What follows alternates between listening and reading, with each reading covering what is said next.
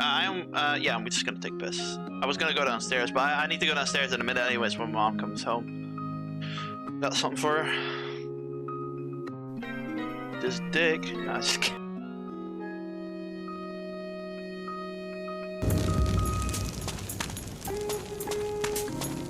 Maybe I need to set up like a double whammy trap here, where I get the banana peel, right? And I'm gonna put that right here next to him. Okay, I wanted to put that down. And then I fell on my own banana peel. I wanted to put it down, but I threw it at him, which I hit the wrong button. Game Pass. I love Game Pass. It's good to be here, celebrating what's going to be our biggest year yet. That includes Pancake Man, no! across Bethesda's 8 studios. Yo, Pancake Man fucking suicided when he saw this dude on the screen. Redfall is from the studio that brought us Dishonored and He fucking suicided. He jumped. You saw it. Heroes, open world campaign, deep cut. You saw it. Solo or with friends.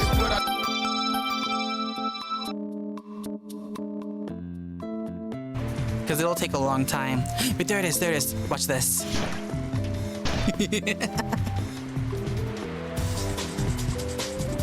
Will she do it again? Come on. Come on, lady, bend over.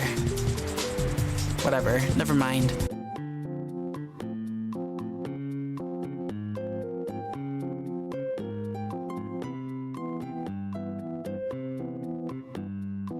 I'm amazing. I'm a god, dude. I got this. I got this. I got this on lock. See? Oh my god. Yeah, goodbye. This raid's gonna send in like 3 seconds. Bye-bye.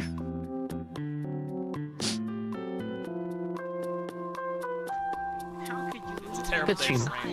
They were supposed Fun stream. to be your friends. Word.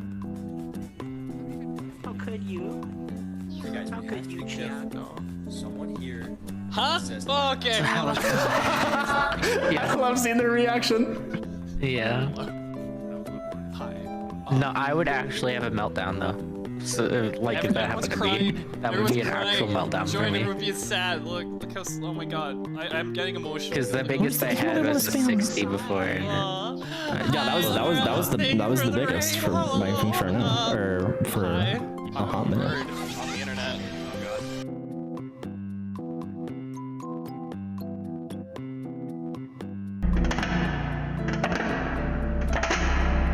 I sort of like crunching it as well. The crunching sound of aluminium is very unique. Do it. Pussy, do it. Brain blast! Go on. Go on. Do it.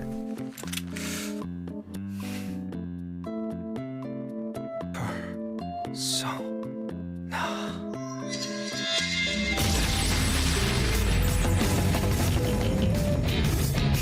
Come on, that's kind of cool, isn't it? Come on, that's kind of cool.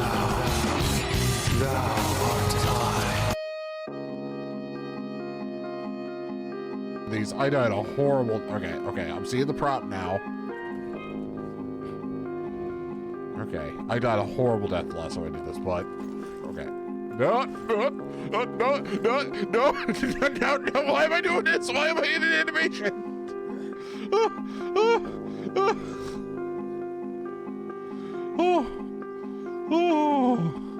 Okay.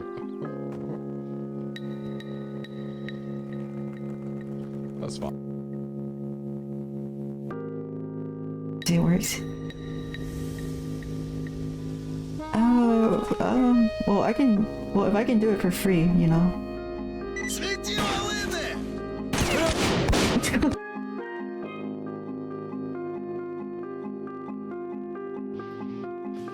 Not belted. Look at that. Hold on, I gotta show this off. Very nice. There's so much to this you're not even seeing It yet. just keeps ending. I'm not kidding. You just keep sending me money. No, I'm not playing Shell 2. I have zero interest in it. I'm too busy with everything else we're already doing. There was a chance that we might have added in new games, but people basically supported to extend Dark Souls 2. If you're Felton, that doesn't work either. Pokemon Brilliant Diamond to do post game, which we're doing tonight. So.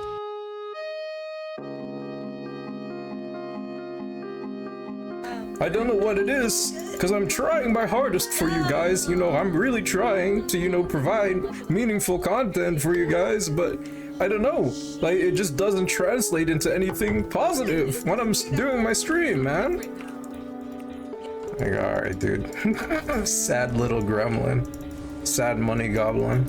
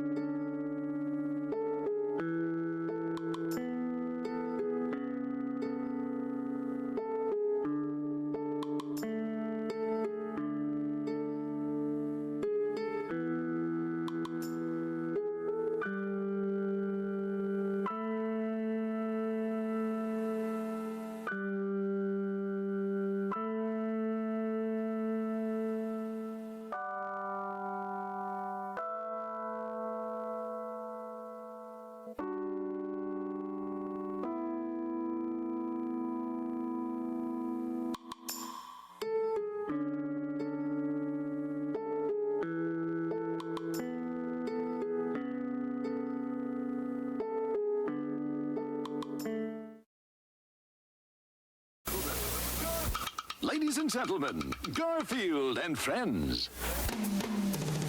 We're ready to party! Ready to party, we're ready. I hope you bring lots of spaghetti. I'm scared. Come on in, come to the place where fun never ends. Come on in, it's time to party with Garfield and friends. Dancing, fiesta, romancing, siesta, samba, la bamba. Ay caramba, disguises, surprises, and pies of all sizes. Come on in, come to the place where fun never ends. Come on in, it's time to party with Garfield and friends. Come on in, it's time to party with Garfield and friends. Garfield and friends. And pay attention. There'll be a test at the end.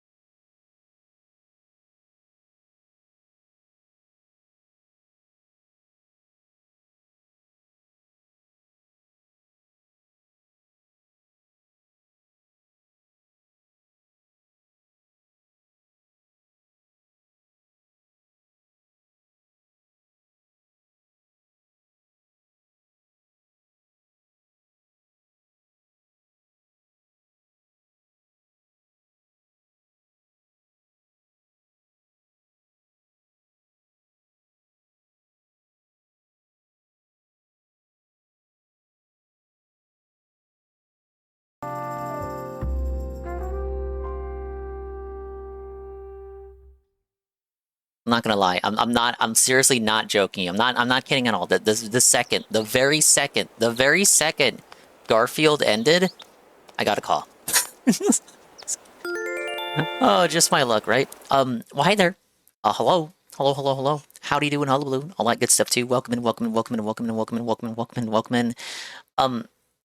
Are we ever gonna approach a point where I can stop streaming on Saturdays and go back to how things used to be? I don't think so.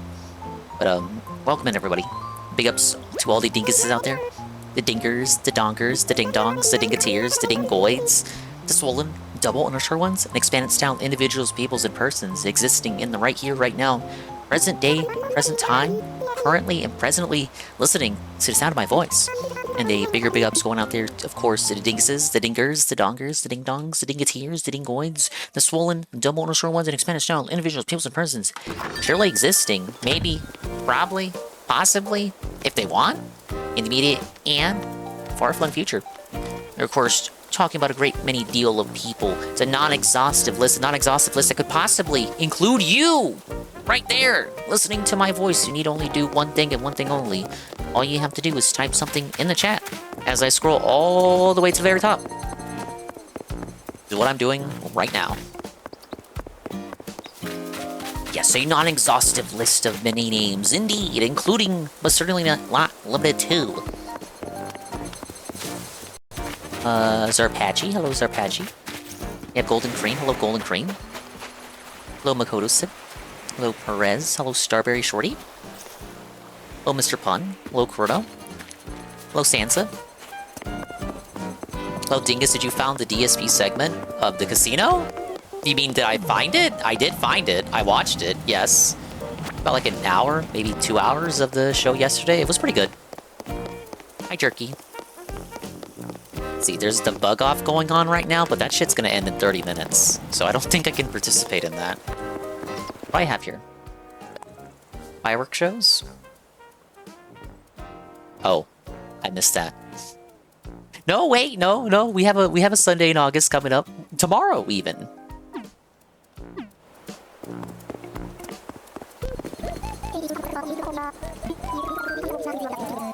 I'm hyped and can't wait to watch Arlo. Hello, Weagle. Hello,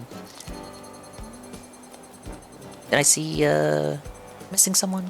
I think I called out everybody. Mr. Dinkus. Yes, that is me.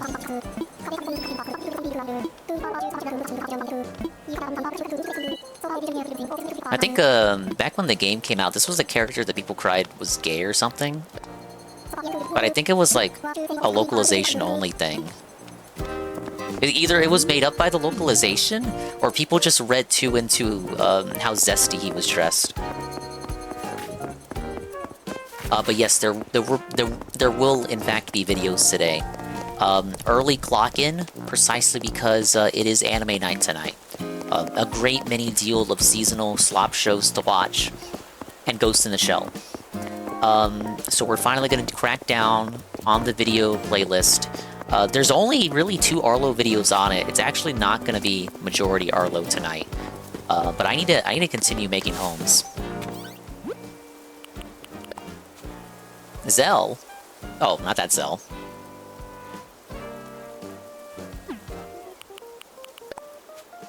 It's Mama Dingus. When I see a falling star, I close my eyes and wish for... Nice try, darling. It's a secret, of course. Here's to making wishes and chasing dreams. I hope our wishes come true. Nice Light Seeker. Good evening, Dingus. Good evening. Hi, Bikes1011. Am I watching the Princess Mia anime? I don't know what that is. Congratulations on 20 clients. I'm sending you a gift. It's a Paradise Planning phone case. Use it at a do-it-yourself bench to put it on your Nook phone. Now we all match. Wow, thank you, Wardell. Is he, like, supposed to be related to, the other? Well, no, he can't be. They're like a different species of animal. His name reminds me of Wendell, the walrus. I think this was everything I ordered months ago. I never accepted it. I just have it kind of sitting here, filling up my mailbox. Yeah, welcome in, Vikes. Welcome in, everybody. Kind of a sleepy, snoozy kind of Saturday. We're continuing the dual format streaming. So if you're viewing on phone right now, it might look a little bit bare, but I will put a video at the top of the screen momentarily. I forgot how to use the phone cases.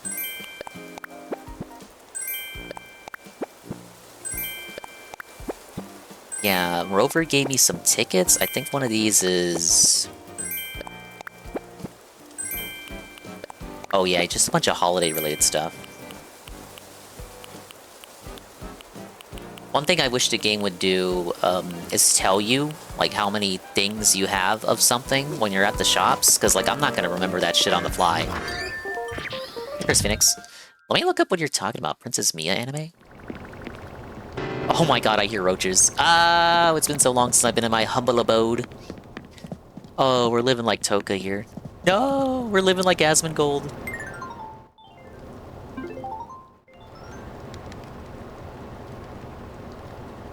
Is it, what is this? Tier Moon Empire? Is that what you're talking about? Maybe I pulled up the wrong thing. You have to give me the exact name.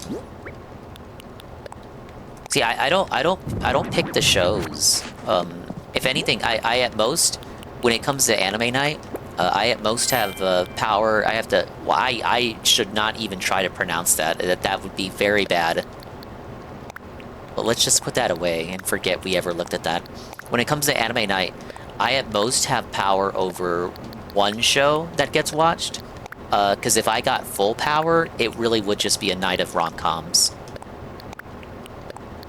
So I hold back. I exhibit great restraint when it comes to picking out shows for anime night. I actually could be much worse.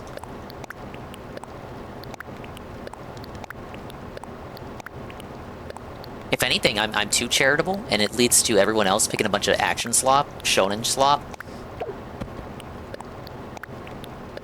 Everyone knows the real Kino is I'm gonna mispronounce this. This the seinen cinema.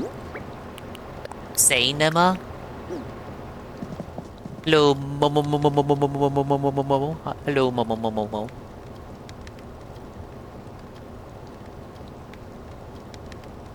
What do you mean, no? It is. It's true. If you want to debate Momo on that, you can follow him at his channel. It's a Squid Enjoyer, Captain Squidman, also likes retro games. Hello, Momo. I can craft counters? That's true. I unlocked that from the DLC. Want to fall in love with an anime girl? An anime cougar, maybe. Oh, J Frosty. Tier Moon Empire or something. I'm looking at it. It doesn't say it's coming out. Are you saying, like, are you gonna watch it in general? Or is it, like, a new one they're making? Because I see it says they had an anime, but it was, like, from 2023. Usually for anime night, we watch, like, the new stuff. I like to think of it as, like, a weekly Toonami.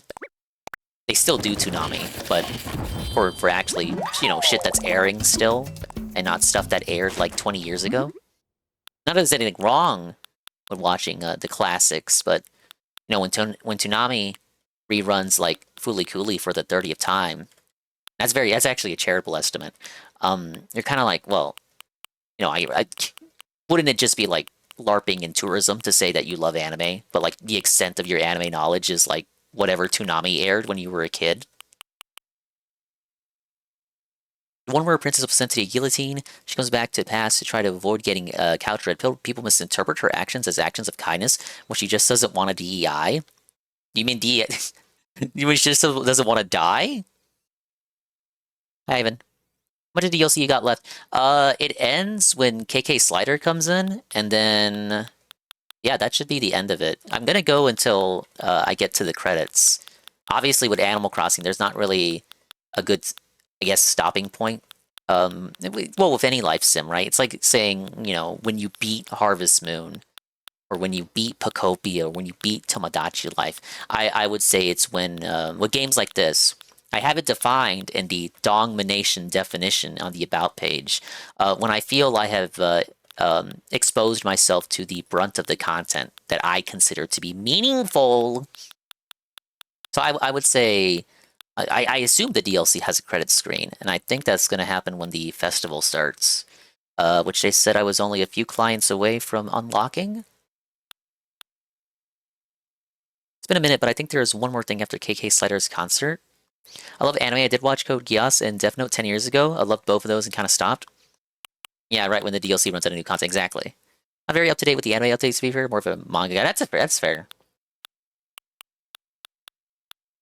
Anne will typically put on a show for anime night, and then if it's something that he hasn't read before previously, he really will just go and read the manga like immediately after watching the anime. Like he'll even if it's something he's never like engaged with before, we'll put on like one episode, and if he likes it, he'll just go ahead and read ahead in the manga form, and then by the next week's episode, when it airs, he'll like already know. Like, he'll be like 10 arcs ahead of us, and he'll like talk in the chat, because we're all muted for anime night. So he'll talk in the chat and say shit like, yeah, I know what comes ahead, and yeah, it's like kind of depressing, you guys. I don't know.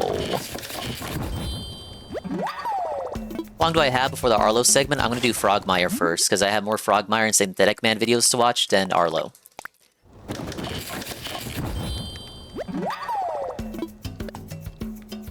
Gonna craft some stuff first and then go to Happy Home Paradise. I guess I had more oranges than I thought. I guess we found out what the oranges were for.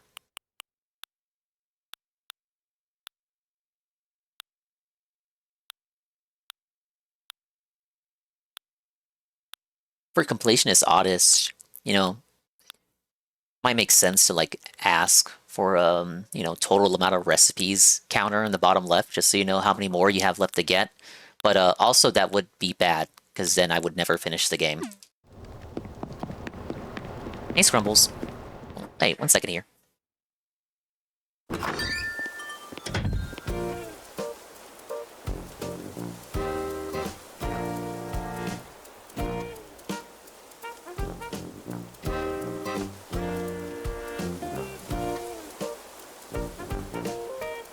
Sorry about that.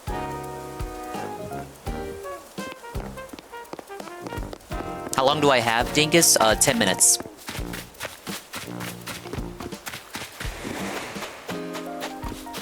Is Frogmire made on the same assembly line, but isn't a Fudo bro? His joke is that he's a furry. I think he embraces it a bit more than Synthetic Man embraces the Fudo shit. Which he does embrace, but he's like more embarrassed to like approach that kind of stuff.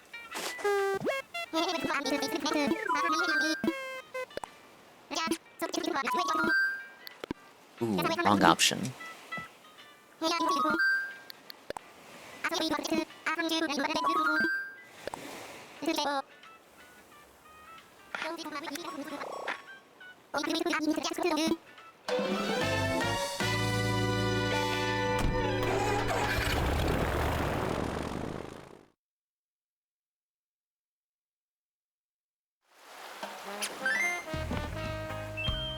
Embrace the Buddha stuff like you embrace the fanboy stuff? I have no idea what you're talking about. Hop into the office for a quick check-in.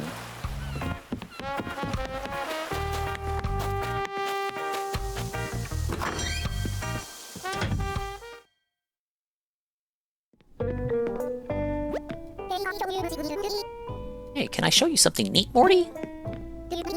You notice anything new over there? It's an ABD. Of course, that stands for Automatic Bell Dispenser. We can also dispense our local currency, Pokey. I guess it's actually an AB and PD, but you know, that's a bit of a mouthful when you just need some pocket change. The relative that sent over the Amiibo scanner also sent this. It lets you deposit Pokey or withdraw Pokey, and also exchange Pokey into bells, and vice versa. The exchange rate changes every day. Wow, just like Dingcoin. And there's a limit on how much you can exchange each day. Keep that in mind when using it, okay? After all, you worked hard for those Pokey. I imagine you might want to exchange them for bells for home. Little planning ahead might go a long way. Yeah, I did read about this one. You can exchange your bells for Pokey and well, I'm basically describing what she just said. That's pretty neat. Thing is, I'm never in really need for bells or Pokey, but that's still a nice feature to have anyway.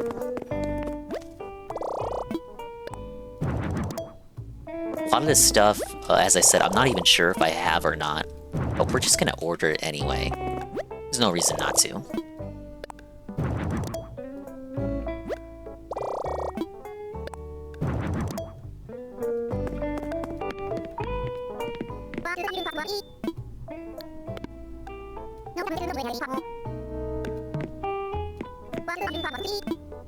Alright, yeah, let's go straight to working on more homes. And I'll put something on.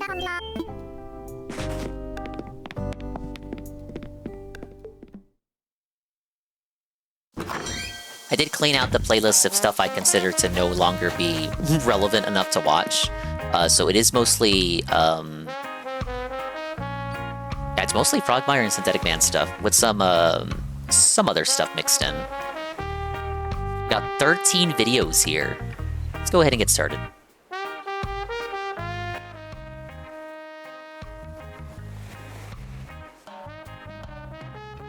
Okay, I have to activate this for both the widescreen and the vertical screen, so I think I have to do this. Okay, now let me pause that, because it's not on the vertical scene yet. And we do this on that side. You can link the scenes, but from what I can see, you can't link the sources. Or maybe you can, and I'm just dumb. Would not just look, listen. I wouldn't rule it out. Okay, this is a Frogmire video. We're gonna start with Frogmire. The title is as follows: ADHD versus autism in gaming. Now, look, I'm not diagnosed, but I'm pretty sure. But I don't know which one I exactly have. Oh, Chevrolet! Oh, Chevrolet! Oh my God! Oh my God! It's my Wild World wife, and I had her also in the GameCube game. I know who we're helping out first. Now, if you're normal, you may not have realized this, but there's a war going on right under your nose since the dawn of, yeah, it's on the other side of the earth. 2002, around the time when the human body became 50% plastic, and every person could be categorized as one of two things, either autistic or ADHD. Now, I know some people don't believe ADHD exists, or ADD, or whatever, but even if you just consider it a personality trait, I would consider, for the amount of shit I have on stream and the amount of audio sources in my ear, maybe I do lean more towards the ADHD than autism. Hi, Biken. Hi, Puddin. Dingus, did you set this up vertically on purpose? Yes, I was given an incentive to do so. A financial one! If you don't like it, you can click the white button and swap back. Hi, Biken. Hello. Chilling out today, listening to nonsensical videos while making funny little vacation homes for funny little anthropomorphic, funny talking animals. it does not change the fact that these world's two safest groups vault? are diametrically opposed. Oh my God, she's a gold digger. Born enemies, and unfortunately for both parties, they tend. If I don't get audio-visual overload, it's not a stream. That was my mindset even before I became a streamer. Because I always had the joke that it's not me. You're not living like me if you don't have 10 audio sources in your ear minimum at all times. Get that bag, ding. Thank you, Puddin. Hi, Xavier. Well, I'm sorry. I've always existed like this. I don't know. It just feels weird to only have No, to me, it feels weird to only have one source of audio. I count as a source of audio, but I'm not always talking. Sometimes I want to fucking relax, man. Sometimes, it's like when you're in the break room at work, I just want to kick back, brother. That's what I want to do tonight. You're not gonna force me to talk all the time. Might be like game audio, then the video audio, including both the narrator of the video and the video audio within the video. That's enough to, I guess, satiate my Zoomer ADHD-tism. Hey, Shroom. Alright, Dingus, the ads during Vertical have been debunked. I was just being a big idiot, self-felt to myself. Yeah, Gwen came in here, right after you did, and was like, no, wrong, I am getting ads, wrong! And I was like, well, Shroom had a different experience, and he was like, no, wrong, you're lying! He didn't say that. He did say he got ads, but he didn't say that you were lying. Where would we put a bank or a vault? I think we would put one on, like, the beach. Maybe on, like, the precipices.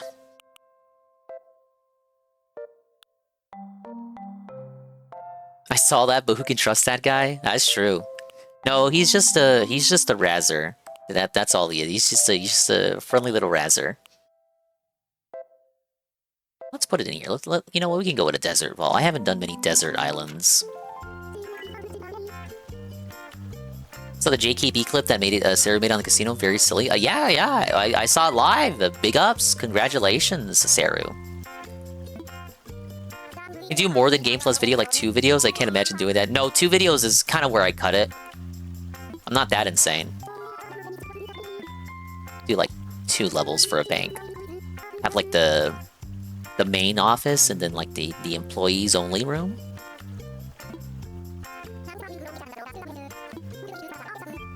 Or like the lobby and then the vault itself, something like that. It was just Jay's real attic, no green screen. Oh, damn, bitch, you live like this?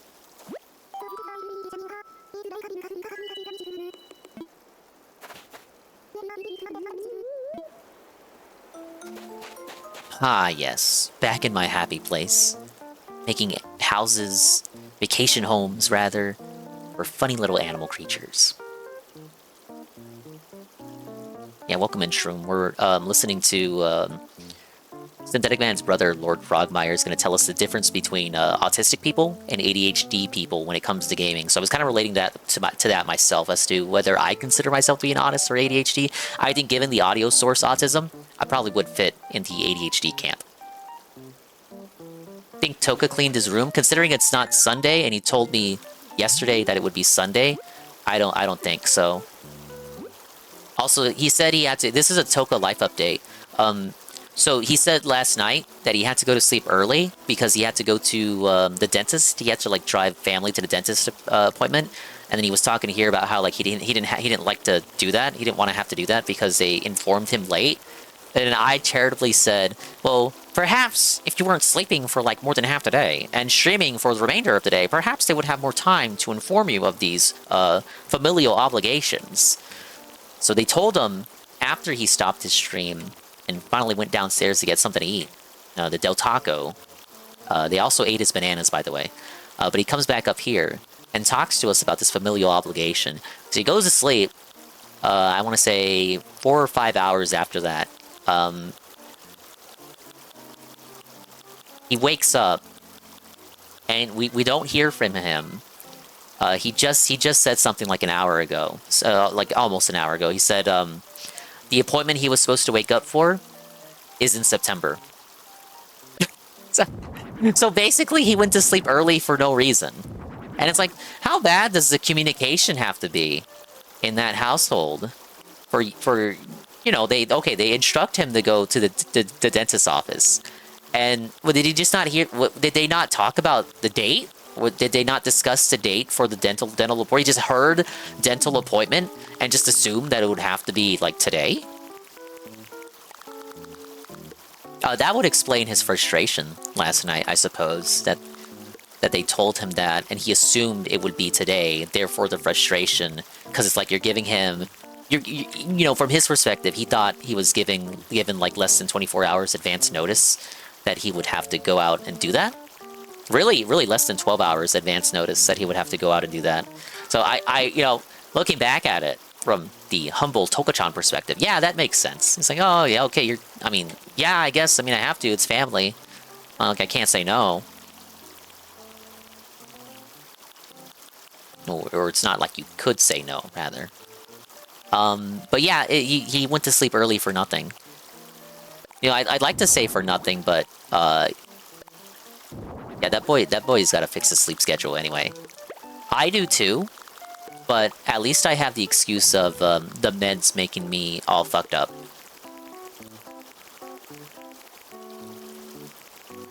I need to drive me to the dentist in the morning of September 23rd. I have to wonder, like, okay, You don't just say that. Like, I need to be... If I could be a fly on the wall for that conversation, did he just, like, hear that he had to go drive them to the dentist and just, like... Did he just, like, tune out the rest of it? If they told him the date, did he just tune out the rest of the conversation and just assume that it would have to be tomorrow because he's being told the night before? If that was the case, yeah. Yeah, I'd be kind of like, okay, like, well, fine,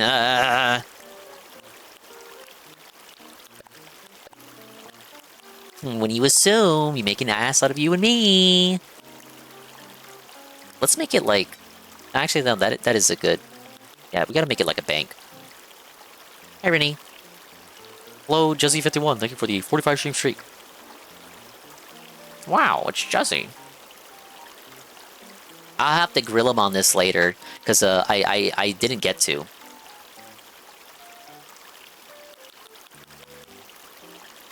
One second.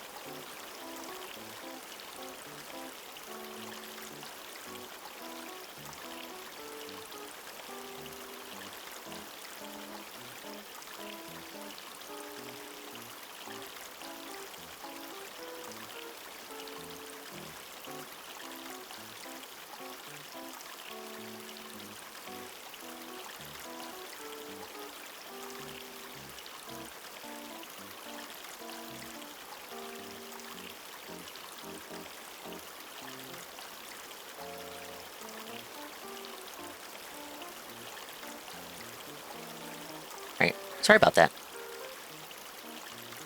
I hope you're having a good evening, Rennie.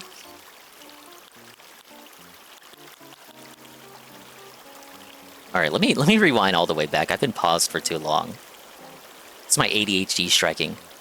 Now, if you're normal, you may not have realized this, but there's a war going on right under your nose since the dawn of, I don't know, 2002, around the time when the human body became 50% plastic, and every person could be categorized as one of two things, either autistic or ADHD. Now, I know some people don't believe Taking folks out to lunch for shopping and shopping for a new dishwasher. Oh, just consider it a lunch and a new dishwasher. trait, Congratulations. It does not change the fact that these two groups are diametrically opposed. They are natural-born enemies, and unfortunately for both parties, they tend to like the same things just for different reasons. Any attempt to satisfy one party ultimately alienates the other. Now, so far, I basically presented this as if it's an even feud. Both sides hate each other equally, but really, it's the ADHD people who are hyper-aware that it's autistic people ruining everything they like, while the Tizmos are blissfully unaware that this dynamic even exists. Well, why, oh viewer, should you care? If you're on this channel to begin with, you're probably a part of one of those two groups. But ignoring that fact, every video game that's not Call of Duty or I don't know. NBA 2K, Madden 24 I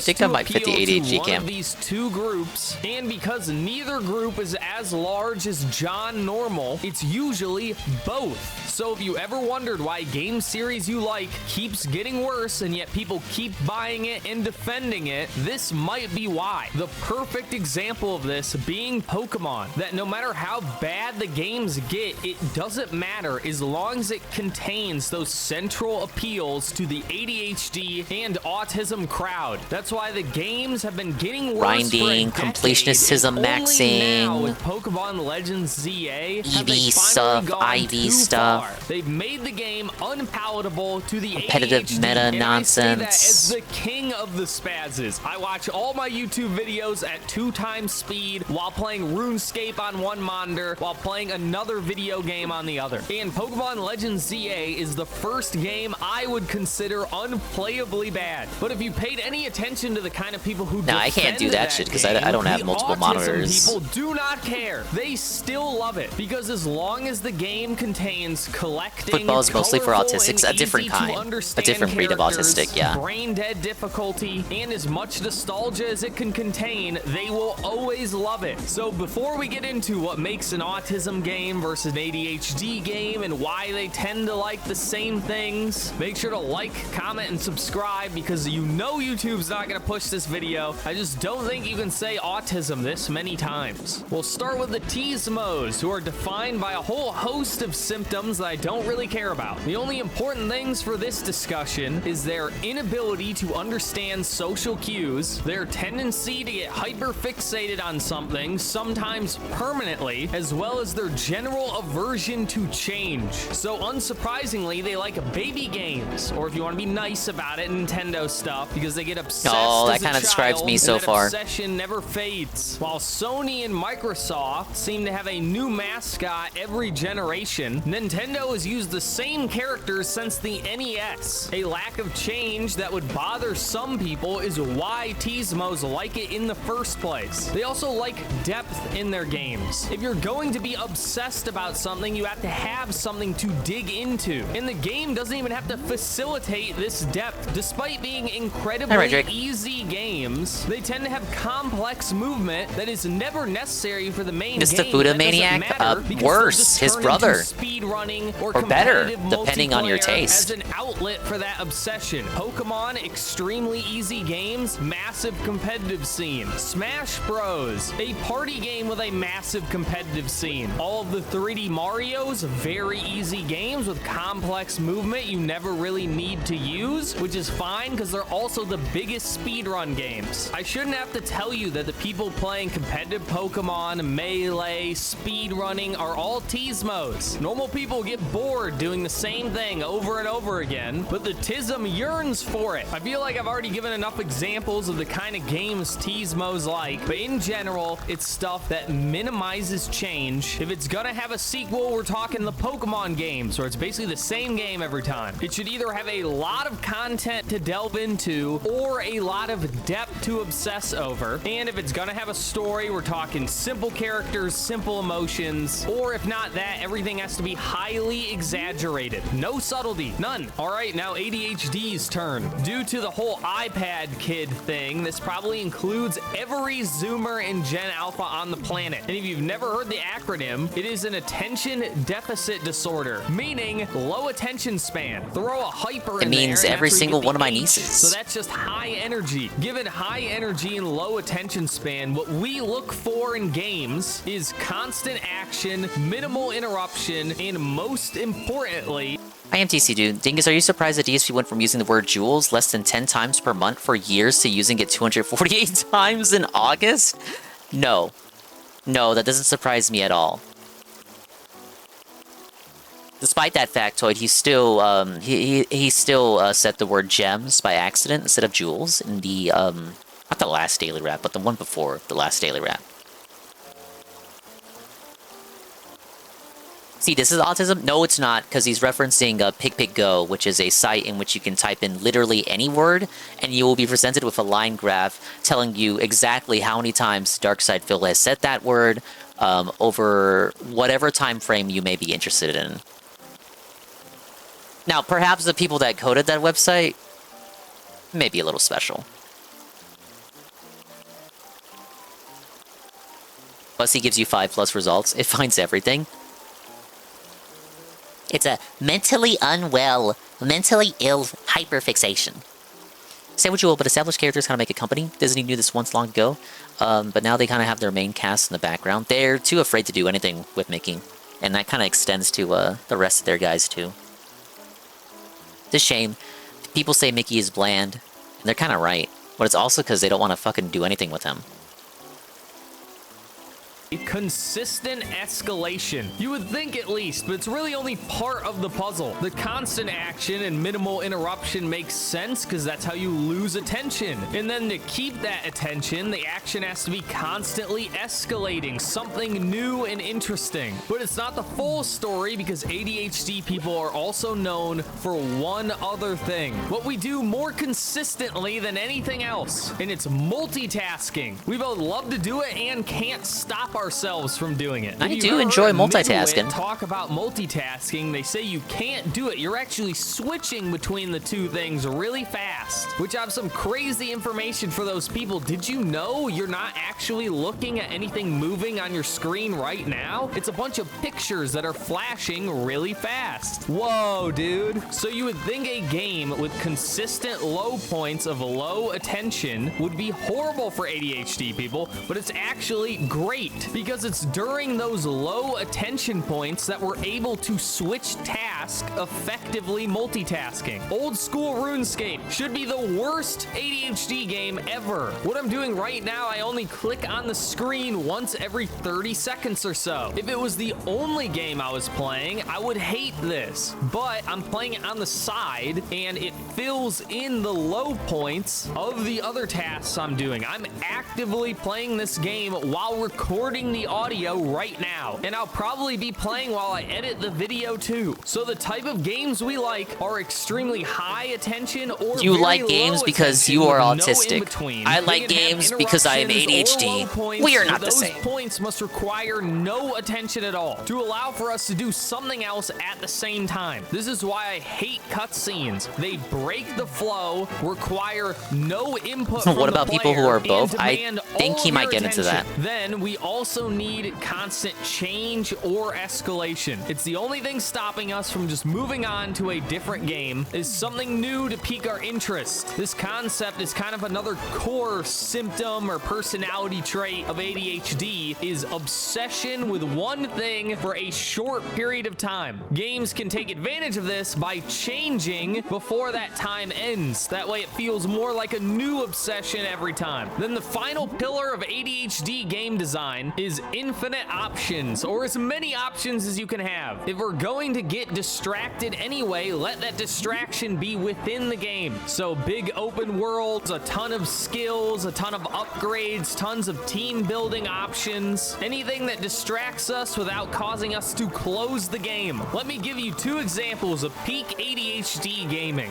One is a live service multiplayer. Multiplayer games require Yeah, slot all of busy your work. attention to Battle win, Pass, assuming you're updating playing against constantly people of the same to give the skill player level. You're FOMO always and trick them improving, into getting logging in. infinite You don't want to miss out on the escalation, and game Battle is always Pass. updating. So there's always new You only stuff have to one learn, chance to get things the Sonic the try Hedgehog out, skin, keeping our guys. Very low attention. Then on the other end of the spectrum is baby game RPG. It's super easy, so we can give it half our attention, the other half being used watching a movie or YouTube. A basically infinite number of options for team building and dialogue that adapts to our attention span. If we're paying more attention, we read faster and progress faster. If we're paying less attention, then we just read slower. So that's ADHD and autistic, and everything would be fine if you just had ADHD games and those exist, and autistic games and those also exist. But unfortunately, things aren't allowed to be made for a niche anymore. You have to shoot for a larger audience. Everything has to appeal to everyone, and sometimes Yes, it we have to appeal to the succeeds, lowest but common at what denominator cost? now. Well, let me tell you a Fantastic. little story. I've already explained how RuneScape is kind of peak ADHD. It has different activities for different Never attention played levels, RuneScape. from a click every 30 seconds to full was a Club attention Penguin, to baby. a click every 10 minutes, meaning you can fit it in with any task. But it's also a great autism game. It functions entirely on nostalgia. Despite getting updates all the time, the game has intentionally not evolved since 2007. Only now, after 18 years, has the game finally gotten one new skill. And being a game that's been updated for that long, it has a ton of content to get obsessed with. Not to mention, I bet you there are people who have been obsessed with this game since 2007. The game also has goofy characters with a lighthearted story and a ton of hyperbole. Point is, great game for the Teasmos too, which would be great if not for one thing. The one thing that has kept this game good and also creates so much conflict, and that's that every update operates on a polling system. The developers suggest an update or change to the game, and the players must vote on if they want it in the game or not. And if 70% Couldn't you just of fix the people polls? don't agree, I don't know how it doesn't works. make it into the game. While every game tries to appeal to its player base, this is the only one where the players have direct influence on every change. So let me if guess, the something happens oddest you vote to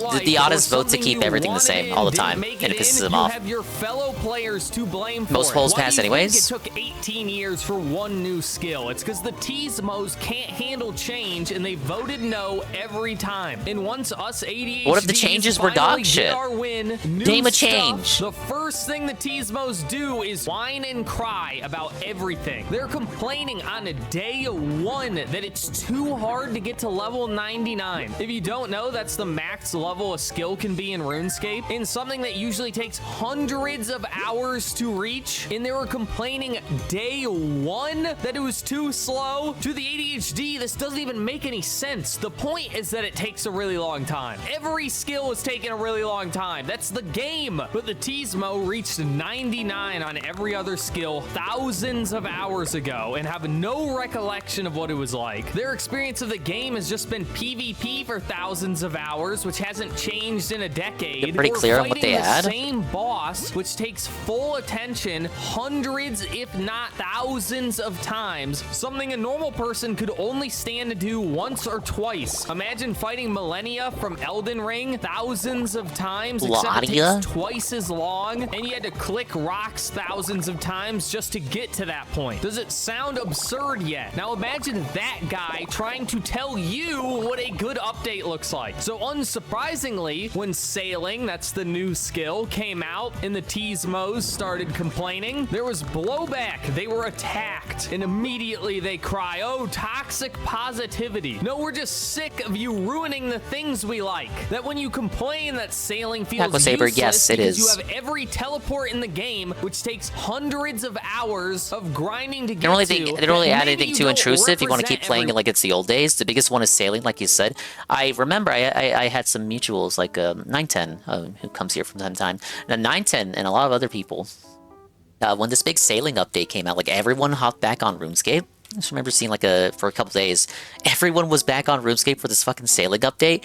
I guess it kind of makes sense listening to this guy talk about how rare it is for them to like change anything about the game. Hi Golem. RuneScape, he's complaining about RuneScape.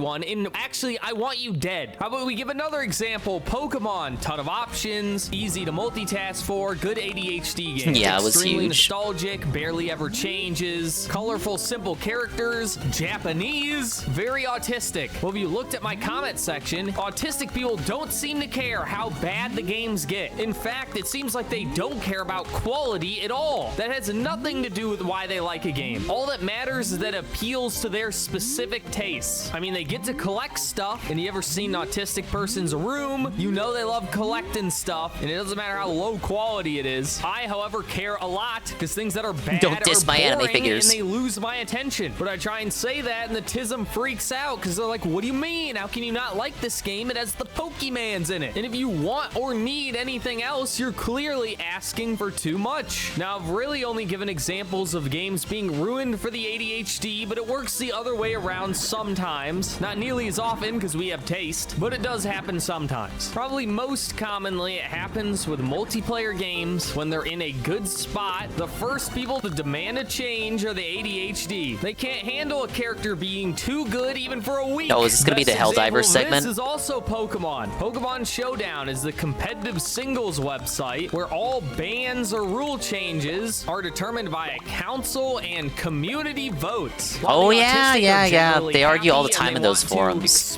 I've never been a part of any of the discussions. ADHD are constantly complaining, constantly asking for changes. They want a ban vote every other day. God forbid you let the format develop or you just adapt in some sort of way. But although we claim it's about balance, really we just want something different because we're getting bored. So while an autistic person's having fun, we end up getting it. So like every changed FGC hit before talk they about even had every the fighting game. opportunity to explore It's just my their taste obsession. good, your The taste difference bad, is, though, and while he the would say ADHD yes are and perfectly double down. aware that it's the Teasmos ruining everything and we hate them for it. Autistic people have no idea who's doing this to them and couldn't figure it out if they tried. You see, there's one big difference between these two groups I haven't mentioned yet, and it's pattern recognition. ADHD are hyper aware of patterns, probably to the point Yes, where my taste is better than yours, actually. don't even exist. Now I would argue that they all exist and that normies are just stupid, but that's why they call me a schizo. Autistic people, on the other hand, couldn't identify a pattern if it was a brick thrown at their head. They'd be like, oh, I wonder where that brick is going. This doesn't really affect the games at all, but it certainly makes the discourse infuriating. At no point does anyone question how we're somehow able to see the future, or maybe you really can tell if a game's going to be bad before it comes out. So the animosity stems from us liking the same games for different reasons, and each group actively trying to change those games to appeal more to them and less to the others. Any attempt that discourse is stifled by the fact that autistic people can't really communicate with anyone, but it's even worse for the ADHD who are obsessed with patterns. Not to mention, what makes the autistic like a game is extremely personal and based on basically nothing, so there's nothing to discuss. I say the game would certainly be better for everyone if it didn't look terrible and had a dynamic environment, and you say, well, I played Pokemon since I was 5 and I've always liked it, and that means it can never be bad, and if you insult Pokemon, that means you're insulting me and I hate you forever. And I can already hear people saying, and not you the viewer, because you're a real one if you made it this far, why should I care? I'm totally not one of these two groups. I'm completely normal. Well, these are two quickly growing populations. Thanks to iPhone, I know I'm not kids, either of those and groups that don't play new social media, Pokemon. ADHD is going to be the dominant trait of humanity. Every new kid has it. Autism has also been shown to be growing for many reasons. Who knows? And no, it has nothing to do with us being better at diagnosing it, because one, it wouldn't be growing at the same rate. It's not like we're suddenly learning so much about autism every year. And two, if that was really the case, low functioning autism would be growing much more slowly or not at all compared to high functioning autism, because obviously I guess this just turned into an RFK segment. Low functioning compared to high. Both are growing rapidly. I love how if you bring up there are more autistic people now, that's the first thing anyone ever says is, oh, we're just better at diagnosing it. Even though if you think about it for even a second, it doesn't make any sense. Problem is people don't think, they just say things to make themselves feel better. No, go ahead, you can take whatever you want while pregnant. The point is, soon the entire human population Pokemon fanboys are actually the worst though. The funniest thing is when Pokemon fans shit on COD or sports game fans, you're literally a single amount. COD and sports games, gun and ball games are kind of low-hanging fruit.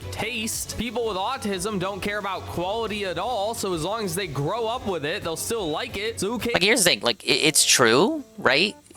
COD game bad, ball game bad, but also the people involved in those conversations aren't even the people that like play ball and gun games. So when you're having this discourse and saying, okay, but you say Pokemon bad, but what about ball and gun game? Like, nobody involved in the conversation is even going to be someone that actually plays those games for the most part.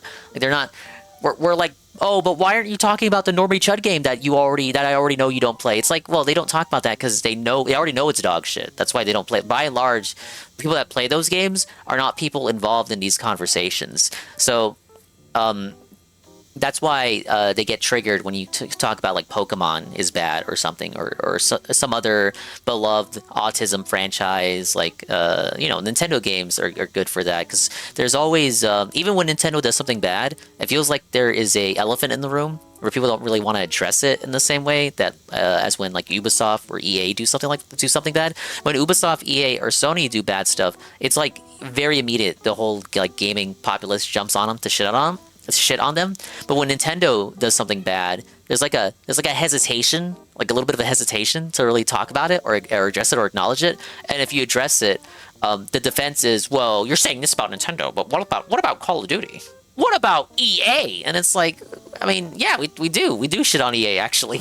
We'll shit on them more. But the people who like complain about this aren't people who play those games. Like, everyone involved in the discussion is already somebody that doesn't really fuck with Call of Duty or EA games, sports ball, gun games, and shit like that. So to me, that's always come off as kind of even if it's true, the attempt to deflect to it has always come off to me as a cope deflection. Hey, Strava. Modern Pokemon is just a humiliation ritual that takes things away from you that were in the old games and sell them back to you months later. They addressed that as early as like Gen 6 customization for Kalos not coming back in the Hoenn remakes. And Masuda's answer was, oh, we do that stuff on purpose because we want each region's identity to be unique. So that's why, some things stay exclusive to certain regions. And then immediately after that, they had customization come back for Alola, and it's been in every game since. Except for like, was there? No, I'm pretty sure. Was there not like a game where you couldn't customize? No, I think it has been in every game, right? I've heard someone call Pokemon Madden for furries like back in 2016. It's so true. Movie game people are worse. At least ball and gun gamers play actual games. Yeah. The thing is, it's like this. It's like Taco Bell or Jack in the Box. Like, it's slop. And the normie chud gamers probably even acknowledge that it's slop. Like, you can go into Call of Duty hashtags, you can go into the COD community and just run into people like shit talking the game, talking about like the dog shit updates and crying about this and that. And the same is actually true for sports ball. Like, if you actually venture on the Twitter and look through the communities and hashtags for people that actually talk about Madden actively, it is people that like play that slop, but also shit on it actively too. Because we kind of live, it kind of is just the internet you live in now. Like, social media is just that prominent now that even these normie fucking John Normal Chuddy McChudderson people, even they are just a little bit like black-pilled about the games that they play. They aren't like so mindless that they just put in the game and like just play it. You can find people shitting on the game but still consuming it if you know where to look. Scarlet and Violet doesn't really have outfit customization because it's like 6 outfits. Yeah, the school uniforms and all the variants. I mean, you can still make your character. I just mean customization as far as you know, you're stuck to looking like the default look for your protagonist. Like, you can change your appearance in that game, even if it's a bit limited, as you say. Hi, Kuzumi. You can't just do a Saturday afternoon Dingus stream and not make it a spectacle. I'm just fucking relaxing today. I'm woozy with the last of these meds, so I'm just putting on some videos and see if I can finish the last of this Animal Crossing stuff that I gotta do.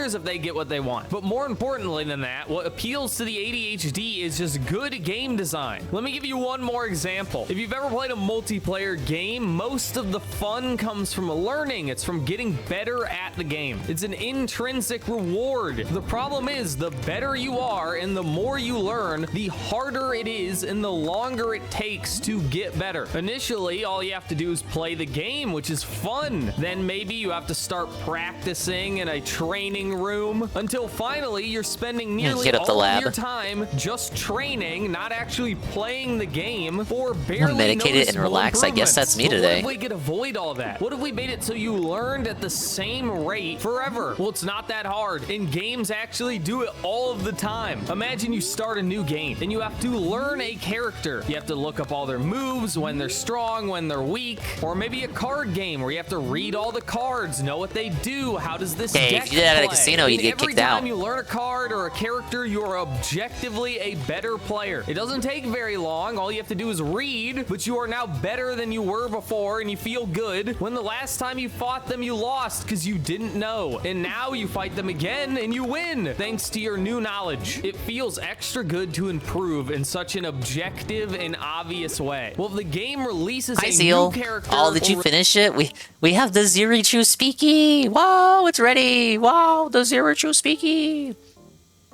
Hi, Zeal. If you enjoyed doing Monster Hunter earlier and the finishing work on the Speaky, you should follow Zealrin for retro game streams and Monster Hunter. But I guess the Monster Hunter's games that you play are also pretty old, so maybe they count as retro. That's cool. Hopefully you can work on the happy emote next. the paw, get the Speaky. Hi. Kind of woozy today, so I'm just gonna relax and watch some stuff. That does not work with fighting games. Some people will just be better than you, and sometimes you just need to accept that. It's a reality with a lot of games, not even just limited to fighting games. You can say that for like Pokemon too. Some people will just like know the shit better than you, no matter how much time and investment, effort you put into like studying this shit for any game really. Someone will always just be better than you at it. That's also just like a fact of life in general too. That could apply to like your workplace and shit. You would like a happy? Yeah, for that one, I think it is a template that you have to ask someone on Twitter about. I don't know who the artist is, so you might have to ask around.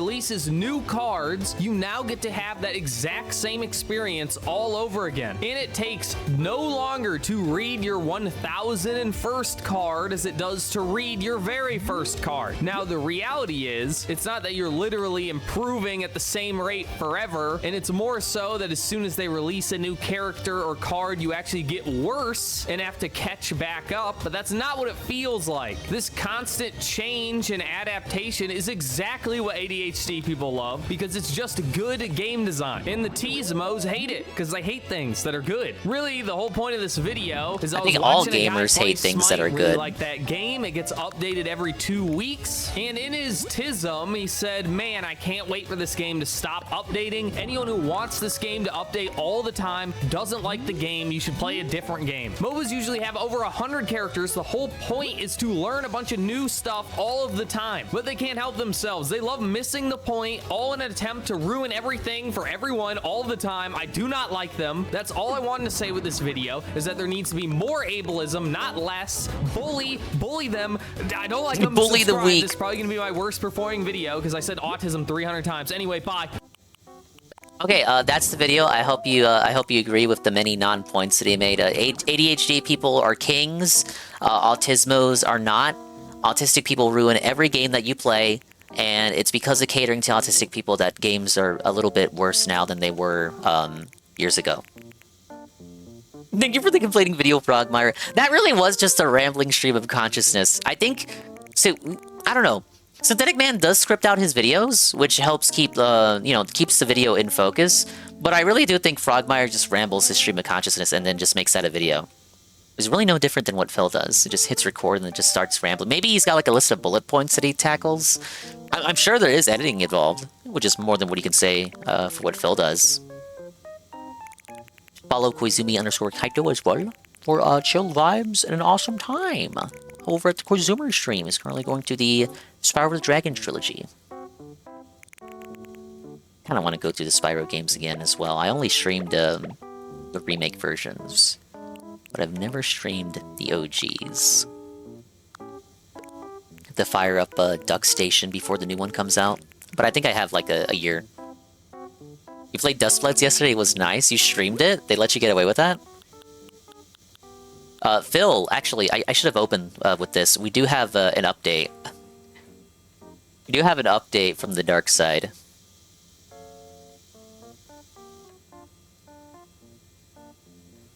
And here's the thing, the stipulations said that you weren't allowed to stream it, but a lot of people did. A lot of people did. A lot of people were in costume for it. Friday, when it went live, but then it didn't actually go live and people were just on the error screen. People were in the category waiting for it to go live, like stuck on the error screen. They were playing other games. Somehow, you can be in the Dustbloods category not playing Dustbloods. But when I want to be in the retro category, just doing a little bit of just chatting before my 24-hour stream ends, I gotta be policed and like made out to be the bad guy. DSP is diving into summertime fun. 2 hours ago, guess how many likes he got for this this impressions tweet? D-Side, thank you for the 525 stream streak. That is actually the epitome of autism. 12, 10, worse. He actually got 1/10 of 10 likes. 1 like. Just played an hour of Dustbloods, including the intro, and 1 online match. It's very interesting and fun. Looks like Bloodborne. Think Bloodborne. Unironically, think Bloodborne. Think fucking Bloodborne. Plays like a combo of... Oh my god, literally think Bloodborne. You can't get any more think Bloodborne than this. Think Bloodborne, Elden Ring, and Night Rain. Night Rain is Elden Ring. It's Elden Ring, but it's Elden Ring, but they charged you more for multiplayer. Love the world design and enemies. Very all caps gothic vampire hyphen centric. It is a guaranteed hit, in my opinion. That's pretty good. Probably the nicest thing he's said about Nintendo in I don't know how long. And of course, it has to be said about a game that Nintendo didn't directly develop. It took FromSoft.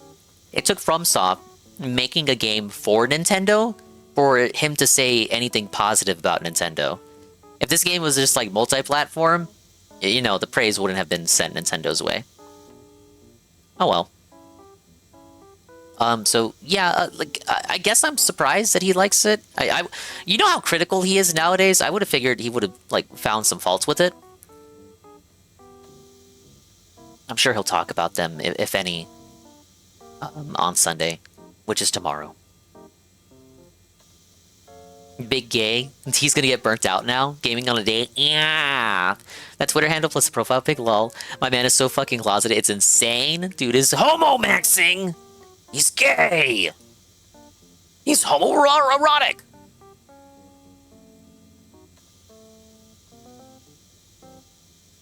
Alright, let me set up the next video. Maybe not begging and having chat handle them help them be immersed. Think about that.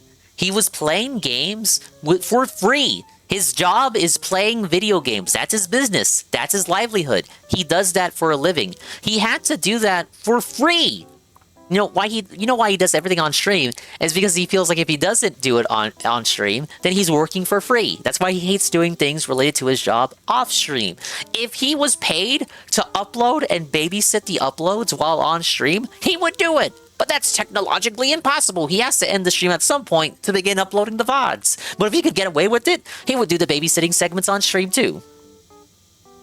Alas, he cannot. So it is kind of rare, right, for us to get like off-stream gameplay from him, for him to play a game off-stream that isn't WWE Champions. So, you know, it really makes you wonder. Yeah, maybe he was more immersed than usual. He didn't have like Kick Chat in his ear calling him a bitch while dying to the same boss over and over again, or the same invader over and over again. Didn't have to beg. Did not have to beg. He did work for free. Like going off his profession and what he has said in the past, he did essentially work for free. All the same, I'm interested to see what he's going to say about it. I don't know anything about Dustbloods. Generally surprised he didn't just do a Virtual Boy style thing. He did, yeah, they did suggest that to him, and he called them retarded. Game was pretty solid though, to be honest. Got some rough edges, but the PvP PvE in it was really nice. I'm more biased though. Can be real to myself for it. I played the fuck out of Bloodborne, so it feels pretty tuned into what the idea theme is. That's good to hear. Hi, Dr. Blaine. Mentioned it to Ludwig, but very on brand for DSP to lose interest in gaming on stream. Still have been doing it for 18 years now. It's funny, haha. Funny, it's a funny haha joke. He loses interest so much he just becomes he just stops streaming altogether. He gets a job and becomes an off-stream gamer, just like his fellow ball and gun game enjoyers. Okay, we're gonna go. What do we have any more Frogmire? He went on a hiatus, like, after that video, by the way. He put out that video and then went on a hiatus.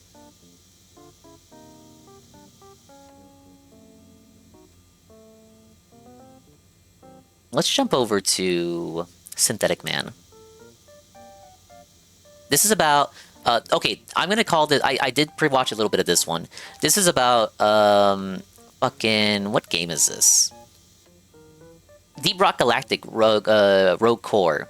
This was a game that came out a few months ago. He actually did a positive review of this.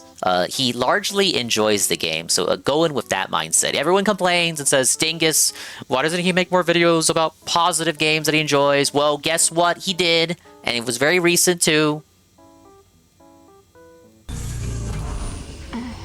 Oh God! Put her back in! Put her back in! Please tell me there's a Black Queen one. Let's go. Let's go.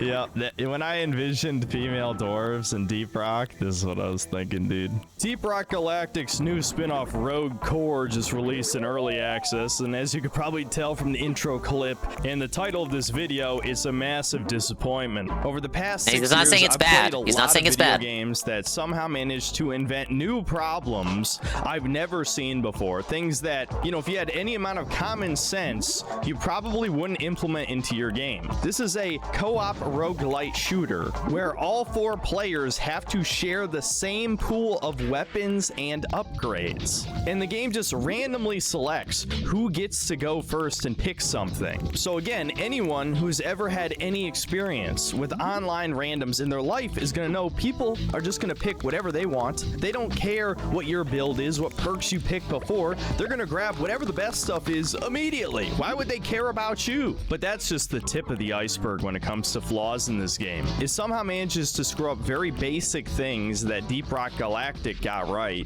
Whether it's the gunplay, the progression systems, completely gutting exploration, adding a time limit for no conceivable reason. Even one of the core appeals of this game, you know, mining, because we're playing as dwarves. Most of the depth and general appeal of those systems have been removed, and it feels more like a chore now. And of course, we need to address the elephant in the room. There are 2 female dwarves in the game. game woke. now. And yes, It's woke. they're They made it class locked. political. So if you want to play those two classes, you have to play as a disgustingly hideous abomination. And I love how one of them is just an even uglier version of Aloy from the Horizon series. The funny thing about this is not another case of synth shitting on every new game. No, I played 170 hours of Deep Rock Galactic. I think it's a great co-op game. Yes, it's flawed. Yes, I think a lot of the updates made the game worse. Not to mention adding bafflingly bad new side objectives and enemies like fucking rock pox. Not even gonna get into that. I still think Deep Rock is a pretty fun game to play with your friends, and I really enjoyed it. So I came into this wanting to like the game. This was not just, oh, I want to make another dunking on woke slop video for easy clicks.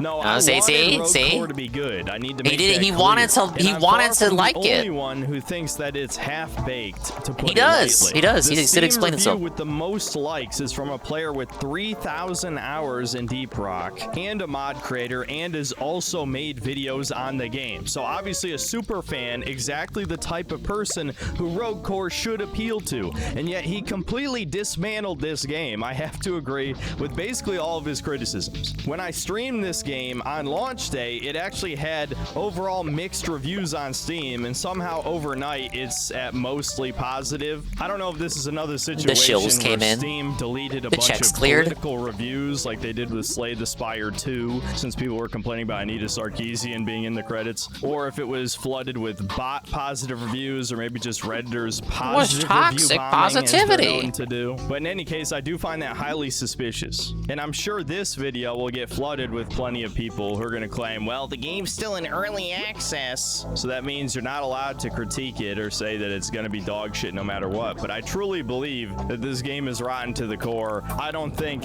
any amount of updates would make this nearly as good as Deep Rock Galactic. So yeah, as you'd expect, this is just an impressions review. Since the game's in early access, it doesn't really deserve a really in-depth analysis. I'm sure many of He's these lazy. He complaints doesn't will want to give it a change real as review. the game gets more updates, but it also doesn't invalidate any of these complaints. There's plenty of reasons to not try this out. Actually, one of the major ones I didn't even mention, this is $30 for a glorified asset flip. So no matter what you take away from this review, $30 even friend if you slop disagree that your with friends most will of my stop playing complaints, after I a would say week. this is not worth the price tag, considering it basically only has Everyone one knows game the limit mode, for that is like being 20 at deep most. dives from main Deep Rock. Yeah, so every single mission takes like 45 fucking minutes. Anyway, before Almost I as much as a ramble league on match. for another 5 minutes, let's just get into the main critiques I have for this game. So unlike my normal reviews, I'll actually start with the positives, because I don't think it's a very long list, and I do want to give this game some credit where it's due, I suppose, because it's not a bad game, but it's only not a bad game because all of its good elements were just copy pasted from Deep Rock Galactic. So first off, I'll say the shooting is still good. This is one of Deep Rock's strongest elements. It just feels good to shoot enemies.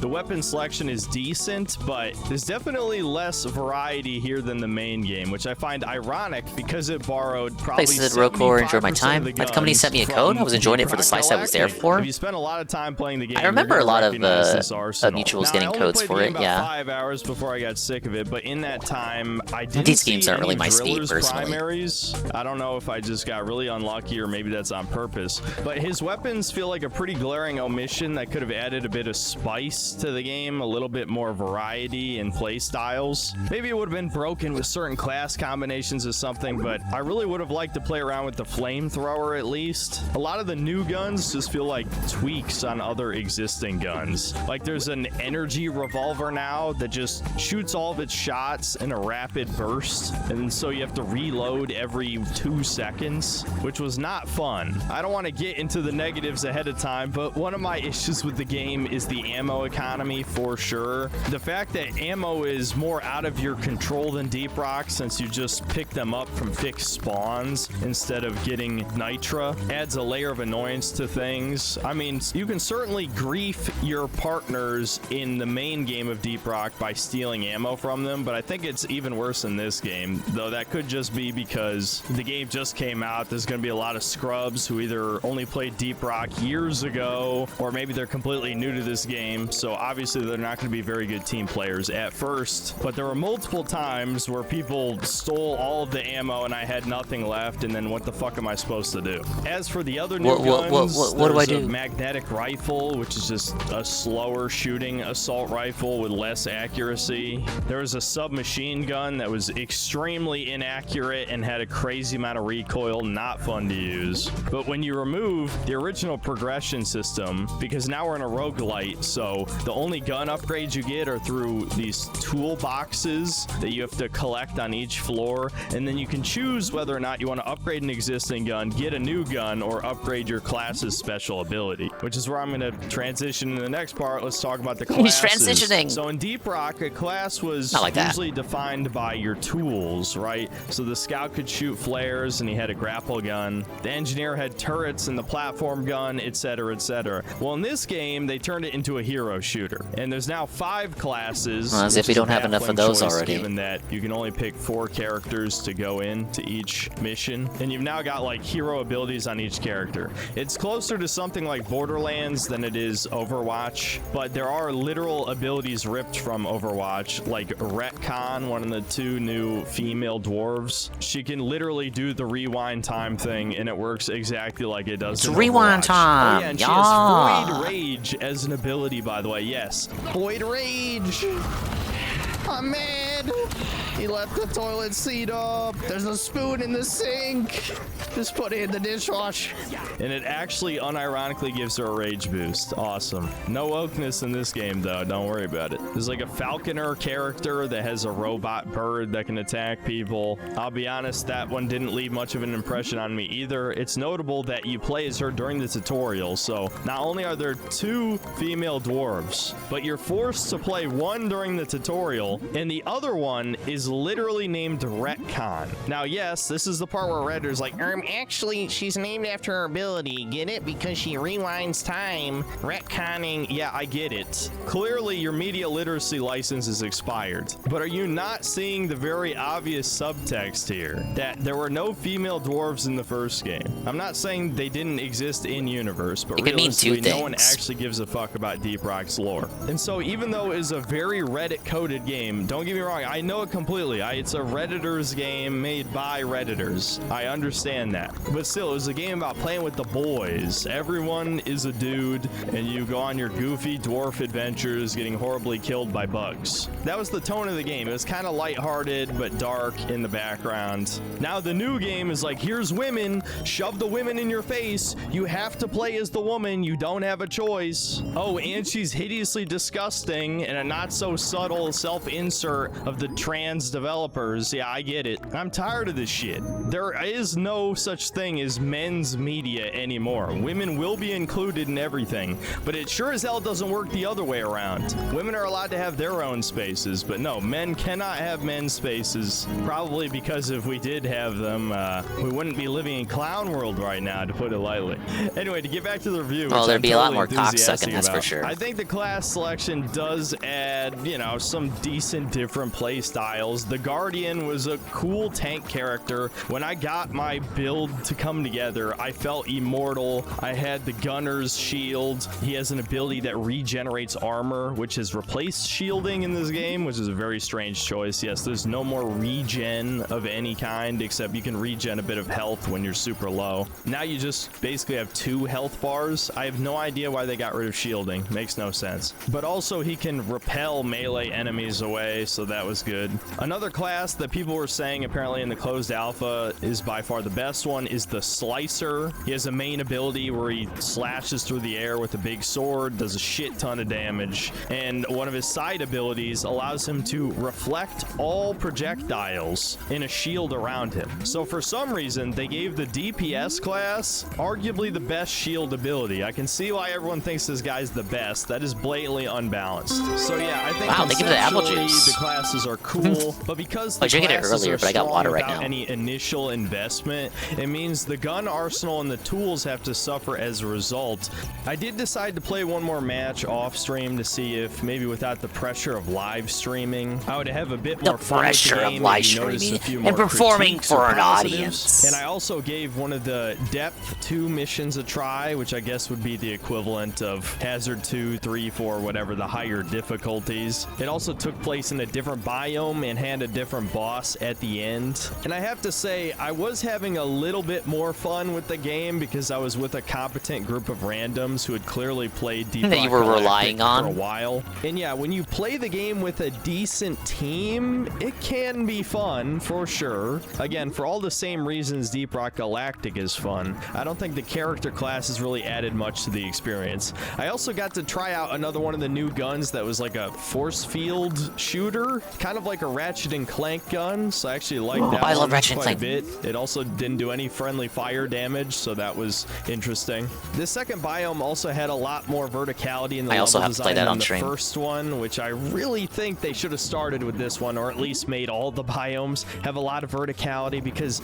that first one just did not feel like Deep Rock. It was lacking a fundamental part of the gameplay loop that made it interesting. So my complaint later in the video is going to make less sense, but it's still a legitimate complaint I had at the time. So yeah, I guess deep down I do kind of see the potential for this game. But even in that last match, there were all the same problems I'm going to name in the second half of this video. But I guess I will say I did have some fun with the game. We did it, This is Shebra. We made your definitely one of bank. my more negative reviews for a game I don't think is complete shit, but it's just because there's so many bafflingly bad decisions that were made here, as you'll see when we go into the next section. So let's pretty much get to the negatives. I don't even know where to begin here. I already talked about the female dwarves, so I won't bring that up again. I think the main thing is that this game just has no fucking replayability. I just talked about Saros, another roguelite. Saros. We watched his his review on that one. So I get that people are going to say, how the hell does this not have replayability when it has all these randomized elements, whether it's, you know, your weapons, your tools, the perks, enemy variety, different side objectives on every floor. Again, on the surface, it does appear like this game has some decent amount of content. Not $30 worth of content, to be clear. I mean, it's probably got like a quarter the amount of real content compared to Deep Rock Galactic, which I know people defend because this is early access and Deep Rock has had years and years of updates. But this is the same price as Deep Rock back when it came out for, again, a tiny fraction of the content. You can get Deep Rock on sale. But you for can like play it with your $8. friends. This is way overpriced for being a glorified asset flip.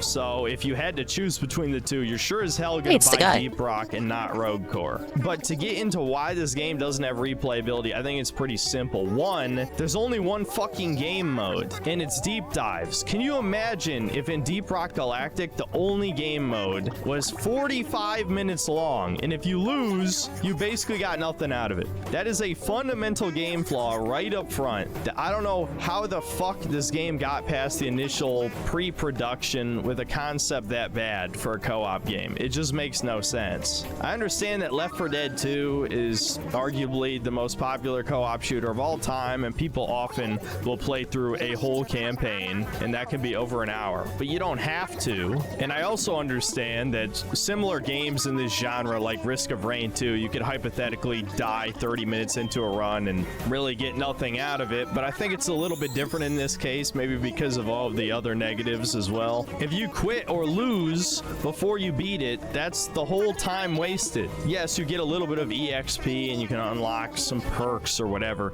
but the perk system in this game is about as bad as it is in Deep Rock. Deep Rock has a lot of good progression systems, but the perks were not one of them. I'm not going to go into detail here, but in Deep Rock, basically you had a couple passives and a couple unlocked actives you another could thing. equip, and you basically just played the game a lot to unlock those things. It's similar in this one. There's only a certain amount of these perks you can equip at a time, so after you get all of the perks for your ideal character builds, what else is there even to unlock? In Deep Rock, there were all sorts of weapon upgrades you could switch between. In the end game, there were overclocks. Of course, you needed a shit ton of currency and various different mining materials to get said upgrades. So there was a real reason to play at least 100 hours of the game before you'd seen basically everything. With this game, again, I realize it's in early access, so there'll be more content later. But as of right now, the main form of progression is just unlocking these perks because you get randomized guns on every run. There's not very many permanent upgrades to keep you playing, especially once you get bored of the only game mode.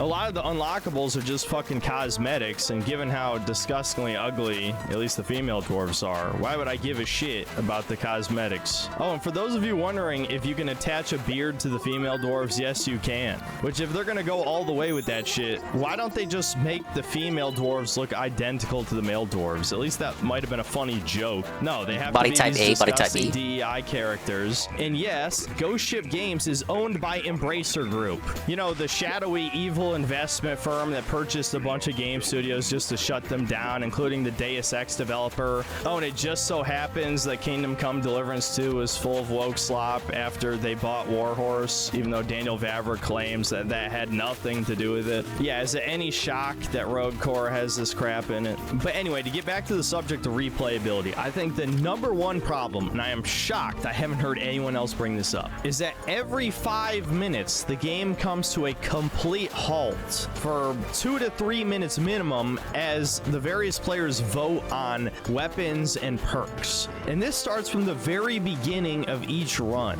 as you and your 3 randoms, or hopefully your 3 friends, because that's the only way I can see this game being legitimately enjoyable, is if you play it with friends you know who will not backstab you for the meme. But yeah, at the beginning of every run, everyone gets to pick a weapon and a support tool, right? Now, most of the weapons in Deep Rock are decently fun to use, as I said before. I always wondered if this guy was even related though to the some war of from them Mario are 2. significantly less Hey, don't get useful the in panic. Rogue Core, like the M1000, basically the Garand. Great weapon in the main game. In Rogue Core, it's fucking dog shit, mainly because these enemies love to move their weak spots around. They just move in a very strange, unpredictable way compared to the Glyphids. It just makes them inherently less fun to shoot. As for the support tools, since you only get to pick one each, someone has to take one for the team and pick the flare gun. These caves are not as dark as they are in Deep Rock, but you still want someone to grab the flare gun just so you can better see the silhouettes of these core spawn guys. I don't know, they're dark colored, unlike the Glyphids, so they don't really stand out in the environment so well. So when you take the flare gun, that's significantly less fun than you could be having with the drills or the platform gun, right? And of course, then immediately after this, you all have to vote on a grenade as well in a separate voting queue. I don't know why it's not part of the same one, but yes, you have to stand around another object. And then when you finally get into the game, the main gimmick here with the resources is that you collect something called Expedite instead of Nitra or Gold. And when you deposit Expedite in your floating drone, then you unlock perks. Now, to get a perk, all 4 players have to stand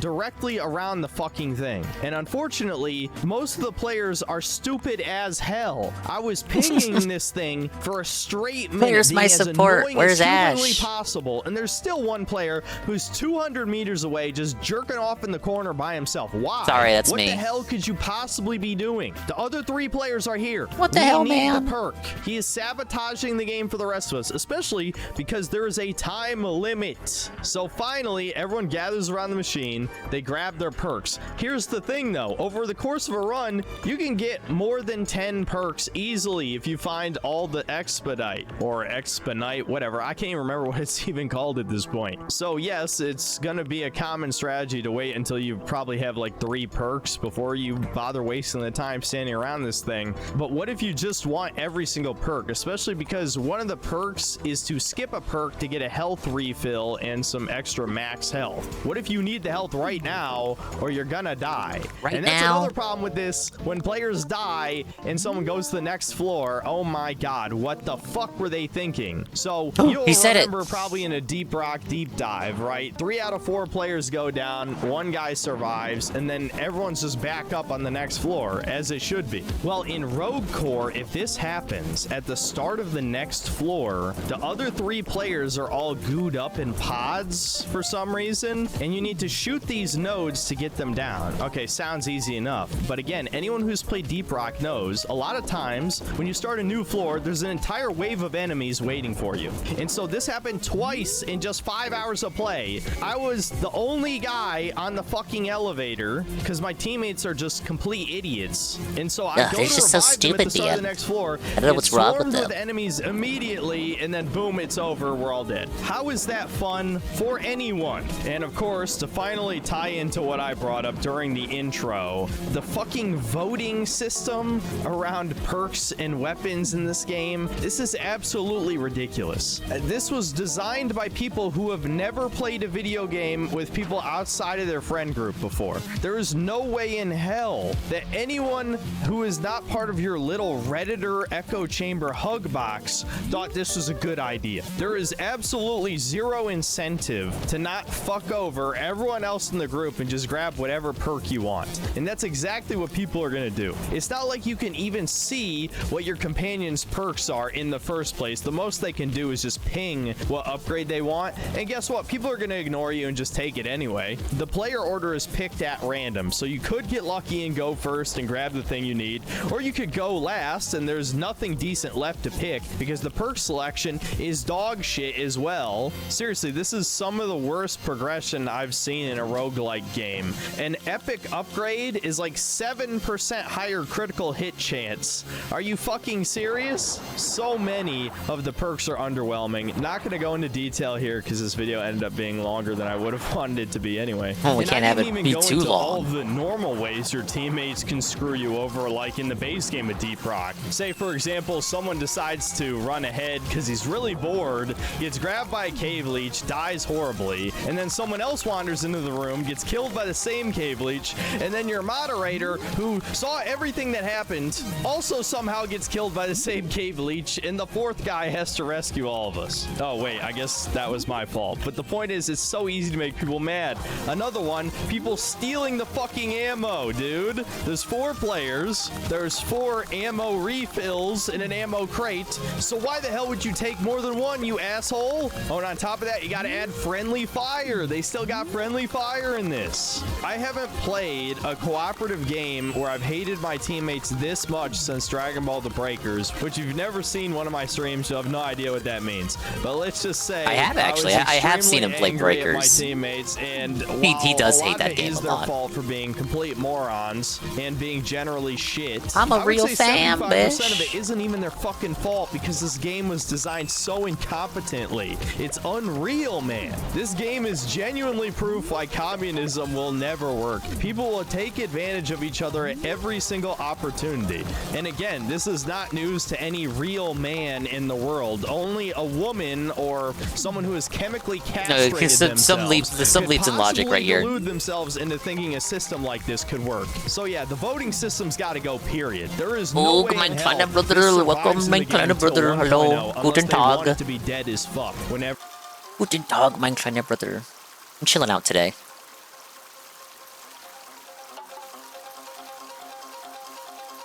Like retro games, you should follow mein kleiner Bruder. Mein Dinger Schnitzel. He's also going to the Spyro games at the moment. Also playing other games too. Hello. Eventually releases, and that kind of just ties into the broader problem of this game. Trying to make a Asian flair house here. They could have a game like Deep Rock Galactic, which is a chill ass time with your buddies. Yes, you could play on Hazard like a bonsai 5. garden. Yes, you can play with a bunch of mods that make the game insanely hard. If you want, that is your choice. But these are the starting missions in Rogue Core. Are a legitimate. And this video is talking about Deep Rock Galactic, the new one. Why is there no like baby difficulty mode for all of the mouth breathers who play this co-op slop? I wouldn't even complain about it. I don't even think it's bad necessarily if a game is easy as long as it's fun. And I don't think this is like a skill issue thing. Genuinely, you can just watch my footage and see how many times I was the last survivor. So I'm certainly not bad at the game. I'm not a god at the game either because I just play Deep Rock for fun, and I would play Rogue Core just for fun as well if it was more fun than Once it Deep is. Dingo Universe, that game's look better. Much more this game, if at all, after this video comes out, which I've been dodging this. If I ever made a game, it probably would not be co-op slot. Up to be more of a thing. Be the than last it really genre is, there is that I would do. Why the fuck is there a time limit? My webcam is blocking it in a lot of my footage here, but there is a meter that fills up on each floor. Once it maxes out, you basically just get hit with super waves of enemies until you lose. And this timer is not that generous, dude. I'm not gonna say you have to bum rush through every floor, but given that Deep Rock Galactic Galactic was a game about exploration, going into this game, you'd think it'd be similar, that you'd want to complete every objective on every floor so you can get the best upgrades to have the best chance of winning. Well, if you do that, the meter's gonna fill to full and you're gonna die. I guess it's fun for the ultra try-hard content creators who are shills who only give positive feedback to Ghost Ship. But for anyone else who's a fucking human, this shit sucks. I mean, genuinely, this sucks. Did this have any play testing This right at here, all? Why are this you asking sucks. for this much teamwork and this much coordination in a chill-ass dwarf mining game where you just shoot bugs? And for the sake of time, I'm not gonna. Why don't you just go back to, like, enemy old, variety like, for the too last long. game Let's if you just wanted say to- These enemies are not I don't nearly know. as fun to shoot as the Glyphids. The vast majority. Why didn't you of the just go back enemies to are the these other Deep Rock creepers, Galactic which are kinda game? like monkey alien mother sucks, and they just move in this weird, Illegally kinda distinct Shy Guys that you could pull. pattern. It doesn't even really look natural, and I don't mean in a creepy way. I mean in like a jank way. Compared to the Glyphids, who move very predictably, but they swarm in mass, and there's so many different types of them. So you have to Yeah, employ all different legally strategies to distinct, so I defeat don't them. get sued by Someone can make a Miyamoto. really long video For essay sure. on how good the encounter design and like the AI director is for Deep Rock, at least before they added in a bunch of cancerous dog shit enemies in later updates. And given that this is just supposed to be an impressions video, I'm not going to really go into too much detail, but let's just say the enemy types in Rogue Core are so much more generic in their function. You got your standard grunts, you got your swarmers who die in one bullet, you got your armored dudes who That's kind of so just block uneven. and stand still. You got these big ass tower guys who shoot ranged shots who are incredibly annoying and do really high damage for no reason. I especially hate these guys because they seem to bob around their heads more than any other enemy, which was really infuriating when I was trying to shoot the weak spot with the M1000. And Chicken apple hot that's dogs later? pretty Who much wants it off some? the top of my Wow. head. I think Chicken there's a chicken couple apple more hot enemy dogs? types, but those are the only ones that stood out from the crowd.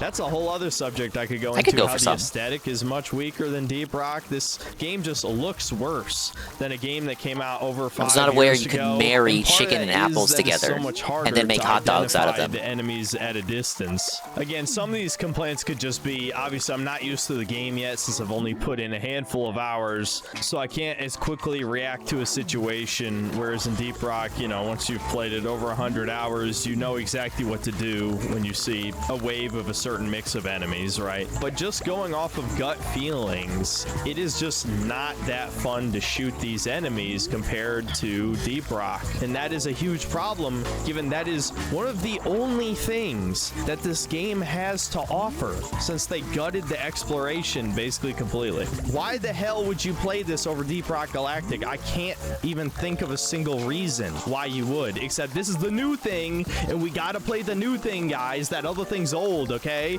I don't want to miss out, guys. All my friends are playing the new thing. So in conclusion, should you buy this? Fuck no. $30 is way too high an asking price for this. This is a glorified DLC. This is an asset flip, man. Look at it. It's just a shittier looking version Good, the of Deep Koizubers Rock. cookout is To open. sum up the main complaints again, it is a co-op game where you're gonna hate your teammates. They're gonna fuck you over both on purpose and not on purpose. The game has very little replayability Saturday despite fucking being night a roguelike. cookout.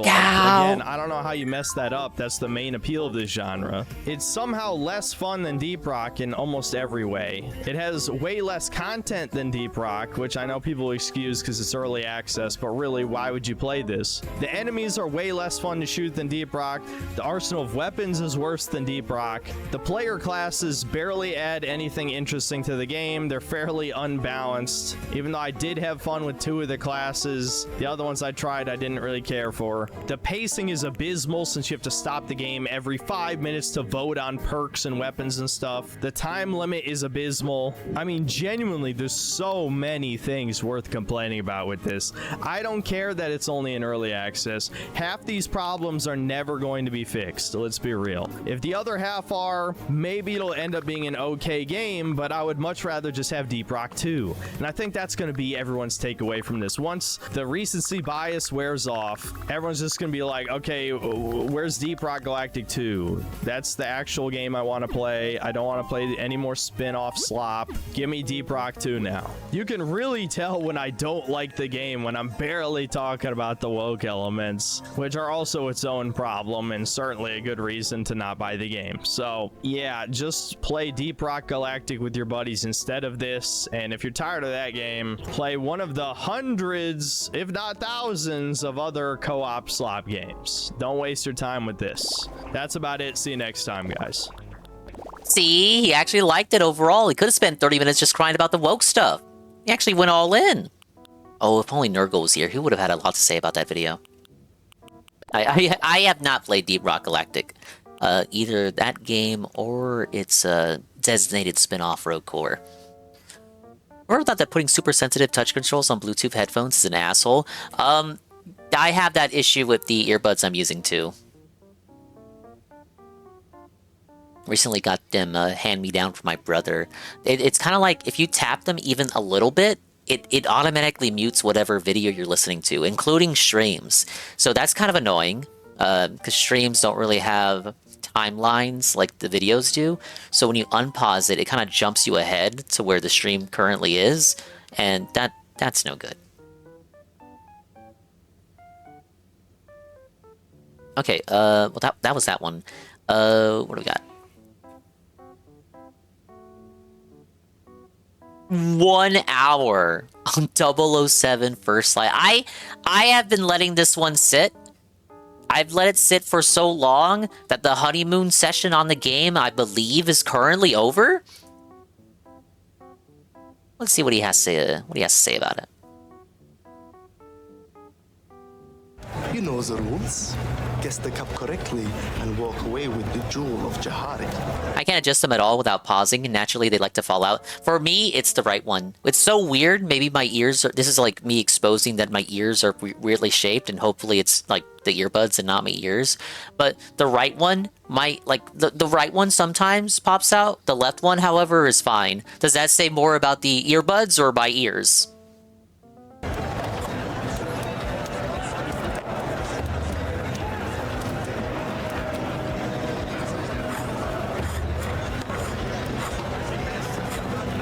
He's not even doing it fast.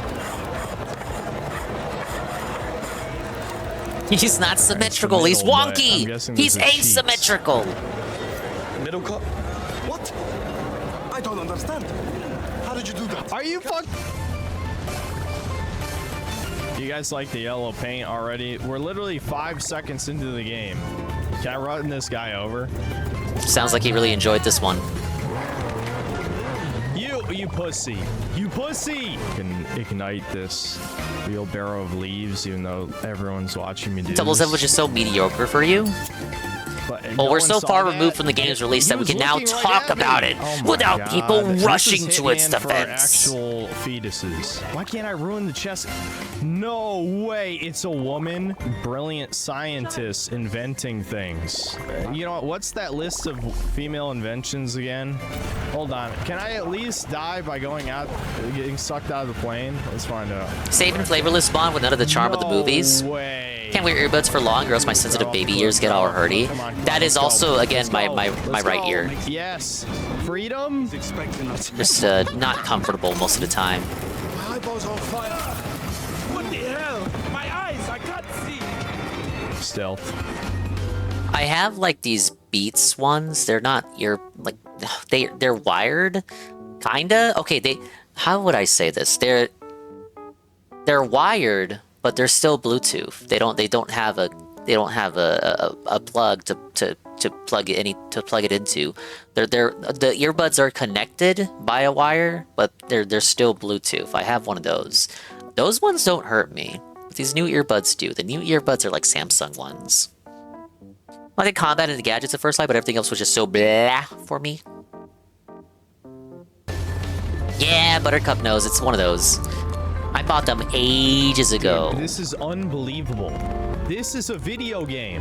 This is a video game. They have a better battery life than the wireless ones. I'm telling you. But I guess that kind of goes without saying. Do I actually have to be undetected and that's why this isn't working? I'm thinking I have to be...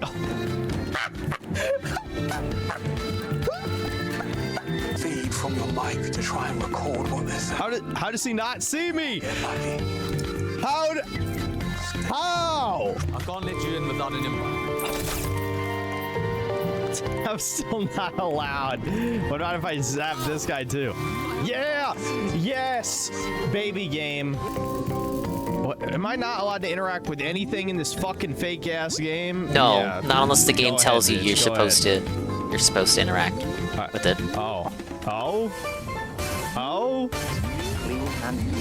Oh, what happens if I do nothing? Bomb's less complicated than this. No Mission way, failed. this You loops did it? nothing. If you insist. Is it gonna keep looping? Why bother, dude? Why? It's gonna be very fun when GTA 6 comes out and people are gonna be like, oh my god, I can't wait to see what the missions are like. And the missions are just the same shit as GTA 5, where you're just not allowed to deviate from the scripted shit. Right, no panic. Just a growing sense. More restrained That's Hitman. the whole game. They lampshaded Great it. starting point for future Humiliation sequels. Ritual. Deploying melee a guy. Don't worry, you can't shoot me. You're not allowed. Yeah, see? They're not allowed to shoot me because I'm doing a melee finisher. You can't shoot me. Wee. Oh my god, who did that? Forget it. The AI is so bad. He doesn't even look where the trolley was kicked, man. He doesn't even look. Oh shit, he's a brawler. That's stronger than a guy with a gun. Brawlers are actually more deadly than people with guns in this game. Oh shit. Chat, I'm dead. Chat. How am I not dead? How? Literally how though? Oh my god. What's this? Probably didn't even set it to game journalist mode. What's third? How'd you know? What's the difference? Yeah, they're really going hard at the whoever leaked the You know, GTA there's been 6. several times this year where I played a modern game and I saw someone was they were conducting an investigation on behalf of Rockstar to find the guy who did it. I thought they did. I guess I'm seeing conflicting reports. Maybe people are lying for clickbait. I thought the person was discovered. Okay, I guess maybe not. Like what is the update? genuinely wanted Hitman by nature is more open because you're just let loose in a sandbox of targets, and this are more like large stages. Yeah, with Bond, you have like a set narrative. He can't just be Hitman. You have different targets for each sandbox that you're tossed in. For Bond, it's like a large narrative where there is like an ultimate antagonist, so you can't really. I guess you could like have them on different missions of like smaller significance, but if you're gonna structure it like a movie, which was obviously the intent, you can't just toss them into a sand. You can't literally just be one-to-one Hitman, but with Bond. To like it, whether it was Resident Evil Requiem because Like the I Gex used music. to be a massive fan of Resident Evil, or Crimson Desert because I saw the potential. It could have been the new Dragon's Dogma, or The potential, just recently man. Deep Rock Galactic Road Core. Since I was Hey, a we big just fan watched of that. Deep Rock, and I didn't end up hating any of these games. I honestly just thought they were okay, but I saw the potential there. I wanted them to be better. But 007 First Light, yeah, no, this is not one of those cases. In fact, this game is the antithesis of everything I enjoy about the video game medium itself. I truly despise this game, and I think it represents everything wrong with the modern game industry, minus having a shit ton of microtransactions and being always 007 online video games or is some just kind Metal of Gear live Solid. service slop. But as a single player A game, weapon to this is surpass anything everything that I Q hate could give about modern Bond. video games. I almost feel bad for shitting on games like God of War Ragnarok or Spider-Man 2. You don't these actually think that. cinematic Sony slop games, because they do not even compare to the level of movie this game is. This game is much closer let's not say to things one we of those can't take back. supermassive interactive experiences like The Quarry or more recently Directive 8020 than it is any Hey, of the older remember that James game? Bond games like I don't. GoldenEye. And despite what the worthless shills Hey, that's might one game tell you, DSP no, did this finish. is nothing like Hitman, and it's so uninteractive that it would make any of the Uncharted games blush. I mean, seriously, it's actually insane to me that we went from Uncharted 2 to this, because at least in Uncharted, you got to shoot enemies sometimes. This game is 80% walking simulator. The amount of times where all I did was hold the W key while characters Hold are this talking, W, King. It's over half Wait, the fucking it's just like an game. Assassin's Creed, And like, even the trailing mission. Hitman segments where it appears it's going to have similar mechanics to any of the newer Hitman Nightfare is still the games top where Bond you're game if you want to know let the loose truth in a about it. Is that the one on sandbox and you get to GameCube? choose how to I'm pursue dumb, I your don't know Bond. target. All I know is No, GoldenEye. actually, and how bad I was at it. No player choice. It's just as linear as the rest of the game. See, look, I know my bond. Unbelievably dumbed down. This is one of the most brain-dead games I've ever played.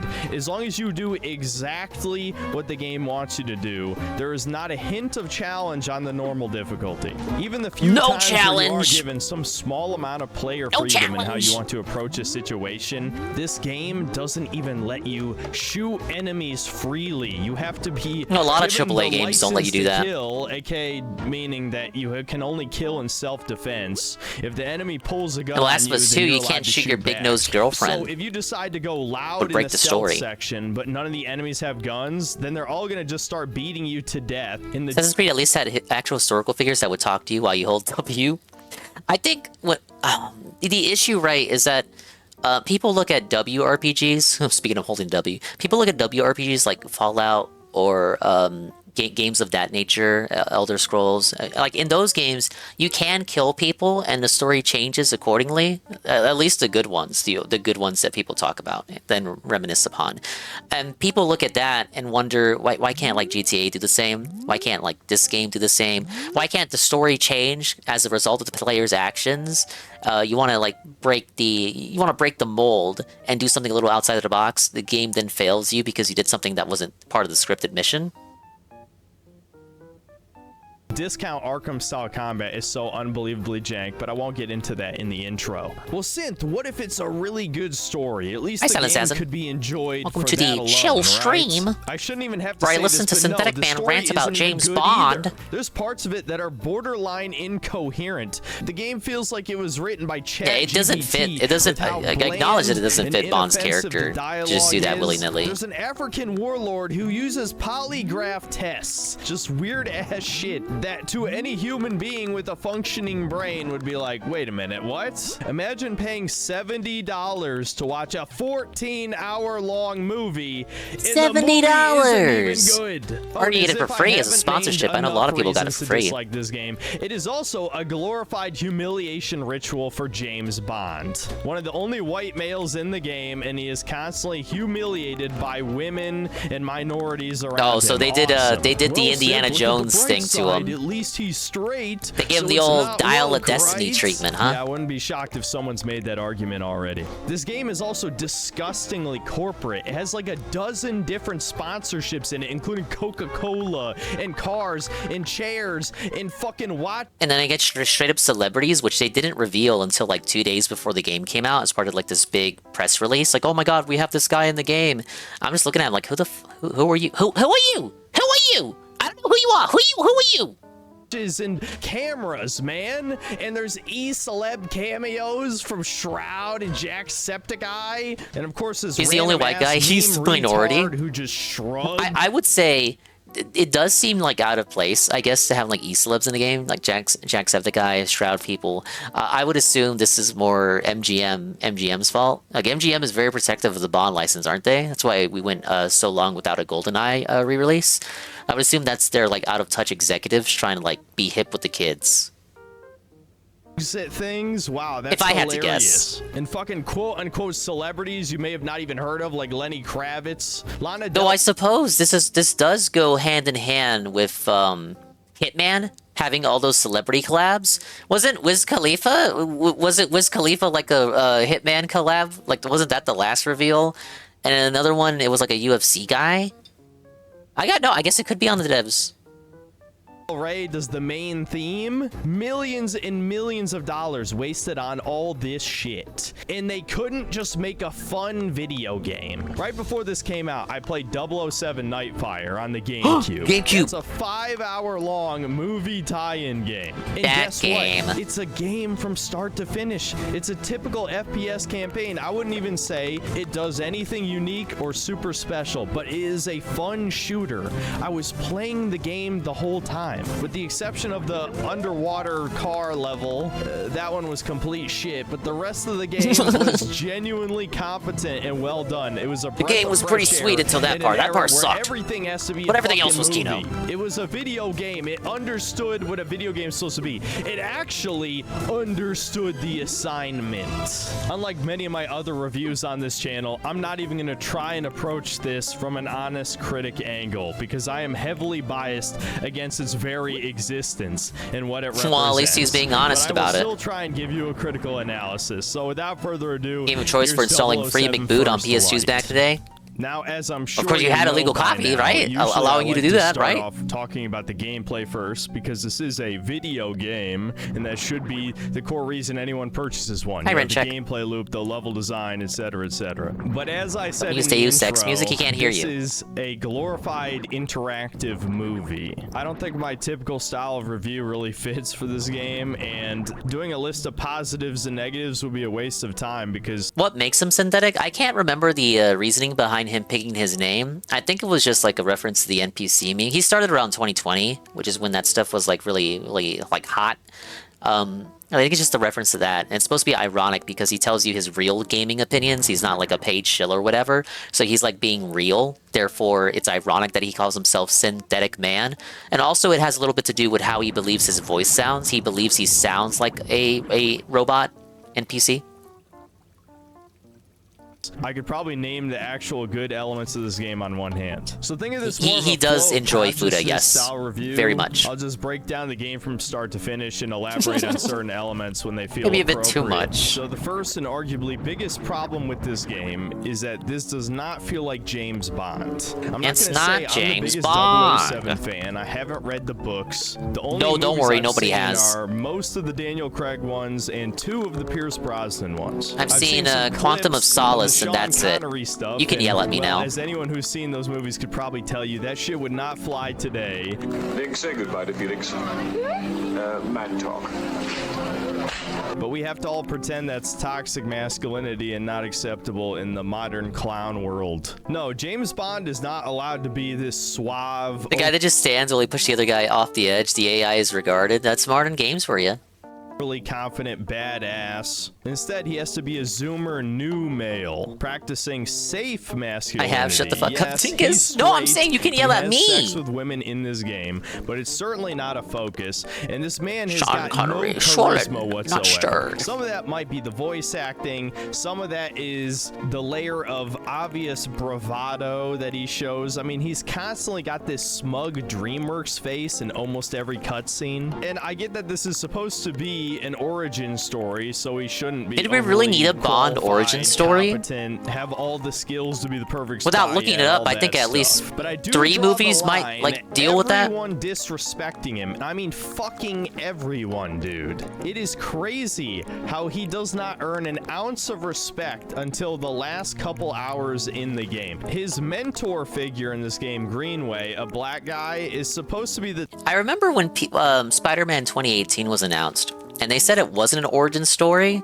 but also that it was still an inexperienced Peter Parker. A lot of people thought it was like a breath of fresh air that we didn't have to go through the origin story for the 1000th time.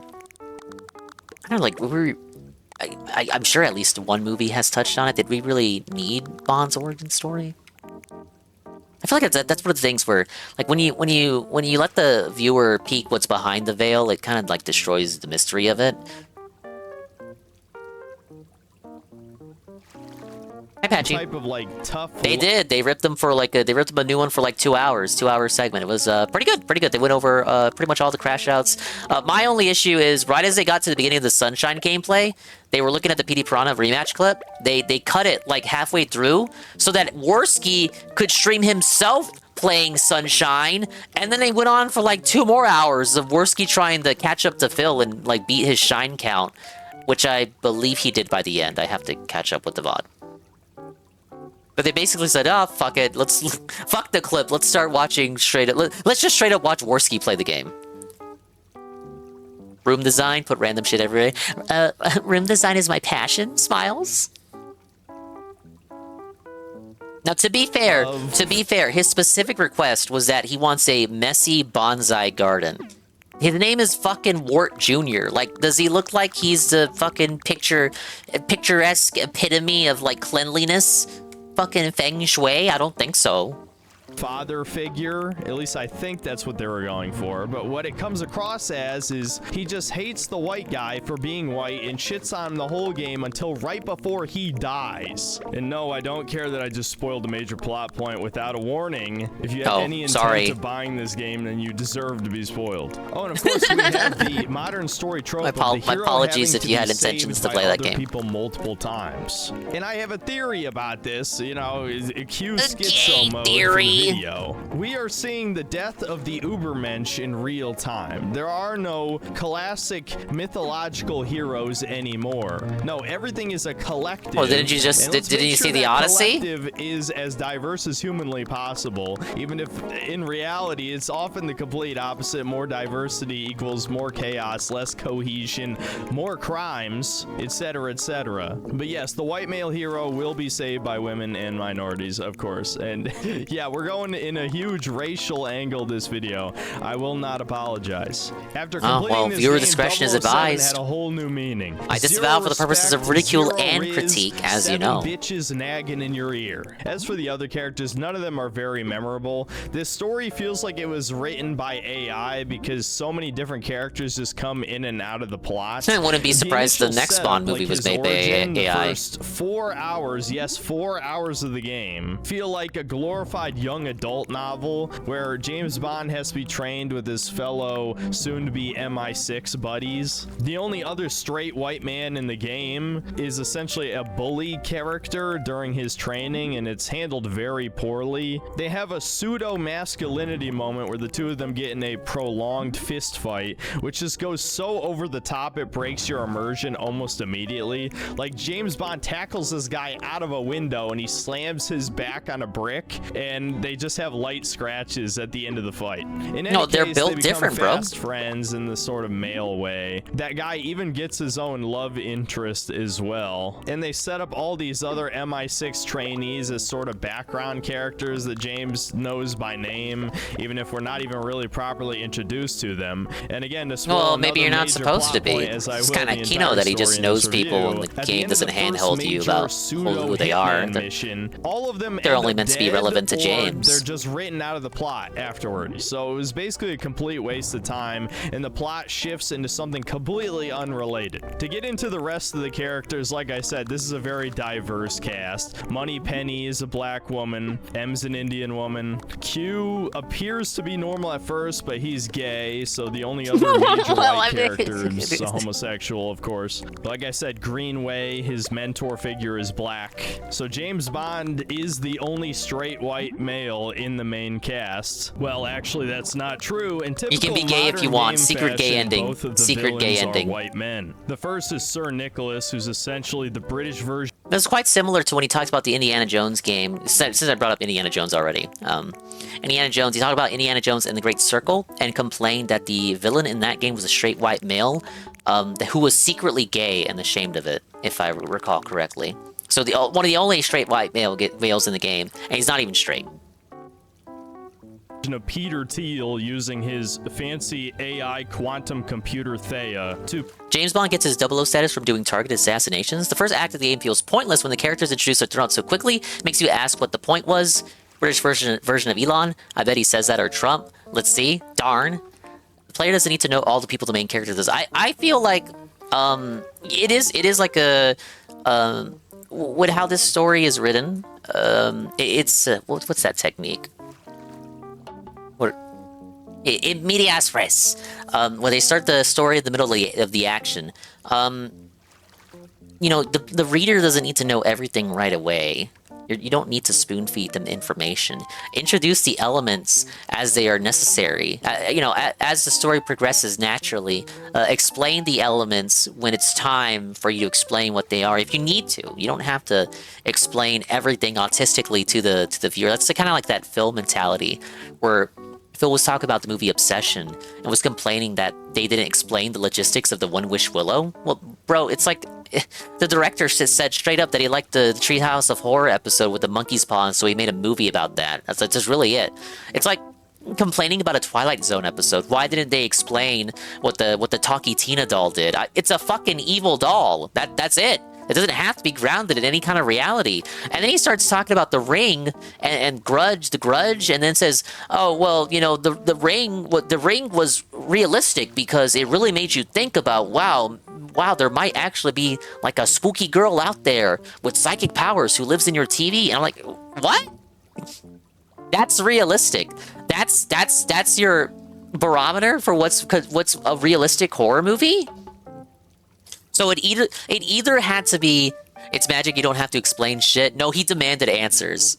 He said the movie, it took him out of it. It took his immersion out of the movie because they didn't bother to explain the mechanics of the One Wish Willow. And he said also that it was unrealistic that the One Wish Willow was only $7 because if it really granted wishes, it would be worth more than $7. Thank you, UNFW1, for the 50 months at Tier 1. Thank you so much. So he was upset about the least important part of the movie. Everything that he complained about in regards, because I've seen a lot of people like take stabs at Backrooms ever since not Beth. I'm slapping myself. Both of these movies came out at the same time. I've seen people take stabs at Obsession and poke holes in it and complain and critique it all the way and all this and that. You know, people have said their pieces on the movie about, oh, Bear was toxic, oh, this and that, oh, the woman was actually the villain the whole time.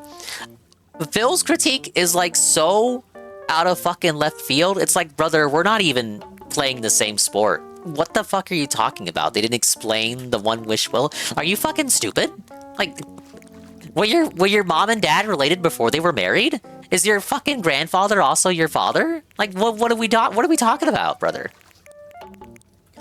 He also complained that it was unrealistic that Bear, the main male character, it was unrealistic that Bear is a beta male because he had muscles and he had like more defined muscles than he did, and then he proceeded to flex for the audience. He said it was quite unrealistic that Bear would be a beta male bitch. Like the female lead, whatever her name is, would obviously want Bear because he looks attractive. And then he continued to go on about his muscles. He didn't talk about how attractive the female lead was. Oh no, he talked constantly about Bear's muscles. And then said, well, if they should have cast someone that actually looked like a geek. You should have cast someone who didn't have defined muscles. Hi, Awesome Night. The One Wish Willow was advertised as a novelty item. Bear is the villain. How is the woman the villain? It was a fucking schizo tweet I saw from a lady. I don't even remember what her issue was, but she said if you walked away thinking she was the good guy, you're actually evil. I don't know. I forget the specifics of her complaint. Predict crime, you know, it's sort of a minority. But yeah, we don't have to explain the people Bond knows until they become relevant. Or maybe more like unless they die. Actually, I don't think they directly. And from what Synthetic Man said, seems like they all died. It's just supposed to be thinly veiled commentary about AI. I don't really have much to say about this villain. I guess he actually has a decent motivation, but he only has a few scenes. As for his son, Damien, he's the more generic psychopathic chud, and it's lightly implied that he's both homosexual and in love with his dad, though maybe I'm just reading into this bizarre gesture too much. Again, not much to say about him or most of the characters in this game, really. And in probably the only stereotypical Bond fashion, there are a few love interests in the game, though 2 out of 3 are just minor characters. Like I've said for a couple years Bear's one of the most hateable men in all of film. I'm genuinely impressed with the director for not pulling their punches with him. And he's the youngest director ever at that. He's the youngest person ever. Things like having straight characters, but none of it feels very sexualized. Even the love interest you meet in Vietnam, who's in a bikini and has decent assets, she's a rich eco-scientist and she starts talking about fucking algae and shit. The whole game has this sort of safe horny vibe, like it's not gonna offend the safe horny Bond game who are gonna play this game. Probably the only other well-developed character in the main cast is Issa Ursula, who is essentially the black cat of this game. She's working for a mysterious evil organization that's probably going to be set up to be Spectre if this game somehow gets a sequel. This is another character Probably just will. like the marine biologist We're getting witch chick Hogwarts that I'm too. sure people will defend and say this is evidence the game is not woke. But in reality, she is a girl boss to a T. Not only does she save James Bond at multiple points, but Bond never saves her. She acts more like a man than he does in certain scenes. And she's What do you also mean by that? disrespectful to him like many What- other what happens in the characters bedroom scene in this story. one? I'm honestly just not really a fan. And that's pretty much all I have to say about the characters. It's not a very memorable cast. I've already forgotten almost everything about them and the plot of this game less than a week after I played it. So let's just get into the story breakdown. So instead of James Bond being a former Royal Navy officer like the books, in this he is a generic air crewman grunt whose helicopter gets shot down. Oh yeah, there's a woman flying it, by the way. Gotta throw a little DEI in the very beginning. Well, why do you think they're He's crashing? the sole survivor of the Zing! crash, almost drowning, and he just so happens to stumble upon what appears to be some kind of military black site where MI6 has been captured by some Slavic terrorists from I don't even remember what country. It doesn't even really tie into the rest of the plot. Long story short, you get an incredibly linear and hand-holdy tutorial mission with multiple walking simulator segments and fake stealth. This is also a good time to point out there's a Fake stealth. The stealth isn't real. It's all in your head. Time events in this game. Yes, this game brings back QTEs, and I think we're pretty much all tired of these by now. Very antiquated game design, and about half of them are fake. If you fail the quick time event, it just loops the animation over and over again until you press the button. This is All actually pretty AAA funny games for do some that. scenes. They don't. All AAA games do that now. We don't have stuff like Heavy Rain where you get an amusing fail cutscene if you just don't press the button. You know, I don't think it should be like that, but it's not really exclusive to this game. James, we go again. Well, it just flashed on screen. I don't know. I wasn't looking. This is the hardest thing I do all day.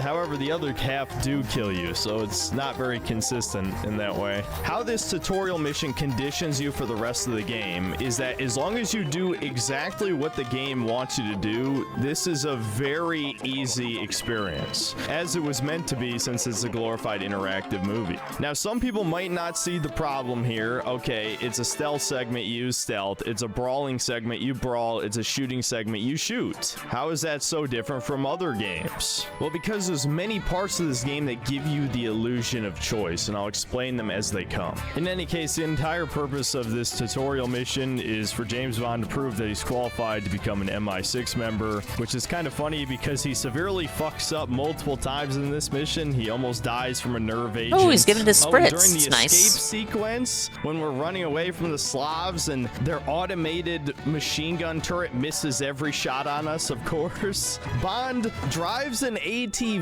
into the APC and it just blows up like a fucking nuke for no reason, taking out the vehicle. This is my first moment where I suspected this is written by AI, or at least complete morons. And he ends up blowing up the secret black site, probably costing the British government billions of dollars. But he's a maverick, and that's clearly what the 00 program needs. In any case, this leads into a very long training montage.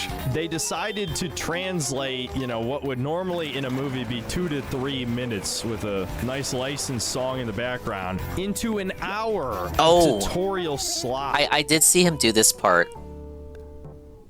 Oh, sorry, I forgot to swap my thing. Forgot to swap to the move transition. I did see him do this part on stream, on launch day. Yeah, they have you do like a montage obstacle course. Kind of reminds me of Sly Cooper Thieves in Time, when you're trying to train the caveman-themed Cooper ancestor to get fit and get in the shape, and it just rapidly tosses you from minigame to minigame, which itself reminded me of something like WarioWare. Yeah, but no, this was also pretty scripted. And what's crazy about this is that none of it matters. They time you during each sequence as you're doing the driving training, the gun training. It's supposed to make you feel like racing you're to grab powerful. The flag as fast as possible. And for the driving part, I drove backward. I tried to run over my buddy. Of course, you can't run over any civilians in this game at any point. You just clip right through them. And even though they recorded about 5 lines for you driving backward, there's no consequences. There's even a part of the training where they give you 30 seconds to grab the flag. I think this is just like a consequence of like games, you know, getting more complex, development costs, higher fidelity, higher expectations. It just keeps piling up and piling up and piling up. You try to break a game and see what makes it tick, only to find that either nothing happens, you're not punished for the consequences, not given a game over, or no, you are just given a game over, like in GTA. You try to go outside of what the mission dictates for you, get a mission failed because you didn't do it exactly as they say, as they wanted you to do it. And I can kind of sympathize with it from the developer perspective. There's probably a lot of variables that you have to program for. Okay, what if the player did this? Okay, what if they did that? Probably a lot of it is like paying attention to playtesters and what they do with the missions and how they decide to pass them. And it's like, okay, one playtester did this and one playtester did that. Let's change the mission accordingly so that if they do this, then this happens, and then it changes the course of the mission.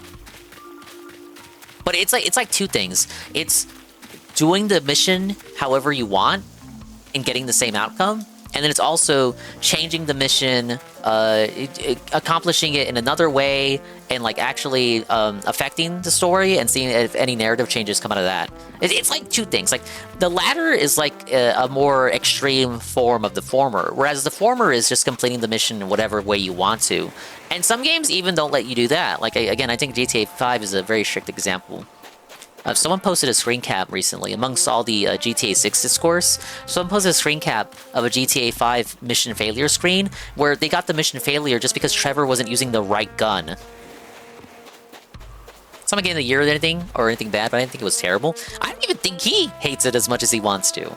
But this is an issue. I'm not really sure what the solution would be, because when you get a game, like, people are gonna try to break it, right? They're gonna go like hunting for glitches and see what can happen. They want to like go off the beaten path and see what happens when you do things that, you know, the devs wouldn't normally expect the player to do. But nowadays, unless it's like a Nintendo game or something, I'm sorry for the bias, but you don't really get a different outcome like that. You usually just get mission failed, or you're able to do it, but it just leads to the same outcome. I think Donkey Kong Bonanza from Nintendo was quite good in how it allows you to approach the challenges in any way that you want, and you're not required to get the golden bananas in order to progress the story. You can go the whole game without collecting a single golden banana, and just like play it like uber hard mode. And not get any skills either. You're not... the bananas don't progress gate you, right? And every single challenge in that game can be approached differently. Like, no two players are going to approach a challenge the same way. You can even attribute that same philosophy to, like, Tears of the Kingdom with the shrines in Breath of the Wild. You remember Phil going viral for solving the puzzle in an obtuse manner, whereas the VTuber lady Amelia Watson solved it, like, easily? Here's the thing. It's actually good that Phil was able to solve it in the roundabout, obtuse way that he solved it, because it proves that the game developers like kept dents like him in mind, that anyone, no matter your intellectual level, can solve a puzzle like that. Whereas if it was like a modern game, like let's say God of War Ragnarok, the talking head would just tell you the puzzle solution after like 30 seconds of you standing there in place. Not even 30 seconds, let's say 10. Just put the controller down, and then after the 30-second mark, I ran over and grabbed it, and there wasn't even a single line of dialogue to acknowledge I failed. We just moved on. So in short, this part wastes your time. Again, I suppose if you're really big into movie games, you might like how much this part feels like a movie as James Bond learns the skills to become 007. But as a video game, this just sucks. It's incredibly boring. It doesn't do anything unique or interesting. And of course, course, as I explained earlier, the characters that he befriends in this part are utterly irrelevant past the 4-hour mark. So this Yeah, feels Golem like verified even more this. Of a waste of time The in Golem hindsight. verification. Anyway, so eventually you get through this training montage. You get in a prolonged, over-the-top fist fight with your bully slash best friend afterward, and then you're given your final test at MI6 to capture the enemy team's flag. This is supposed to be the first demonstration of the stealth gameplay, so I might as well talk about the problems with it here. The simple issue is that the stealth is brain dead easy. I mean, you're given so many get out of jail free cards in this game that it's a complete joke. The first one being like your Bond charisma meter, which allows you to either lure enemies toward your position, which is always a waste. Get Don't it? use 'Cause this he's one. got charisma? Or, much more powerfully, you can bluff once you've been discovered. James Bond then says a cringy line that makes no sense and people just accept it. Just trying to decide which of the exhibits would make a nice retirement gift. Very funny. Keep moving, sir. Right. I'll try the gift shop instead. I just admitted that I broke in here, and then the guy's like, all right, don't do anything illegal. Yeah, that is kind of silly. The problem is recording. Yeah, like that would be a cool feature, right? The issue is you'd have to record a lot of non-specific dialogue lines for his bluffs, and not all of them are going to be context sensitive to what he's doing and where he's at. So the responses also have to be non-specific. If this was like, again, a Western RPG, would probably lead into a dialogue tree where you have to continue the bluff and like successfully fool the guard or whatever. But since it's not, and they have to keep the action going along, the guard doesn't press Bond, even though he should. Like if this was a movie, the guard would press Bond on what his story is. I don't know. And then you're allowed to freely walk through this area for like 20 seconds. Do I even have to explain how this makes the stealth experience baby mode? And that's on top of all the usual super easy stealth systems that you've come to expect from games like this, like enemies having no peripheral vision, the AI being brain dead retarded. The #1 example of this is one of your options for taking out enemies in stealth is kicking a trolley into them, which knocks them unconscious instantly, which already looks really stupid. But instead of enemies investigating the source of where it was kicked from, they will just awkwardly stare at the trolley. This is laughably bad. This is something people would be making fun of in Ride to Hell Retribution or similar other shovelware. But I guess it's okay in the quadruple A James Bond game. Hey, it's okay when the guards act silly in Metal Gear Solid. Nobody says anything then. Oh, it's okay when Japan does it. The thing that's completely ridiculous is that the AI Goofy guards, Japan. Use a gadget in front of them. It was a running joke during the stream that I would just blind people with the wrist laser over and over again to just cheese my way through segments. There's no consequences for doing this, even during the fake Hitman segments where you're supposed to be full stealth and not take down or harm people in any way. You can casually just shoot a laser in their eye and get away with it though, and nobody ever investigates it. This is parody tier. So speaking of gadgets, to talk about this briefly, you get 2 different types of gadgets. Those ones that take batteries and ones that take chemicals. You can only equip 2 and later 3 gadgets, not counting your hacking watch that you have on you at all times. And it takes roughly half of your meter of either resource to use the gadget once. As you would expect, there are some gadgets tailored to stealth and some tailored more to the combat. Your hacking watch. Guards in Metal Gear Solid have personality and are actually difficult to overcome for a first-time player. Oh, yeah, they would felt me for sure. They're also capable combatants, except in Peace Walker. Whereas the guys here just stare at a trolley and they're like, huh, I wonder what that's about.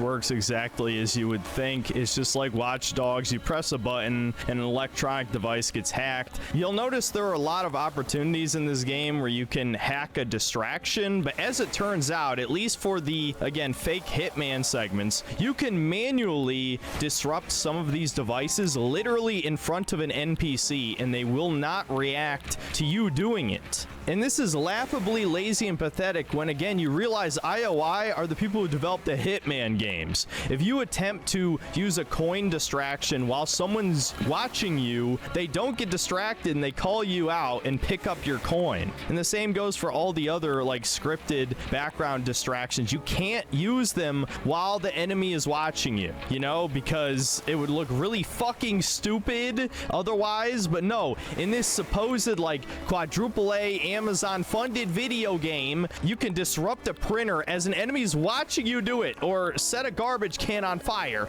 and they'll still walk over to it and be like, huh, what? This is a fake. I'm just trying to replace the video toner, bro. game, dude. I swear to God, gamers have no standards anymore if they didn't notice this shit, because I did immediately. But anyway, to get back to the point, the watch is more useful for the certain scripted story moments where you have to use it than it is practical in the stealth or in real combat. The stun dart seemed only situationally Did you miss Arlo? useful. You You'd think it would be fucking like a wish. tranquilizer, but it just makes them sick and relocate to a different area, similar to if you put rat poison in food in the Hitman games, which is honestly not as useful as you would think. And I only ended up using the shockwave Synthetic Man camera once or reviewing James twice. Bond. It looks goofy as shit, but functionally completely redundant compared to your other abilities. And I never even tried the smoke grenade because, I don't know, there's really just no need for it given how easy the stealth is. So I ended up using the wrist laser because it was useful in both combat and stealth. Flash grenade ear pods for a similar reason. These ones are an instant takedown to whoever you attach them to when you throw it at them. And about 2/3 of the way through the game, you get access to the missile pen. Pretty self-explanatory. This one's good for every shooting segment. My point is that even if you're bad at stealth games, the stealth in this game is very easy because the levels are designed in such a way that there's usually a clear path forward to avoid enemies. Reminds me a little bit of Deus Ex Human Revolution Mankind Divided, though instead of abusing the shit out of vents, it's more like they have a lot of side paths and obvious background distractions like sabotaging a laptop or a speaker or something, and then you can just get around the enemies no problem. Anyway, to get back to the story, Could argue against a lot of these points, but at the end of the day, it's a fucking video game that gives you Bond options. and all Sometimes his these options homies are decide jank. to chill at the club. My only ones that I'm confused about are the ones that like work in Hitman but then don't work here. Like with the comparison between the coin and the printer, I guess is pretty relevant. Wouldn't you just be able to like fucking go like? Wouldn't you just be able to rip the AI from Hitman and just stick it in Bond? This is where the game kind of almost has a Kingsman vibe to it more than it does James Bond. But as it turns out, they're given a field test mission. And this is the first pseudo Hitman section of the game. And I'm being really generous when I compare it to Hitman. Realistically, this is a walking simulator segment. You're not really allowed to interact with the environment in any meaningful way. You can't beat up random people. You can't kill them. You can't toss coins to distract them. None of the things that make the Hitman games fun and funny. No, you basically just walk around, talk to NPCs. There's a guy you have to beat up in the bathroom because, oh, you looked at his chick wrong. She's the one who's about to just cheat on her boyfriend. And this is where I found out how jank the hand-to-hand combat is. So I'm just gonna play this section and I'm gonna explain everything wrong with the hand-to-hand combat. No counterattack? Okay, there we go. Walk away now. Shove him in the urinal. Yeah, smash his face. Kill.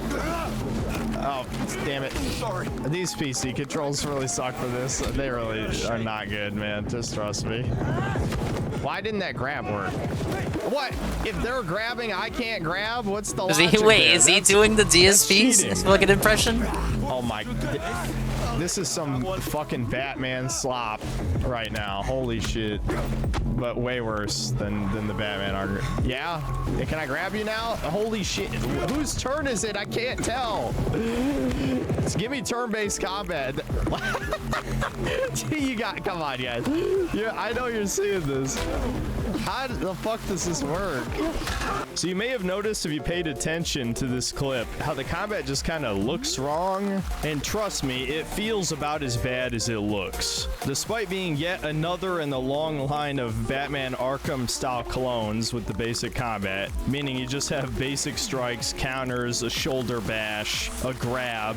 You can also grab background objects and hurl them at your opponent to stagger them and get a quick finisher. Throwing an object has no invincibility frame, so I got hit quite a few times, but finishers do, so that could be pretty useful and lead to some goofy situations, especially if you use melee in a gunfight. Your only other option is that you can choose to use your gadgets, which is kind of neat, I guess, but it seems like a waste The melee felt most of the half-cooked. time. And that's pretty much it. It's a very counter-based combat system with huge flashing yellow when you're supposed to press the button. But as you can see, there's just a clear jankness, like attacks won't connect or enemies will super armor through your strikes. Sometimes your dodge doesn't work. Any number of things that make you just feel unpolished. The counter is extremely forgiving. You can basically just mash counter over and over again, and an enemy will never be able to hit you with a standard attack.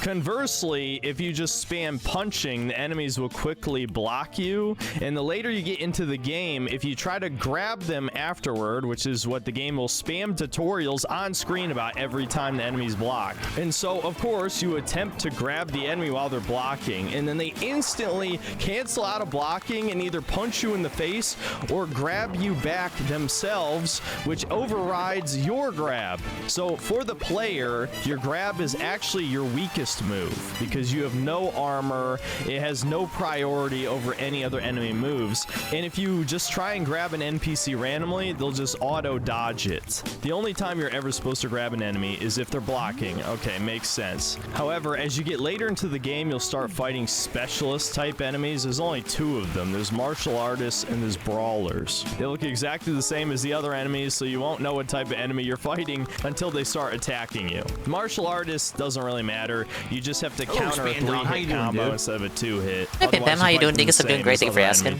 Listen to Synthetic Man tell me why the melee in James Bond 007 First Light is dog shit. For enemies. Unlike James Bond, if an enemy grabs, they have hyper armor and it overrides all of your moves except your shoulder bash. How the game intends for you to deal with these moves is to dodge out of the way. Okay, makes sense, I guess. Except your dodge doesn't have Melee's last resort, you don't want to be in a situation where you have to use it. It kind of defeats the purpose of James Bond, I'd argue. Left or right is spotty at best. Dodging backwards supposed to be sneaky, you seems to work guys. reliably, except in a Just lot making of a ruckus, these it defeats the arenas point. where you end up fighting these enemies, there might be a wall behind you or maybe another enemy that makes it so you can't dodge the full distance and you get grabbed anyway. And for some reason, if you get grabbed by a brawler, this does more than a third of your health. All it takes is 2 grabs and a jab to the face to kill James Bond.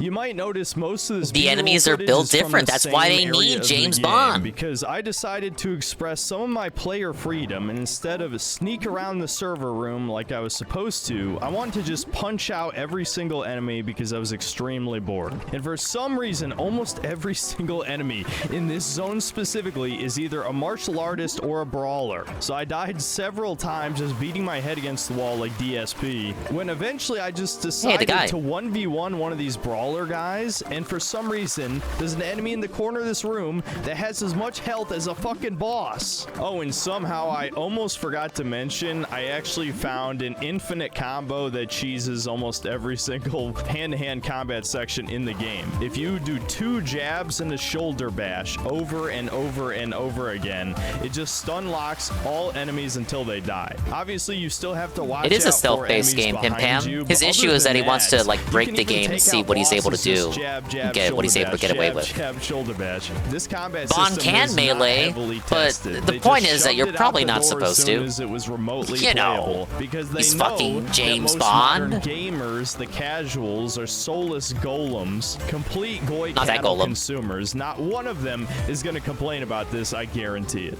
Anyway, getting back to the fake Hitman segment. So like I said, this is a glorified walking simulator. Instead of exploring the area, finding different opportunities to take down your target, things like that, you basically have to do this exact sequence of events. I think technically there's 2 options to get into the VIP area. I just did the brain dead one of walking up to one of the guards, who is a woman by the way, bluffing, and then just climbing on top of the stage equipment. Then you have to hack Wait, into but a like you guy's bluff, phone, you which fooled is the woman. literally He should a like that. Halo The mission. woman You was just dumb enough to fall for the follow him bluff. while a meter fills. How interesting. But then he dips into a different VIP area, which you're not allowed inside. So what's James Bond's genius plan? He just grabs a serving tray and then walks in front of the same guy who lets him in. This is a game for idiots, man. Complete brain dead idiocracy tier sub. No, okay, that is kinda silly, though. Jacksepticeye is in this segment. Hey, I that actually guy. missed him completely, but He's here's giving us the cameo if you Bloodborne wanted to movie. see it.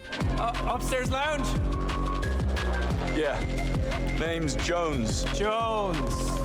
Yeah, gotcha. Jones. Yes. There you go. Jones Enjoy yourself, mate. In any case, in the conclusion to this mission, James Bond is actually punished for being straight, as the woman who is trying to cheat on her boyfriend Punished for earlier being straight, wants to sleep 1984. with him, and she somehow intrudes upon this deal as you track down the woman who is doing the shady shit here, and this leads into a huge fight at the club, and then M humiliates you afterward because you didn't follow orders or whatever. So maybe now you might think we're finally out of the tutorial, and I guess depending on how you look at it, I guess we are, as James Bond is sent on his first real mission with all of his fellow training graduates to Slovakia to Oh meet up boy, with I sure hope 009 nothing bad and happens to apprehend those him characters. as he betrayed Britain and has secrets about the organization or whatever, right? Now, something that I might as well point out here very briefly, this game is extremely diverse. One of the other MI6 trainees is a black woman. A shit ton of the scientists working under Q are women or minorities. Like, this is distractingly diverse. If you even look at the background NPCs for a second, it's going to start reminding you of Distractingly Starfield. diverse. I've And never the heard that same one goes before. for when you travel to Slovakia, you know, a country that's like 95% white. Yeah, there's browns everywhere here. And to add insult to injury, the chess grand championship is taking place here. And guess who one of the fucking finalists is? A woman! Yeah! Out of over 1,700... I guess it's the implied sacrifice people like him have to make to keep having blonde be a straight white guy, is that everyone around him has to be brown to make up for it. chess grandmasters, only 44... Now see, if you had actually cast Idris Elba like people wanted, everyone else but him would be white still.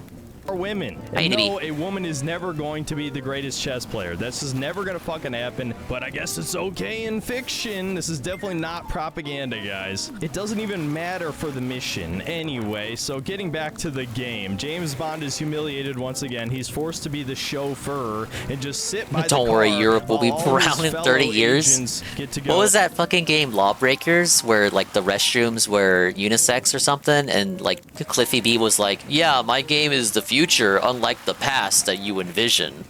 Investigate this place. But of course, as he's chilling, he notices a suspicious albino German man. This is just which we predicting just what know Europe will look like 30 automatically years has from to be now. evil. Okay, I'm embellishing a all. little bit. He does throw Hey, some did he talk to himself in suitcases chat? off a No, I ledge, didn't. which is suspicious, I suppose. I don't think I did. And this is when we get to the first, like, real Hitman mission. When I first got to this mission, I was excited because surely I'm finally out of the tutorial now, right? I'm finally allowed to play the game, you know, exercise some player choice, use all my spy gadgets, my stealth abilities, maybe get some Hitman disguises, or use Oh, talking to Bond's himself for tomorrow's charisma. stream, probably reminding him No, on not pointers really. for like This is what he's got to talk about for extremely Dustbloods, linear. maybe. Again, I'm going to be repeating myself a lot, but the AI is so utterly brain dead in this game. He's kinda done There's stuff a like that part where before? You just walk backstage in front of everyone in the grand hall where the chess game's being played, and none of the people back there question you. You don't have an official uniform. You're still dressed like a chauffeur,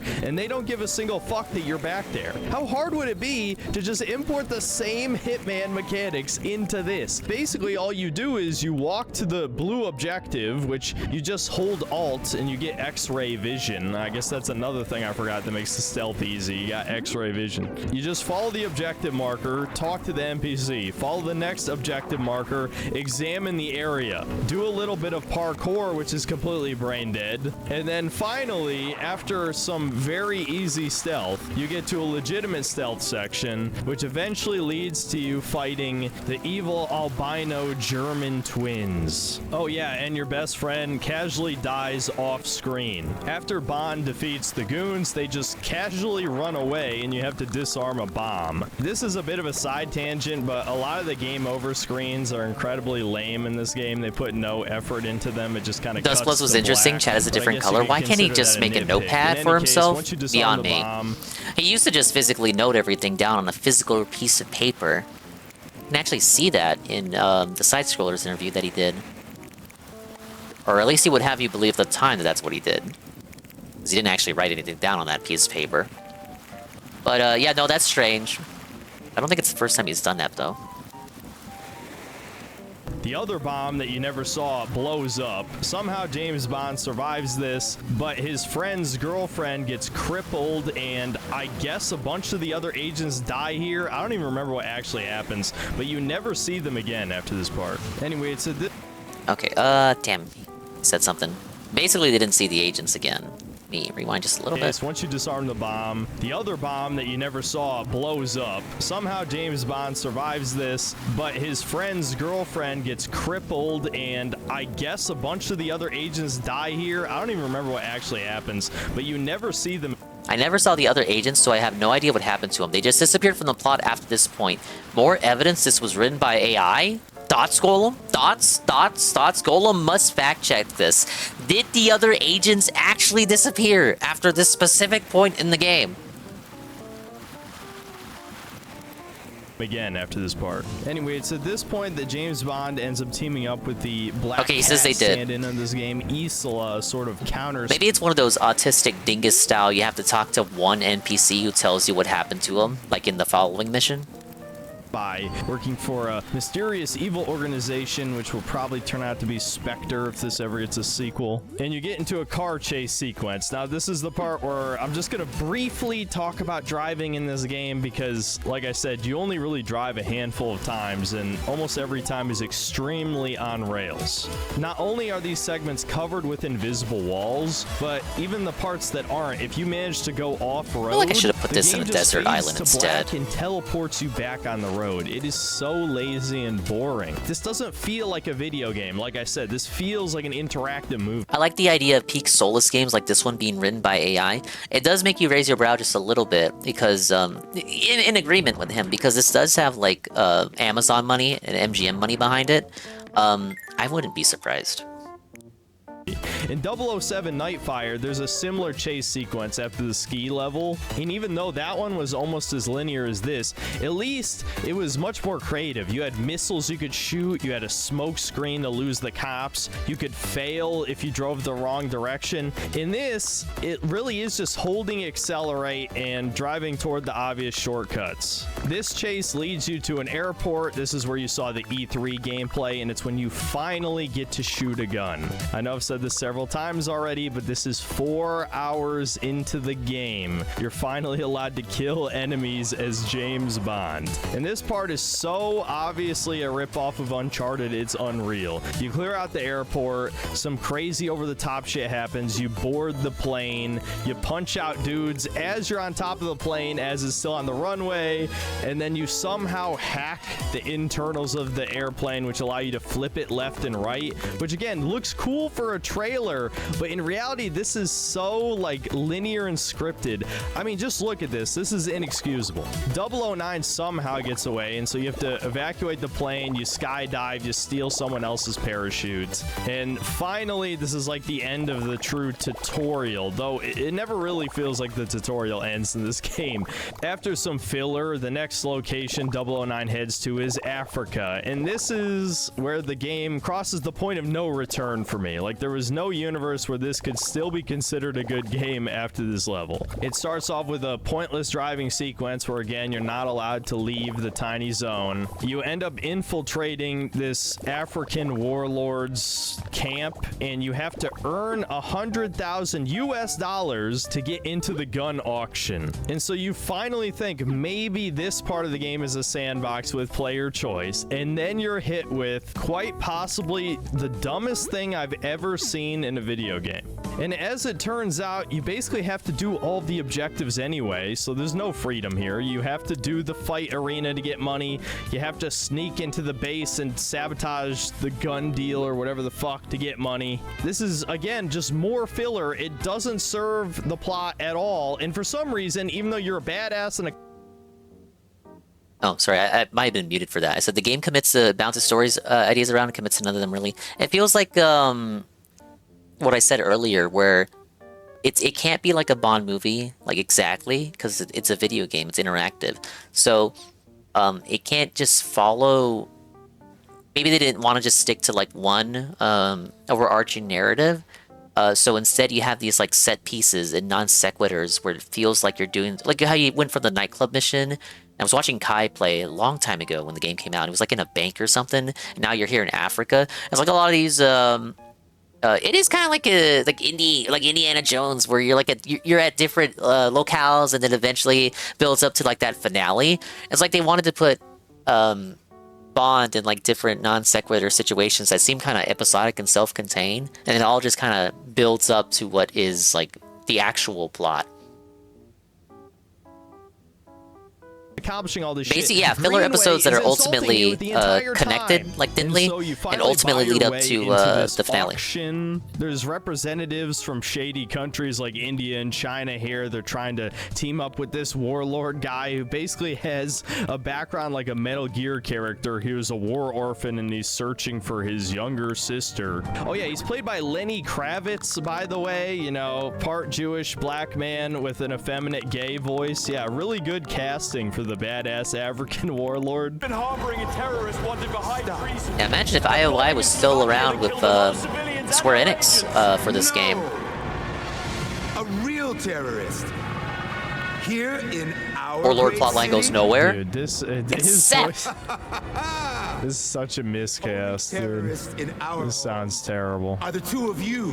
Whatever, that has nothing to do with this. My point is, this scene feels so written by ChatGPT, dude. Why the hell would an African warlord use polygraph tests? And there's no way he could get away with imprisoning or killing foreign generals or whoever the hell these people are supposed to be in this scene. It's dumb as hell, man. The point is, you're trying to get Lenny Kravitz's right-hand man to turn against him, but he somehow finds out about it, and you get captured, and you get dangled above crocodiles, and James Bond can't save himself. No, he has to awaken Greenway, who just says the name of Lenny Kravitz's little sister, because MI6 knew the location the whole time, was withholding the information, so he agrees to help us. They were withholding. We have to track down 009 through a stealth section. Turns out he's already dead, because he was a good guy the whole time, trying to warn MI6 that their supercomputer is fucked up, and the Peter Thiel guy is covering it up. And this part leads to another shooting Man, classic trilogy section remastered. as Bond and Greenway try and find the evidence. The first three that games, I would 009 left imagine. Behind. Might as well talk about the shooting here. Like I said, this is probably the best part of the game. One of the early that's ones not was like saying PC much. only. It'll remind you quite a bit of Uncharted,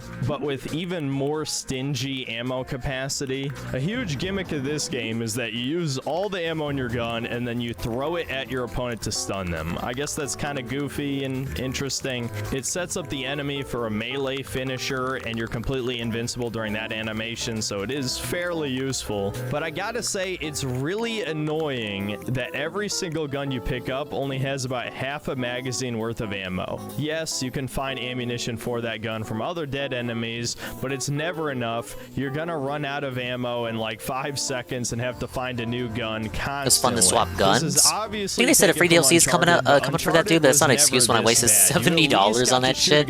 Your game purchase will appreciate in due time, long after you're done with the game. Every single enemy you come across is about to run out of Probably ammo. won't This come is at like no some extra Fallout cost. tier logic. Well, you But did at say the it would same be time, free. if they took this mechanic We'll see if they out, stay. what would Let's this see game if they really have to stay make it true to stand their out? words. It has a generic slow down time mechanic. I barely ever used it because it's only good for one shot. So if you're you're playing on mouse and keyboard, you don't even need this. You can use all of your gadgets in the shooting segments, which is good. The enemies are also comically inaccurate on normal Bond's a scrappy fighter, uses whatever he has at hand. He's like MacGyver. Several bullets they It's shoot the at you when you Guyver. pop out of cover miss, except for snipers. Snipers always hit you and can kill you in like 3 shots, so they're really the only threatening enemies in the game. Every other enemy, you have so much time to switch between spots of cover, it doesn't even matter that they can destroy it. I can see what they were going for with this, but it looks really dumb. When you stand straight up, everyone shoots at you and misses like a stormtrooper. And that's pretty much it. I guess you could consider it a good thing that I don't have much to say about it because it's so generic, but if you've played a cover-based third-person shooter, you've played this before. Basically, if you played Uncharted Uncharted before, you played some of the this. set pieces. There's huge explosions, there's destructible objects in the background, but all of it is scripted. There's also a comical amount of explosive barrels in the background, like a distracting amount. Why is every As much as single Doom the Dark shooting Ages? segment in the game, there's just 500 explosive canisters? It's goofy as hell. They even lampshade it at one point. Who is putting all these? Yeah, do not lampshade it. Do not lampshade that they're all saying next to explosive barrels. This game's dumb enough as it is. But I gotta say, yeah, I thought the shooting was okay, especially compared to all the rest of the non-gameplay or the shitty-ass brawling segments. I don't really have much to complain about. It's just okay. Anyway, as Bond and Greenway attempt to escape Africa after grabbing the evidence, their vehicle gets blown up by an RPG. Bond almost gets executed, but of course the villain is too dumb to shoot him. And then you have a last man standing type segment where of course you get saved by Lenny Kravitz. Like I said way earlier in this video, James Bond never saves himself once in this game. Now from this it's about point Bond forward, learning the game power kinda of friendship, just dude. meanders through various plot points, so I'm kind of just gonna skim through the rest of the game from here on out, since the gameplay never evolves beyond what I've already explained. The gameplay And never most of the rest evolves, of the plot so never is just evolved the quality of my Bond trying to reviews, gather evidence idiot. that Thea has been wrong in some of its crime predictions, and so it's got to be shut down, and Sir Nicholas is the bad guy, blah, blah, blah. So because Bond and Greenway couldn't get any solid evidence of what was going on, the trail goes cold, and Bond is nearly assassinated at his apartment. This leads to a really bad sniper section. I don't know if this part was bugged or not, but I was literally using the cover switching mechanic, and I was still getting shot a bunch of times. And so you have to run across these rooftops. When you Hey finally Coggers, watch catch Bob play up this game. Pretty to funny the watch. Driving albino segments for funny. guy, Could chase he the fights. Pretty drops nice his Bond gun, movie and edits in. Bond doesn't The brunt of his complaints revolve around his inability to break the missions or get different outcomes. It's all scripted. He tries to break the game to get different results, and just either the mission fails or it just forces the same outcome. pick it up and just shoot him. No, he continues to chase him, jumps across a rooftop, and then the dude kicks him in the face and he nearly dies falling off the building. I was so tempted to bring back the Kingdom Come. We did watch a new humiliation Frogmire video counter when you because came there's back, a lot of that before in you this came in, game. Eddie B. The next mission takes us to a gala event. This is another fake Hitman section with no player choice. There's some stealth for the thrown FOMO. in there. This is also where the Benny Hill chase happened, where I laughed my ass off. You get another boss fight against one of the albino twins, and this is basically just a rip-off Albino of twins the are so Mr. lame for a Freeze series with boss battle iconic from Arkham ones. City, but way worse. You just have to hack 3 different devices. You can't do the same one twice to damage him in a stealth section. It's actually fairly similar to The Last of Us 2, Abby versus Ellie, and anything that reminds me of Last of Us 2 is not a good thing. But I guess it was an okay boss, if I'm being honest. Boss We was a finally get knockoff of introduced Mr. to Freeze. The other main villain, Sir Nicholas's son, Damien. James Bond says his iconic line. Mr. Beach, was it? Bond. James Bond. He said Of it. course, Damien drugs Bond That was and for the then trailer. captures him. We're supposed to believe this wimp can punch Bond to death if you don't manage There your were game overs, health but meter nothing over the top. alongside pissing him off. Isla, the black cat chick, the girl boss is all over the place. It's and such an rescues ass us. bad. During the escape, we actually get our first prolonged gameplay sequence with some stealth. Oh my some god, shooting. gameplay! This part of the I game love is actually gameplay! okay. Even though I explained Ow. why the stealth mechanics are bad, I tried to have my own fun with it. I got into combat multiple times on purpose. The shooting section at the end was kind of annoying. They introduced an armored enemy type, except the armor basically does nothing. They only take like 1 or 2 more shots to kill. Oh, and I almost forgot, at the end of this mission is the infamous dumpster driving sequence. So you've probably seen that Michael Does Life clip where he just holds accelerate and doesn't even touch the analog stick. Yeah, truly some peak gaming. But at the very least, I was having fun. Now, the next mission, unfortunately, was another really painful glorified walking simulator section as you sneak into this huge corporate building. And basically, it's just like every modern game where you have to play a game of Oh, this is the segment that I watched Kai play through. Kind of like, you know, the newer Seemed very God of slow, War games where methodical. you're just looking around where you got to throw your axe. It's basically that, but with hacking and Greenway. If only Kai was here, he really liked the game. And it ends with But one he of the hated the dumbest sinking stealth city sequences too. I've ever seen. How are the bad guys not seeing you right here? This leads to Bond, Isla, and Greenway sneaking into this huge secret facility in the server room where Thea is, and discovering that Sir Nicholas, the Peter Thiel guy, is covering up all of the mistakes that Thea has been making. And this is where the commentary about AI becomes incredibly obvious, where yes, all of the elites are willing to dump trillions of dollars into AI until it's able to replace humans. That's basically what they're doing here, except with crime. It's okay that Thea makes mistakes now, just so that it continues to get funding and eventually becomes perfect and is able to prevent unnecessary death. That's the villain's argument, which honestly is not a bad argument. The game portrays it as something horrific, but the villain isn't really evil here. His son is a psycho for whatever reason, but Sir Nicholas isn't. In any case, obviously Bond needs to expose the truth, but they don't end up leaving with any concrete evidence. You get another shooting segment where you finally have the missile pen that's very Bottom like tier Bond villain. He's so And boring. after we He's getting escape, people killed. Finally, 8 hours into the game, Bond gets access to a suppressed pistol. And you know what's funny about this? He still Why doesn't the carry fuck any does backup magazines. Why doesn't Q So just you give him only that get shit at the 8 start of the shots, game? And it just so happens This is a video every game, enemy dingus. in the It's not a following movie. It wouldn't make levels sense if he had it right carries away. Suppressed MP5s, so it actually doesn't even matter. They make it this huge deal, but you don't even have to use it. Now, I was barely paying attention during the cutscenes at this point, but watching back this next cutscene, it doesn't make any sense. So apparently, Thea messed up and was connecting patterns to an extinctionist terrorist. Basically, a billions must die type chud who was killing eco-scientists so that they couldn't save the world from climate change or Billions something. must This completely need. comes out of left field. In what universe is this believable genuinely? No, it would be mega corporations and governments who would kill off people who are trying to save the planet. Duh. Not some random chud. Well, in any case, it turns out the guy has been dead for months, and so the main villain's son is trying to cover up the machine's mistake in Vietnam. Yeah, whatever. This is just an excuse to have a tropical mission.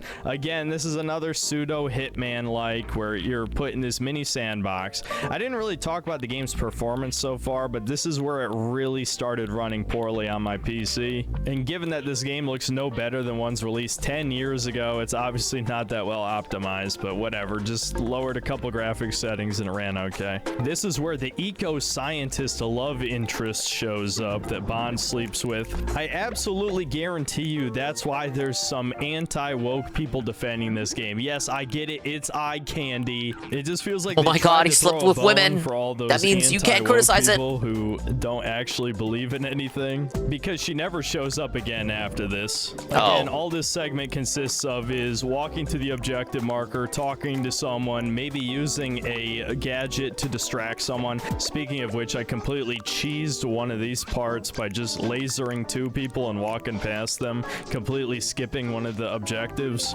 I guess that's a good thing. One of the people Like, we wait, you were just investigate complaining is about this like not having totally multiple outcomes in the sexist missions. DJ No, dude wait, who they we're let you do supposed it to your hate own for being way. misogynist. I mean, Play your Money Penny choice. just straight up says it to us, tells us how we're supposed to feel. My new lady friend over there, she digs it, if you know what I mean. Oh, I bet she does.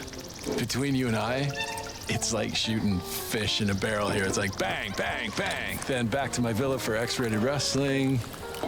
You get what I'm saying, bro, right? I don't need Bro, to spell rep it bro? out for you. Rep bro? Rep bro? Rep bro? I think I get a picture. I want to punch him so hard right now. This shit is just pathetic. And of course, this guy gets captured later and we have to save him. And then he starts fighting Bond for no reason, just so that the fucking dumbass whores on the writing team could fantasize about punching out their ex-boyfriend. This is so transparent and pathetic. This is where we get the KB Lame, however the fuck you say his name, the viral video meme shrugging guy. I have no idea why the hell they put this in the game. What a waste of money. Oh, and can I point out how stupid this stealth section is? We're wearing a white suit, crouching in green grass, and the enemies can't see us when we're right next to them? Come on, man, really? As we chase down the void, we come across the other albino twin. We get into a typical fist fight mini boss, nothing special here, but the building explodes right as Bond escapes, knocking him unconscious. He gets captured once again, and this looks a lot more like a classic Bond movie trap where he's strapped to this stone slab and there's a huge ass chainsaw about to chop him up, and instead of, you know, freeing himself with his wrist laser or one Surely of there's his a other fail gadgets, scene for this. he has to be saved by Greenway. And this is where we get yet another fake ass gameplay section where we have no weapons and no tools, so we just mark targets for him to snipe them. And despite the fact this dude has a broken arm, I guess it just healed miraculously, he can somehow sneak all around this quarry into the perfect sniping positions, and not one of these goons decides to track him down and kill him. So he snipes like 50 people. You end up driving this giant dump truck. It's extremely automated and brain dead. At the end of this section, Greenway gets shot in the gut. He claims it's just a flesh wound. Then we It's just a finally flesh catch wound, up my to lord. Damien, Sir Nicholas's son, and he injects himself with a super soldier serum. I don't even know if this was set up at any point. It just comes out of nowhere. And so instead of fighting him in melee combat, it's basically the boss fight from the end of Resident Evil 5. Remember where you have to turn off the lights and then shoot Wesker with an RPG? Well, in this, it's the opposite. I You saw turn Shimmer on the do that floodlights, recently. which blinds him, and then you I just forgot who. punch him, and you do that over and over again until you win. Then Bond stabs his eye out and crushes him with a bunch of pipes, and he survives this, by the way, somehow. After this, Bond returns to Greenway, and of course he's bleeding out. He tries to give Bond a little pep talk, and then he dies. This is the only time in the game where they try to have a genuine emotional moment, but I honestly did not care about his character because he was so condescending and an asshole the entire time. After this mission, Bond is told to let the case go. Of course, Took he Fen. defies orders, steals AI some generated shit dialogue. from Bond girl Q's lab achieved. and decides Game to non team will up with confirm. Isla. But she This only is where appears she for that one introduces him part. to a shaken martini, and she hints that Oh, you she mean is this one? not who she appears to be, as she has Japanese connections. Then they head to an R&D facility, which is a snow level. We get yet another brain-dead Hitman-like segment. We then are introduced to these androids. They were technically teased about halfway through the game, but yeah, now there's like robot enemies. They look really lame. I don't know what's with this modern media trope of making it's like Samurai robots look Jack, so where because they're boring, like the robots, you get to Boston be more Dynamics violent robots for against realism. them. They're just unimaginative. This mission has a gimmick where you make this huge wrecking ball smash the robots as you're climbing through this huge ass facility. I would say if I wasn't so bored by this point in the game, this would probably be the most interesting level. But this is when I really stopped giving a fuck and tried to rush to the end, exploiting the terrible AI as much as humanly possible, and just blinding everyone with lasers with no consequences. So eventually you fight your way to the center of the facility, and of course Sir Nicholas shows up and has Bond at gunpoint. Then of course he gives a villainous monologue, and Bond has to be saved yet again by Isla, who just shoots Sir Nicholas and kills him, which is basically exactly what she said she was gonna do. She made a fake promise to Bond that she wouldn't kill him so he could be apprehended, but obviously she was gonna break that promise, and so she steals Thea, planning to sell it to, again, who I assume is Spectre, and Bond chases after her, eventually ending in a boat race that's extremely scripted. You have an auto turret, so there's like no skill involved. You could basically just hold W for half this thing. Hold this like so W, much of the King. rest of this game. And so Bond catches up to Isla, shoots the motherboard or CPU core, whatever the hell this thing's supposed supposed to be. And so Isla points out he's a rogue agent now. He's all alone, so he should just go with her. And what I thought was going to be the plot twist is that Bond was still working for MI6 the whole time because he contacts them. But no, as it turns out, he still ends up getting arrested. I don't know how I managed to come up with a better twist than this game did in 2 seconds, but whatever. And so you think the game should end here, but as it turns out, Sir Nicholas's son Damien is still alive somehow, and he's attacking MI6 headquarters. Oh yeah, and Damien is here to steal the copy of Thea that's in MI6 headquarters. It's only been a few days since I played this and I already forgot half the plot. This ends up breaking both Bond and Isla out of their cells, and you get your final mission. And so you end up getting a bunch of back-to-back combat encounters, which ends with you getting Q's super watch, which can hack all of the devices in his labs. And this part was kind of cool, I guess, as you got to use all the various Bond gadgets to take out goons. It ends with you getting in the Aston Martin, and it's actually the cool-ass spy car with all the different gadgets like missiles and machine guns and stuff. And it even almost felt like a real game for a bit there. Built into it, except you only get to drive the thing for like 2 seconds, and then you have to chase Damien on foot through the sewers. Does this moron not realize he's in an exosuit? He could just crush Bond's skull with his bare hands. And so for the final boss fight, there's 2 phases. The first one is basically just the Mr. Freeze ripoff boss fight again, but actually even easier. You just trigger a few different explosions. And then the second phase involves you doing a little bit of stealth and a little bit of parkour to just make it to these auto turrets. You hack them and then you shoot him. This segment makes no fucking sense. It's so video gamey. After you hack the first all turret, it is a why wouldn't you game. just disable the second one? A game that and wants to come be a kill you movie. himself. It ends with both of them about to drown, But also you know, can't be a movie reflecting because the it beginning has of the to be a story, video which I game. would argue is more evidence this is AI written. And right before Bond dies, he gets rescued by Isla, of course. The game ends with M and Bond standing in front of Greenway's grave as M offers Bond to be the new 001, which of course he says, no, you should be the new 007. recruit. Happens to be my lucky number. Just don't tell anyone. Wowie zowie, that was 007 First Light. In conclusion, should you buy the game? Fuck no. I hate this game. This is He the hates fakest it. cinematic video game I have played in a long time. Like I said earlier, Mind's Eye is to GTA what this game is to Uncharted, meaning that on the surface, this might look like an exciting action cinematic game. But as soon as you actually play it, you realize this was made for people who have never held a controller before. It is so brain dead, simplistic, lacking all depth, and out of its 14-hour runtime, only about 4 hours tops could even be considered gameplay. It's a James Bond game where less than 2 hours of it consists of shooting enemies, when every other previous game in the Fuda Bro series hates the was a English, typical aged English in FPS quotes. or third-person shooter. Oh, and the gameplay itself is so simplistic. The wannabe Uncharted elements of this game are incredibly shallow. Are people still impressed by big set pieces? The first Uncharted game came out more than 15 years ago, and the hand-to-hand combat is incredibly sloppy. The stealth is But is it some of the worse than most Silent Hill brain-dead left? toddler shit I've played in a Well, long we've already time. watched his All of the review on that hand-to-hand game. segments are just a glorified walking simulator. This is I a might be that sham. game's This is strongest a soldier at this fake-ass point. video game. That's still And willing to people are talk about that pretending game. It's good.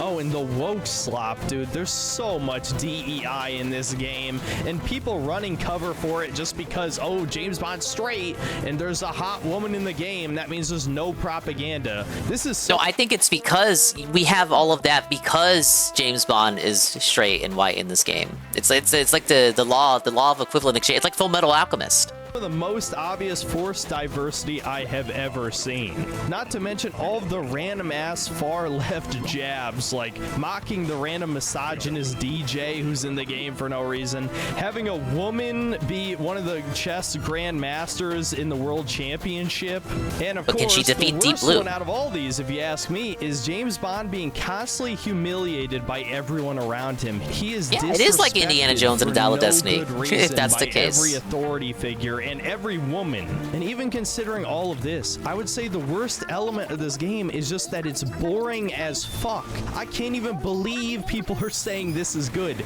This was one of the most painful gaming experiences I've ever had in my life. Tell him to stop using Deus Ex music. Let me see. So I saw this earlier. He's still...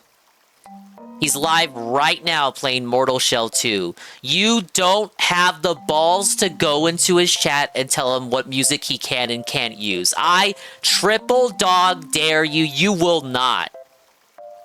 I was like passing out half the time. I was losing my sanity. The fact that I laughed like a maniac. I like how he still lets me in his chat even though I clip him. Shows how desperate I clip was Josh for making fun of any him. amount of player choice, any amount of skill expression. All the games you played this year is probably your least favorite. Period. I don't This think you've game is played not much this fun. year. It is boring as hell. Doing which it is right the now, worst watch, thing okay. a video game can be. I can't even remember I got it the pulled last up. time I've hated a game as much as this, truly. So for the love of God, do not buy this piece of shit. That's about it. See you next time, guys. Also, I guess we know what his next review will be. Mortal Shell 2. My eyes! Dude. No, okay. Oh, man. You know, there are people in chat that like it. You know, Jay Frosty likes it and all that. Here's the thing. Like, he doesn't like it. Like, is it the best game ever? No. Is it the worst game ever? Oh, Jerky posted it. Oh. He actually did it! Ah! Oh, I gotta clip it just in case he gets banned. Wait, that's Streak Habit. If you get banned for that, I don't know. I haven't seen him ban anyone in a while. Here's the thing, though. He's like one of those chats where if you give him money, you basically get a wrench. So he has wrenches there, but I don't know if they do any actual moderating. Might explain why I haven't been banned, or maybe he just doesn't care that I clip Josh's segments on him.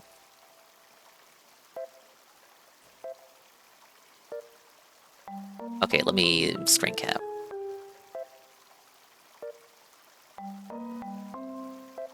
Yeah, he's a man of his word. Only subscribe to him because he whined that being subbed and not watching videos is hurting him. That's noble of you to support him. I'm subbed too. Yeah, he did do it. Hey, you fucking bitch! Stop using Deus Ex music! You don't fucking deserve it! Yeah, go back to using your baby game music. Your fucking PS2 Ratchet & Clank Jak and Daxter soundtrack OST. Which means original soundtrack. I was being redundant there. The next video, Assassin's Creed Black Flag Resynced. This one is one that he put out a few weeks ago. But to close the lid on James Bond, look, it's clearly not the best game ever. It's not the worst game either. Just another middle-of-the-road AAA game. It's a filler game. That game is there and exists to fill in the void for your next Hitman Uncharted-style game. It's like a marriage of the two games, but really is just a master at emulating either. Like, imagine if you want to do like a Hitman, if you wanted, it's real troublesome, right? Because like for the longest time, people have been asking for a good Bond game. Like, and what's the easiest comparison that people can think of? Oh, give me Hitman, but it's James Bond. Give me this, but it's that, and then you get that. But the logistics of it don't end up working out. We can't have a James Bond video game where it's like just one long ongoing thing because they have all these ideas that they want to put in. So like Golem says, it ends up being 70% filler for none of what you're doing matters until the very end. It works with something like GoldenEye and all those other old Bond games because they're based on existing movies. So just take the threads of the movie and just make the game out of that. It works then because it's an adaptation. With this, it doesn't make sense because it's based off nothing. It's an original project based on the IP. So they have to make an original plot, but also gamify it so that Bond isn't just in the same place for the whole plot. So we go from place to place, having episodic self-contained adventures that are loosely connected by the thread of the narrative, and then it ultimately cultivates in like robots and shit, and the implied threat of AI in the future. And I guess an overwhelming sense of the plot feeling like it was written by AI itself. Again, Amazon and MGM Studios were deeply involved with production, so I wouldn't be surprised. Might explain the celebrity cameos, though Hitman also has those. Yeah, I would agree. It feels like a marriage of Hitman and Uncharted, but doesn't really appeal at being a replacement for either. Which is a shame, because, you know, they are the Hitman guys, so, you know, time was taken away from the next Hitman game so that they could work on this. Though, as I understand it, Hitman right now is like a live service thing, where they just throw in new missions like Wiz Khalifa. You just gotta wait for the next content update. So are they ever gonna make a new, like, Hitman, like, full-ass game that isn't just like, oh, here's the Hitman content nexus, and download this, and you have access to Hitman 1, 2, and 3, all together, all in one, all the missions, and then we're gonna keep adding missions to it. But are we ever gonna get, like, a new Hitman game? Obviously, yes, and this game took time away from that. Alright, well, maybe you guys can agree with him on this a little bit more. People like Assassin's Creed 4. They don't like this remake as much. It's because they reduced the breast size for the female characters. Hold on. Come on. Let's parried. Oh my god, you gotta be kidding me. Bond becomes more misogynistic as he ages. I saw in a trailer that they gave health bars to wild animals. Okay, this lady needs a desert island.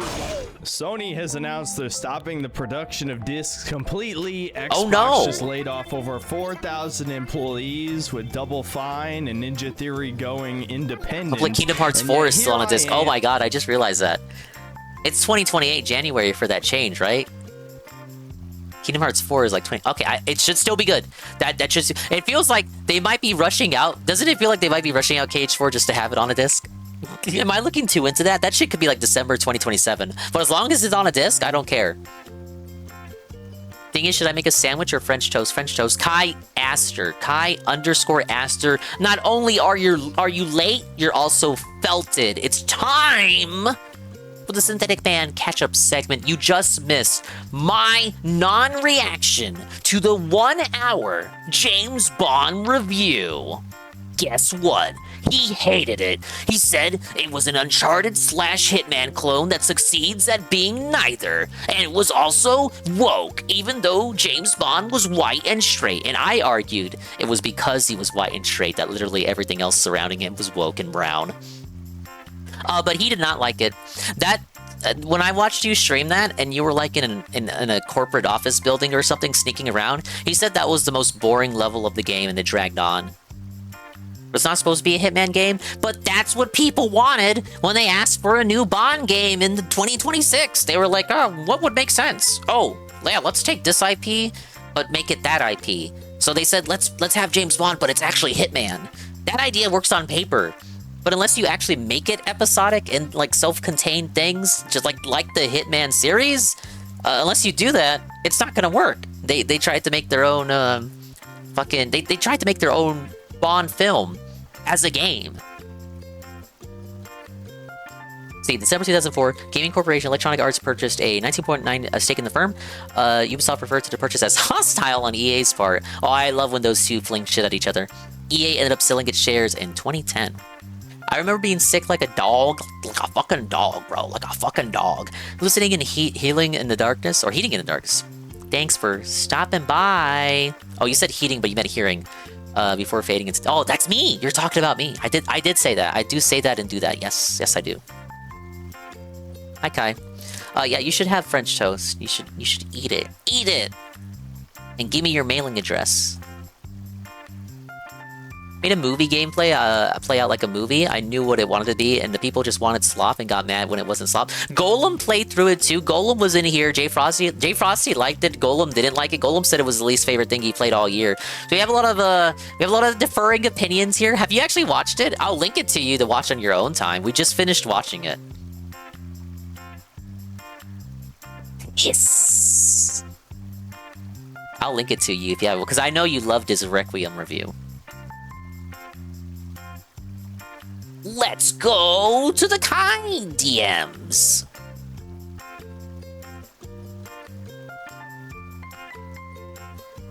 You downloaded it? Okay, never mind. You clearly already have it. Oh, I see your DM, Koizumi, about Phil talking to himself.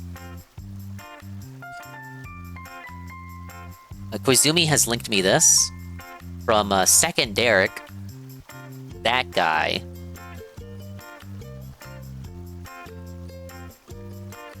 Phil is in the pre-stream chat for tomorrow's stream of Mario Sunshine, and he is talking to himself. Pablo, can we put the embarrassing dialogue on screen?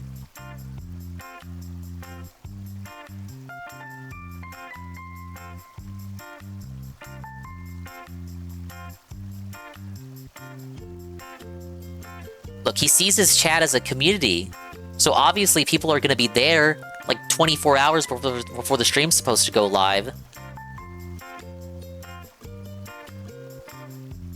You talk to yourself sometimes. Shut up!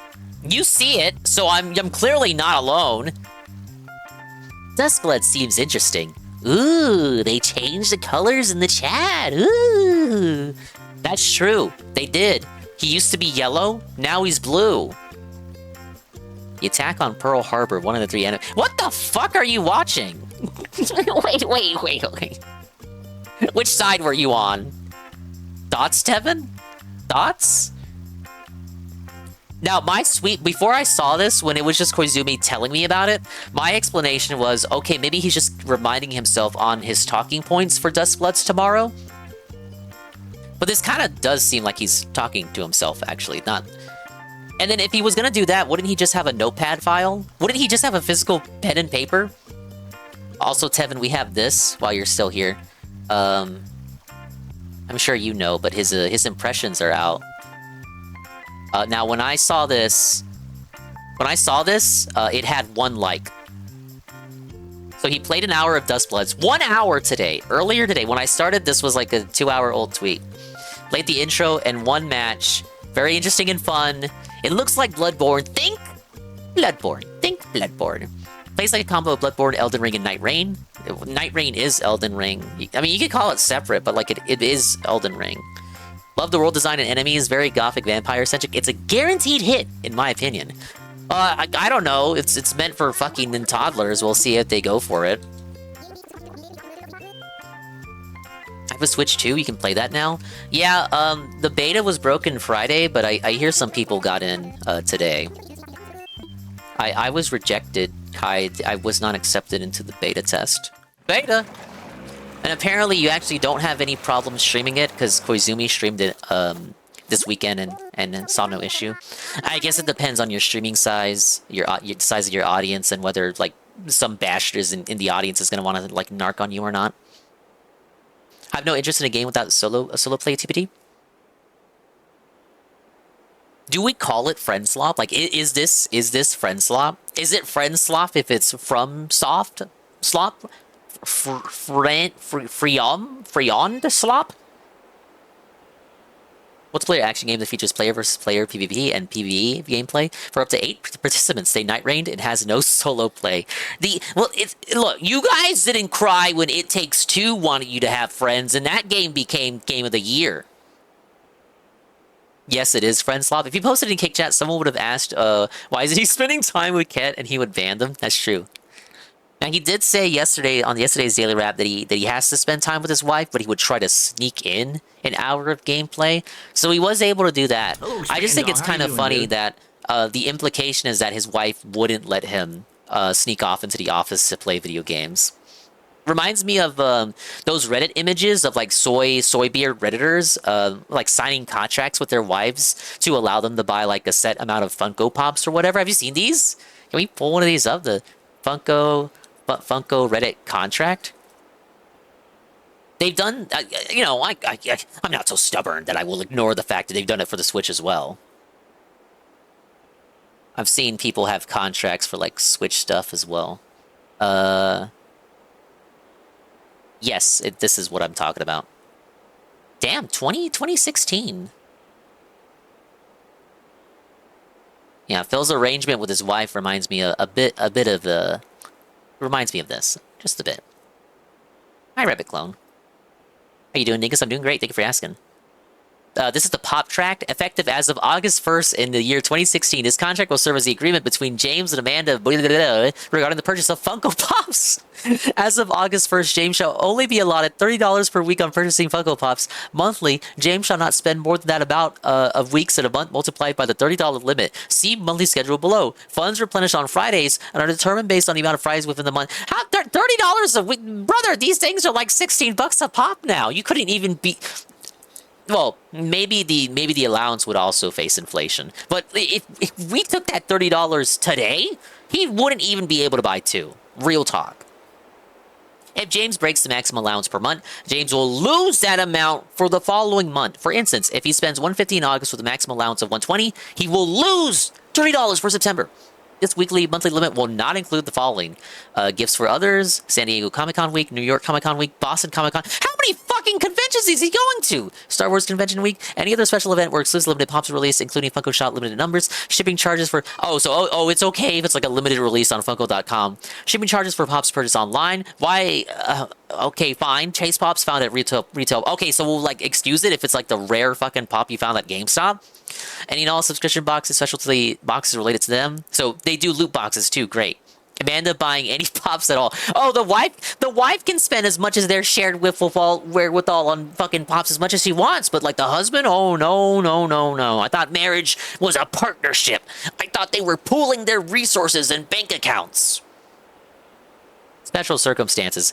If James sells any of his current possessions, Pops, WWE, oh, of course. Of course, he has Wrestle figures, movies, games, etc. This money can be added to an emergency pop fund account that James can spend as he pleases. The emergency pop fund account for when you see a non-chase pop at GameStop that you really fucking need, but you're over your $30 limit. If James buys pops for anyone else, that money will not be counted towards his weekly allowance. If he gets cash from the recipient, this will simply go into his regular money account. If he receives pops in return from Nick, they will be taken off his weekly purchase amount due to non-transfer of money. Unused pop money within a month will go to the emergency fund. So, okay, let's say he hit his $30 limit, but he has an emergency fund, and he buys a pop that day. But that's not a chase pop or breaks any of the other exceptions. So when he buys it, does he just tell the wife, okay, like let's mark this into the binder. I used my emergency funds for this. I went over the 30 already. I've hit the limit, but I'm pulling from the emergency rainy because there's no. I imagine there's no literal rainy day jar that he pulls from, right? It's just him spending the same money, but saying, oh, this one is out of the emergency fund. So it doesn't. So any overage doesn't end up spilling over and taken away from the next month's allowance. This makes no sense.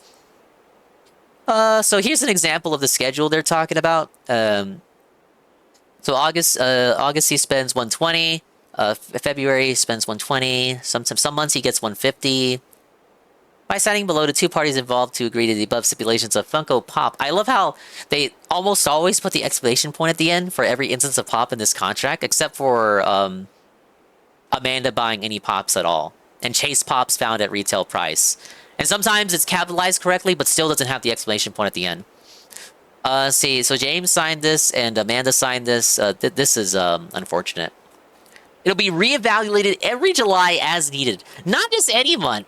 Every July. Only July. Who is this? I don't fucking know. Some Reddit couple.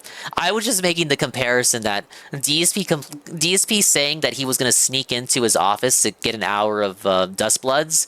The implication to me there is that Kat would get upset if he was playing video games all day. And it reminded me of how some women can whip their husbands. And then, of course, reminded me of this contract.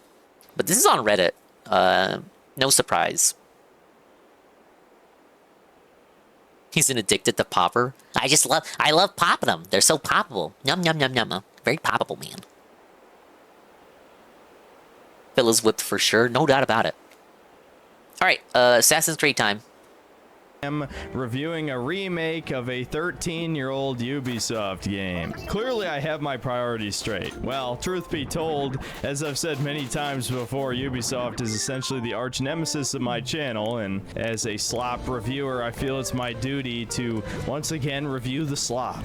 I have to expose Ubisoft! Long-winded intro to get to the point here. Should you buy this? Hell no. It is absolutely a demake to its core. On the surface, it looks like a slight graphical improvement to the original. Yes, if you're really picky about graphic fidelity, you could easily argue that the character models are significantly improved. But the boobs are not, however. The censorship in the form of breast reduction for multiple characters, breast reduction character for completely pointless missions, which is obviously done for ESG DEI reasons, was not worth the minor gains in hyper realism. But the overall visual aesthetic is in many ways just a side grade. In fact, in some ways, it's a downgrade depending on how you feel about oversaturation, really harsh shadows. I cannot read that ADB. I don't trust myself enough. Modern game when they attempt to mimic reality as much as possible. But visuals aside, there really just is no reason to remake a game from 2013.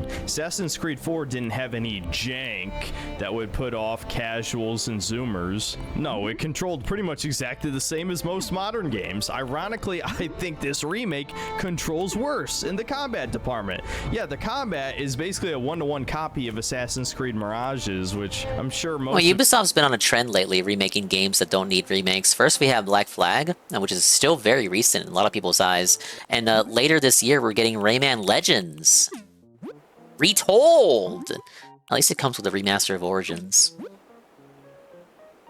You never played that game, and nor should you for that matter, but all you need to know is that it's jank parry slop with absolutely no skill whatsoever, which, yeah, okay, you could say that about most of the Assassin's Creed games in the series. The difference is the flow of combat is completely fucked up here, and I'll try to go into detail about that later. A game made after 2010 does not need a remake. I agree. Multiplayer mode, obviously, that's a big part of what made the original game worth $60 back in 2013. Oh, yeah. Now you're paying Assassin's Creed games did used to have multiplayer. What happened? And the funny thing too is, despite not even having a multiplayer mode, there are still microtransactions. You can buy $10 cosmetics. But we're past the point of microtransactions only needing to be in multiplayer games. And resource pack / map reveal crap for a single player game that released 13 years ago with less content. There's also if only we could go back to the era of horse armor. Cut entirely because they would require effort, like picking up enemy. Don't you just want to go back to when like the worst we had was horse armor? Despite not even having a trying to pause it. When the worst what it was horse armor and Jack Thompson wanting to ban GTA and all violent games. Player mode, there are still microtransactions. You can buy $10 cosmetics. There's $90 worth of skins and resource pack / map reveal crap. Multiplayer mode was great.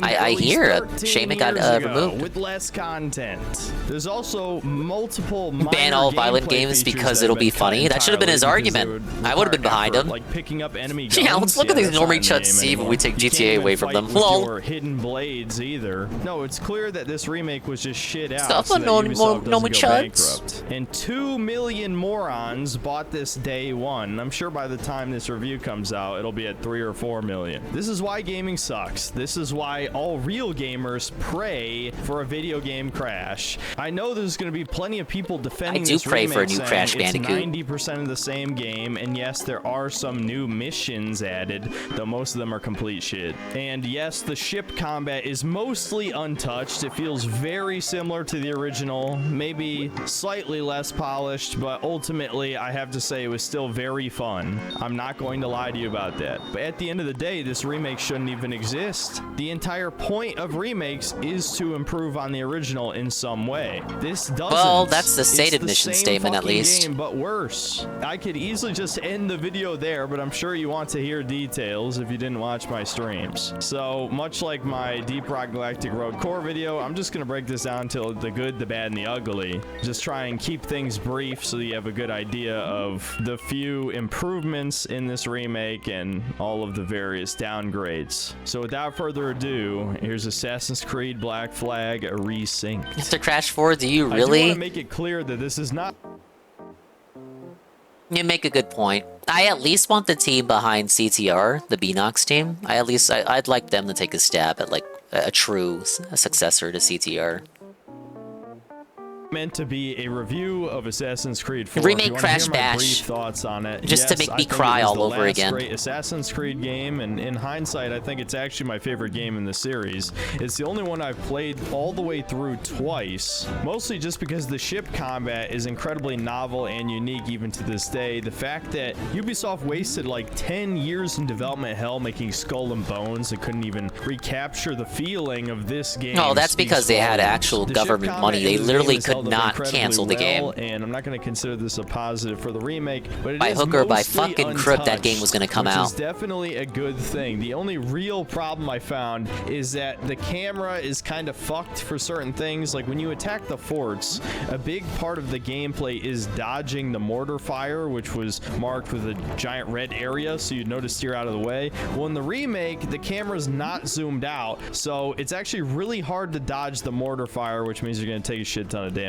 But I'd say other than that, ship combat was still super fun, and just like the original version of the game, in the remake, the actual assassin bits, like the story missions, are kind of the worst part of the game, and the general assassin gameplay is incredibly tired at this point. If you've played one Assassin's Creed, you've played them all, and there's like 30 of these games. I wouldn't say Assassin's Creed 4 really offered anything unique on that front. It was mainly just the pirate experience that was great, and it's still good in this, but I'm not going to give the remake any credit for that. So let's just get to the good, the bad, and the ugly. Okay, so starting off with Max the just did what Phil did with the Virtual Boy with both Dust Dustbloods. Can't wait for Phil to comment.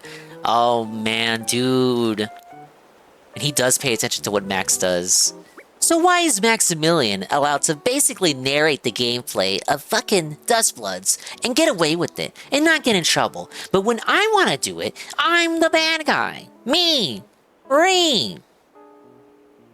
List. I think one of the biggest improvements, though some No, people I'll have argued retweeted this it is too. actually a bad thing, I'm going to choose to look at it He might as bring a it up good then. thing. The tailing missions have been more or less removed. Oh, Except that's for good. The ship tailing Donkey missions, should be they happy. still have those, but all of the ones on foot have been replaced with eavesdropping sections, and Oh, this that game might be has just been as bad. dumbed down to such a severe degree that even if you manage to fuck that up, let's say aggro the guards on purpose, if you kill them, they'll have a letter on their body that just tells you where to go. So you could definitely argue that this is kind of soulless and modern game retard pilled, and you'd be kind of correct. But I'd say at the same time, if the alternative is slowly following an NPC around on rooftop for 5 straight minutes, I'd much rather have this. Another good aspect of the remake is the complete removal of the present day sections. You Present might day, remember present older time? Assassin's Creed games did this a lot, where it would just cut to the present, and at least Oh, yeah, for nobody Assassin's likes Creed those. 1 through 3, you had the Desmond Miles interesting subplot that at least justified wasting time not playing the game. But starting with 4, they had no idea what to do with the future of the series, and still don't to this day. So you were just playing as like an Abstergo game tester or employee or whatever the hell you were, I can't even remember. Well, they cut all that stuff out, thankfully. Unfortunately, When I first learned about Assassin's Creed, I really thought it was just like a period piece where you're playing as a character within the relevant time periods. They put so little focus on the present day stuff that I didn't realize that that was even like a thing with those games until I watched like Phil play through them. one of the new types of side missions basically just added that in a different form. I mean, you're still in the Animus, but it's still the whole like subplot nobody cares about Abstergo turning everyone into cattle and Globo Homo, whatever, with no committal like ideology. Maybe at this point they should not be. offend people. Just corpo bad, you know. We can all agree with that one. Not exactly a partisan issue, but yeah. Anyway, I am glad that they removed those present day sections. Those genuinely drag drag the game down. Another improvement is that they've added a new feature to ship combat. You now can do these side missions to acquire new officers, and each one of them gives your ship a new ability in combat. I've only done 2 of these at the time of this review, one of which I'll go over in the good section. The other one's in the ugly section because it has to do with DEI stuff. It'll make more sense later. But as for the first one, a priest who unlocked the ability to go ramming speed straight into Let me enemy guess. ships. The In one he's original upset about is a Assassin's lady. Creed 4, you only unlock this after defeating all of the legendary ships, which is kind of pointless because at that point, why would you even need this in the first place? So it's actually just been a pretty period nice to piece, but have this. Ubisoft You is could argue regarded. It makes the ship combat easier because now you can start every battle by I was confused just by the Desmond stuff in ramming the AC1. largest ship and then immediately using your power shot cannons. But at the very least, they gave the ability a cooldown that is regenerated by dealing damage to ships, so you can't Didn't they just accidentally spam it review over it and during over again to preview win every events? single Ubisoft battle. L. I'd say another good element of the game is that if you find all of the various cheap sound effects and visual effects on the screen annoying, you can actually turn most of them off. Now, the problem with this is that the game is designed around them. So if you turn off the big swing that every attack has, big you won't zing. exactly know when to parry because the animations are pretty deceptive. This is not a Souls game or some similar hack and slash game where there's obviously a lot of love and care put into the animations. They're Feel about to be appropriately vindicated hard. telegraphed. No, this is not that at all. This is He jank was right. slop. It heavily relies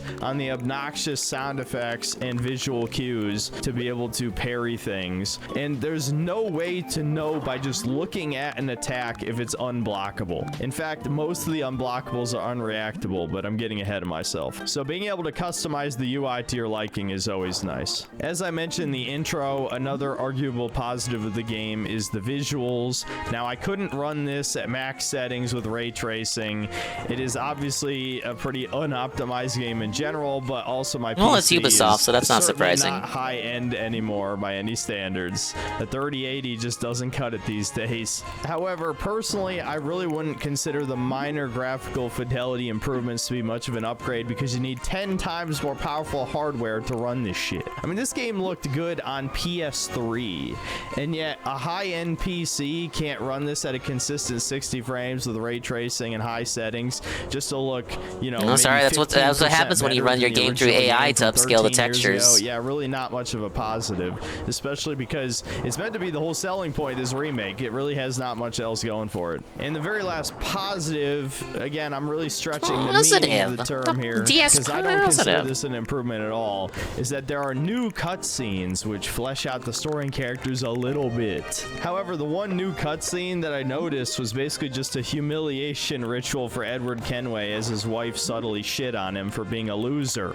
So I really wouldn't Not say literally, that it adds I hope. anything of value I to mean, it's the just one of their story. kinks. Now let's get to the bad. It was kind of hard for me to determine Dude, that was the good part. That was everything he liked about the game. Are a little bit of both. I'll be Uh-oh. generous and say that the combat is just bad and not ugly. Like I said, very reminiscent of Assassin's Creed Mirage. This is reactive, not proactive combat, which I'm never a fan of Yeah, that shit. no wonder Phil Parry had a problem slop with it. has always been kind of boring to me. Yes, you could argue all the way back in Assassin's Creed 2 that if you just parried everyone, you insta-killed them. That's true. But if you never have any incentive to attack, in fact, you're actively punished for attacking, I think you have a bad combat system. When an enemy starts an attack animation, they have armor. And we're not talking like they can resist 1 slash or 2 slashes. No, they can resist a power slash and still hit you. This is every single basic enemy type in the game has armor while attacking. That is objectively bad game design, period. It is incredibly infuriating when you just want to play the game. You know it's not hard. It's meant to be a power fantasy. In many ways, it still is. Yet for some reason, Edward's weakest tool is attacking. I don't know how the fuck they fucked this up so bad, but yeah, just your basic attack and your strong attack are the two most useless abilities you have at your disposal. Now, by contrast, the parry is one of your strongest tools. If you perfect parry a move, you get to instant kill the enemy who attacked you. And it starts a chain kill. Yeah, this says chain takedowns as well, which is actually a stat attached to the weapon you're using. So obviously that in and of itself heavily incentivizes incentivizes you to play on the defensive. You just parry, take out 3 guys for free, then parry another guy, and the combat's basically over, even if you're being attacked by a whole group of enemies. Oh, and the chain takedown just looks jank as fuck, man. You could probably tell just by watching this, but the animations feel and look really cheap, and the sound effects are so bad, dude. I was tempted to put this in ugly, but we might as well just bundle the whole combat into one section, but just listen to the swing and the whoa, whoa, whoa, whoa, whoa, whoa, whoa.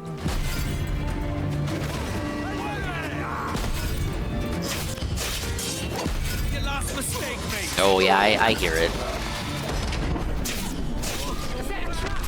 This is certified India approved gameplay. There's no cartoon. way that an Smoke Bomb hit the assassinate button over and over and over. This and is like, oh yeah, dude, this is so intense and badass. It's epic, dude. No, this is shit. This is fucking fecal matter. This is something you would see in a it's fucking low poopy budget dog shit, double guys, A game, right? not in a quadruple A Ubisoft high budget production, or at least what's supposed to be one. Another bizarre combat change is they carried over the ability system from the RPG entries in the series, and also what Mirage had, if I remember correctly, except your abilities have no cooldowns. So you have a kick that knocks an enemy back. It's basically just a Spartan kick that's been around in several of the past games, except you could spam this thing. You could just use it an infinite number of times. Now, enemies will dodge it if they're not actively blocking, but if they are, you can just use one of the 2 types of kicks to immediately take out the enemy. The other type of kick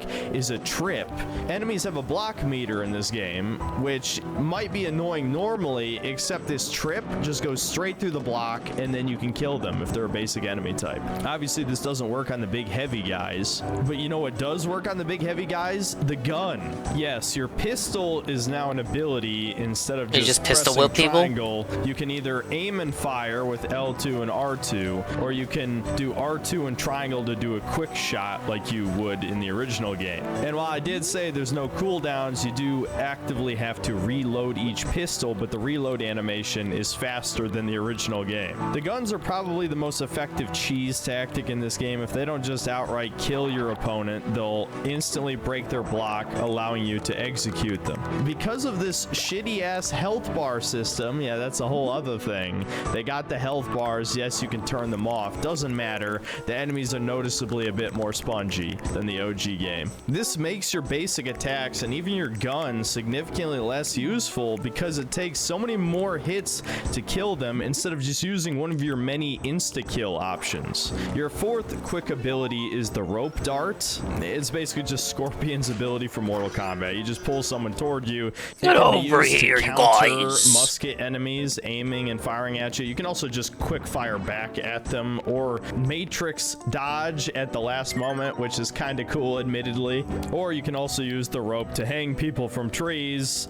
Before you ask, no, none of the enemies are black, and no, it doesn't work on quote-unquote innocence. As for your other tools in combat, you have Why did he think that would be our first question? This is one of the games where the smoke bomb is extremely overpowered. It's just a guaranteed 3 or 4 assassinations for free. So this is the ultimate get out of jail free card. If you're losing, just use this thing and then you win instantly. And of course, you also get 3 full heals. So you might be asking yourself, how could you ever lose in this combat if you have so many ways to essentially cheat the system and win instantly? Well, this is where the jank factor comes in once again. There is something fundamentally wrong with the flow of combat in this game. It's hard to describe. The enemies attack weirdly quickly because it conditions you to look for the parry blue flash, but the parry blue flash only appears near the end of the animation. So if you're not staring directly at the enemy about to attack you, they can very quickly hit you without you being ready to counter. You could say this is a skill issue. My Unk reflexes are getting slow, but they definitely You have attack developing faster carpal tunnel, than guys. the older Assassin's Creed games in the series, trust me.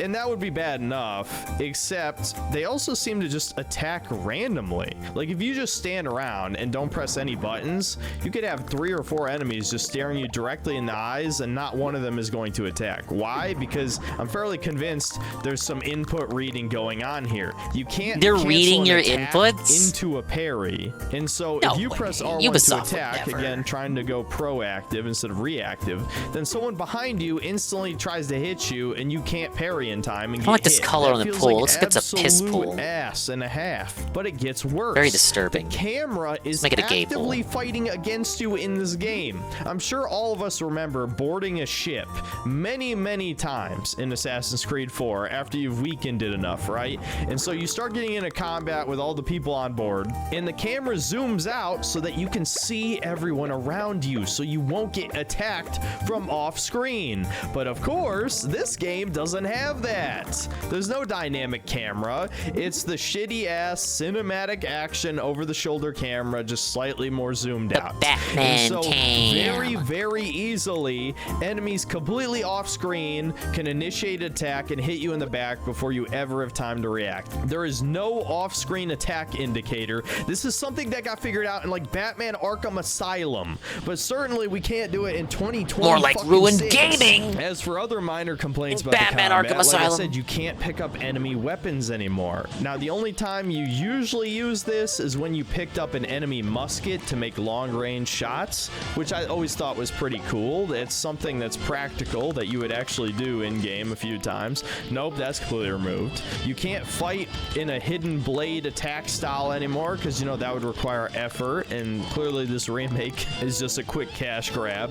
Now, this isn't a downgrade necessarily, but just a problem with all Assassin's Creed games is that the AI is unbelievably dumb. A good example is when I camped up on a rooftop and No, that's what I'm something saying, like it does. 20 guards all made their way up to the roof, and I just kicked It's because them the off flooring one the by flooring one, is over piss-like and over in again. nature, I've also and it seen conflicts with my enemies lighting blow settings up each too. other and themselves because the big guys that with the purple. axes have bombs, but they'll throw the bomb. Don't fucking directly piss in at the their pool, own feet Joey. Sometimes and just blow themselves The up. kangaroo. But honestly, I think the ultimate sin here of the combat is just that, just like most Ubisoft games, you're fighting the same like 4 or 5 enemy types the entire game with no variation. And normally that wouldn't be such a problem because in the original Assassin's Creed 4, the combat flowed so quickly. How the chain kills worked in that game was as soon as you killed a guy, then you could insta-kill the next guy, insta-kill the next guy. You didn't have to get a perfect parry. And you also had your 4 pistols, so you could like take over a ship in like 30 seconds. Edward Kenway was just a god of combat. You know, it was a clear power fantasy. In this game, I'm fucking wrestling with the controls. I'm getting attacked from off screen. This fucking random, unreactable, unblockable attacks that are happening too. What the hell's up with that shit? Yeah, if you hug an enemy too closely, they'll just like quickly stab you. And the red flash that warns you that it's unblockable happens as you're getting stabbed. This is fucking amateur hour, dude. How do you mess up this many things? You could say it's a skill issue all day, every day, whatever. I do not care. If you play this combat system for 10 minutes, you will come to all the same conclusions I did. It is so obvious how unpolished and janky it is to anyone who's ever played one of the old Assassin's Creed games. Another huge downgrade, like I mentioned in the intro, removal of the multiplayer mode. Even if you never touch the thing, you have to admit that is really shitty of a remake to have significantly less content than the original game. Now let's finally get to the ugly. Starting off, this is the very reason I wanted to make this video in the first place when it was shown off in one of the early gameplay demos, that now wild animals have health bars. This is so ridiculously Dude, it's just stupid, like real life. Unreal. This is exactly the type of shit that feels ripped straight out of Odyssey, Valhalla, Origins, whatever. Those games.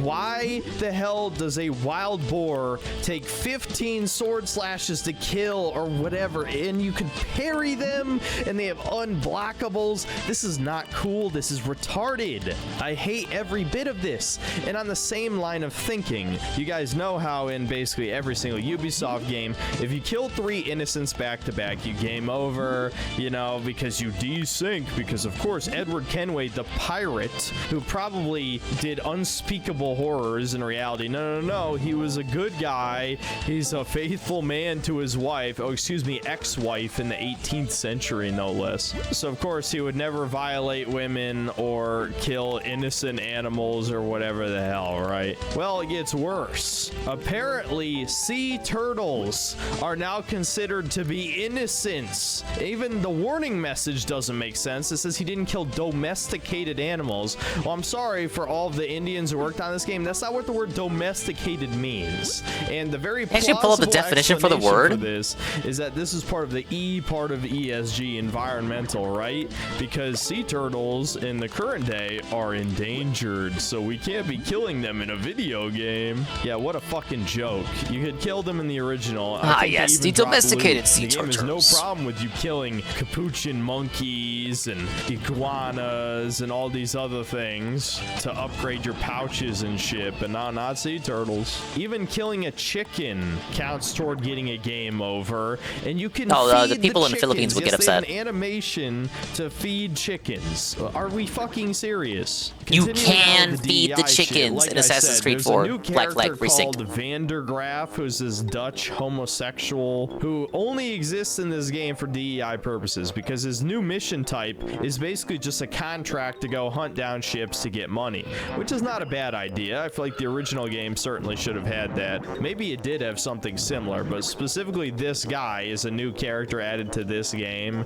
and it just does not fit at all. It's so obvious why this is here. Of course, they have to add woke slop to the old game from 2013. Another thing I mentioned in the intro, they reduced the size of breasts of basically every woman. Boobs do not exist in this universe because obviously that would offend a certain chemically castrated male in modern society. So no boobs allowed, sorry. Now, as I mentioned all the way back in the first section of this review, boobs are now gone. Unlock 2 of the officers for You're your fucking ship. The second banned. one, the shipwright, is a woman, and I'm sure you already know where I'm going with this. Yes, she's a girl boss. I won't say she's completely obnoxious, but she is overconfident. She has daddy issues. Yeah, they went that stereotypical with it. She even kills her own father in the second mission you have with her. And yes, I said second mission. Unlike the priest, she has an entire quest line just for her. Oh, and what is her ability, you might be wondering? Oh, it's Well, he only did a the little ability correction to there. He was perfect wrong about the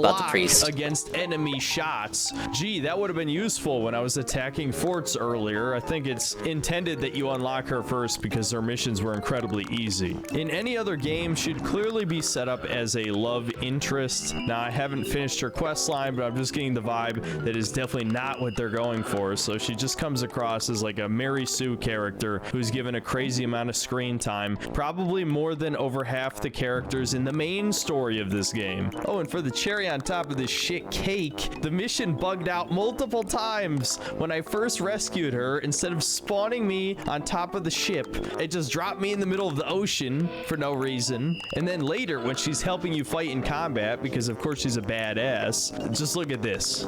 It wasn't that. My father Look at her floating around. He was drinking. It's one of her girl boss powers, the power of He levitation. forgot about me. Jesus. Yes, thank you. Round the Ubisoft. Dinger This is stream what disavow these Assassin's Creed the 4 statements, the needed. reprehensible statements God of this forbid we have heckin' even shutty. a slight amount True. of realism in our pirate game, because we all know what would happen to a woman on board a pirate ship. Somehow I don't think cum dumpster would be one of the officer roles on the ship. Now, I don't want to give off the impression that I think the original Assassin's Creed 4 was some kind of based game. As I was playing through this, I realized just how many girl bosses are in this. It's a shocking amount. I guess 2013 Proto-woke? was like the early woke era of gaming. The Many of us early, just yes, didn't the early notice how woke bad era. things were It was getting. really The starting to worst seep offender, in. though, easily is James Kidd, who I know historically was a woman pretending to be a man, and she was a pirate. Now, as is the case with a lot of suspicious sounding history, I'm sure most of it is bullshit, just like Yasuke. But that's not even my problem. My issue is that she is an assassin who is being trained up by the local Mayans, who are these wise elders, and Edward Kenway is a pirate bringing shame to the name of assassin. Yet by the time I met these guys, I'd probably killed more Templars than they ever have in their entire fucking lives. It's a joke. This is clearly a case of the noble savage shaming the white man. And I don't want to get too deeply into this because this is mostly meant to be an assessment of the remake and not a review of the original game. But this line about the assassin's ideology really stuck out to me. The natives of this new world had a philosophy like our creed for as long as they've been here. And when Europeans arrived, our groups sort of matched up. Cultures and religions and languages keep folks divided. But there's something in the Assassin's Creed that crosses all boundaries.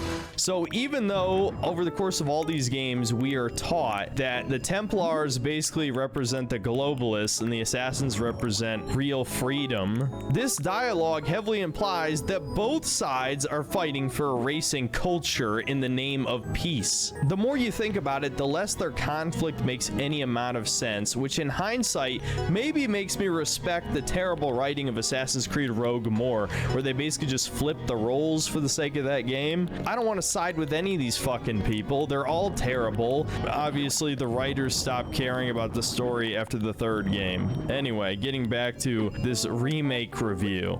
Another aspect of Ugly, I just think there's something that looks off about these new character models and animations. Like, Edward Kenway looks smug in every single scene. It kind of reminds me a little bit of Zoomer Bond in 007 First Light. It just does he also have a DreamWorks smile about him? I don't like it. Oh yeah, and somehow I almost forgot. This studio decided to add quips. Don't you know quips are the future? Everyone's got to be Leon Kennedy now. I'm supposed, me the gamer, I'm supposed to be like, yo, dude, that was epic. That was epic.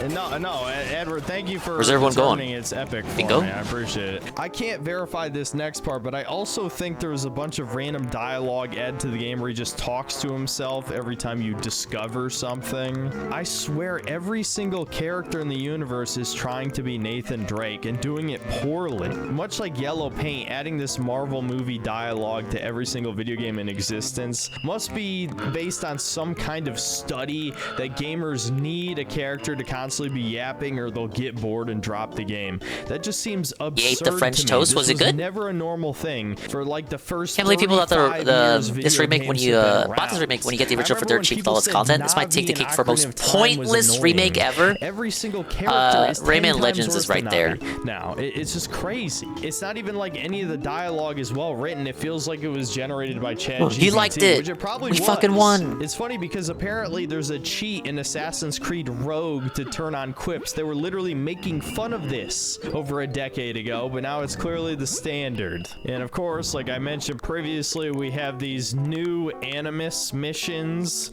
where the Animus OS is trying to turn us into a good little wage slave, I guess. You know, we're not enjoying our escapist fantasy properly. Kind of meta when you think about it. I guess this is supposed to be exploring like what ifs if the character had made a different choice and stopped trying to be a radical assassin guy who loves freedom or whatever the hell. But in reality, what these are is basically just timed parkour puzzles, if you can call it that. I don't know. It was pretty lame, dude. Just look at this. This is obvious asset flip shit. Very low effort, not fun in any way. And of course, this is a Ubisoft game, so there's microtransactions. Like I said in the intro, there's $90 worth in this, 80 of that being just cosmetics. Who the hell are you even showing these off to? You're playing the game by yourself. Are you gonna fucking steal mommy's credit card and call your friend over and show him the fucking demonic armor? It doesn't even make sense for a pirate game. And then the other $10 are split between a resource pack and a total map reveal. There's even a minor pay-to-win element to this game. Oh, goody. Since I pre-ordered this, I got access to some extra gear, and wait, unlike most games that it? usually just make it a He's not exactly getting sent review copies, but come on. that gets obsolete about a couple hours in. This was actually legendary gear that at the time of recording this is still the best swords and pistol that I've gotten access to over 10 hours into the game. What an absolute joke. I mean, really? Yeah, not much else to say here. I think every gaming YouTuber in existence has shit all over microtransactions microtransactions like this for good reason. And I think that pretty much covers all the important stuff. I'm sure you could very easily make a several hour long video comparing all the minor changes between the original and the remake. All you need to know is this is a demake, definitely. It's not an extremely offensive one like the Dead Rising one or the Resident Evil 3 remake. It really did not look No, like this is the just Dead Rising a lot of remake. cheap downgrades for the sake of low effort. It's missing a lot of polish. The combat just feels awful when you mess around with it beyond just spamming your overpowered abilities. The best thing I can say about this remake is that the ship combat feels most of the same, and well, that was always the best part of the original game. What can I say? Yes, this still kind of works as a good pirate simulator, and also yes, just like the original version of the game, the story missions Yeah, they are the censored worst that part of the too. They game. like I don't changed know why the design Astrid for one of the 4 has so characters because it was like a terrible campaign caricature, missions. the butcher But one. yeah, that's something they could have actually maybe fixed. They with removed the remake, but sexiness the only meter thing from that the was truly picture changed mechanic. is the tailing missions were more or less neutered. I also didn't notice Worse than the any Wii port? forced stealth missions. The Wii port was technically, it was interesting on a technical level because it was just rehashing the RE4 engine. But I didn't play all the way through the game, as I said in the intro. Maybe there still are forced. That was a rare case of them removing DI from the game. That's another improvement. But for the most part, there really is no reason for this remake to exist, which I know you could say about the vast majority of remakes, but this one in particular might be the most pointless remake of all time. It's a game from 2013, man. That was already modern gaming. There was so little to gain from remaking this game of all games, and that just shows in the final product.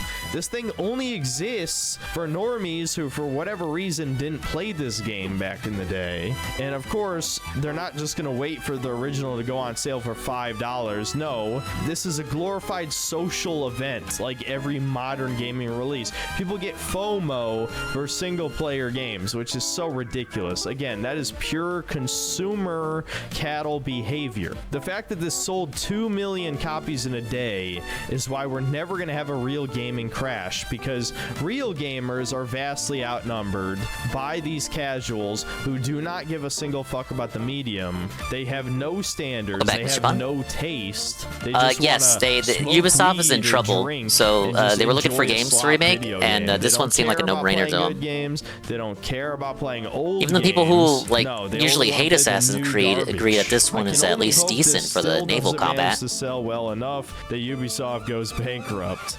That's about it. See you next time, guys.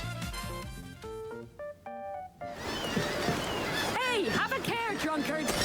Remakes of games that were 5 years ago old will start happening. We're so fucked. If it sells well, we're done.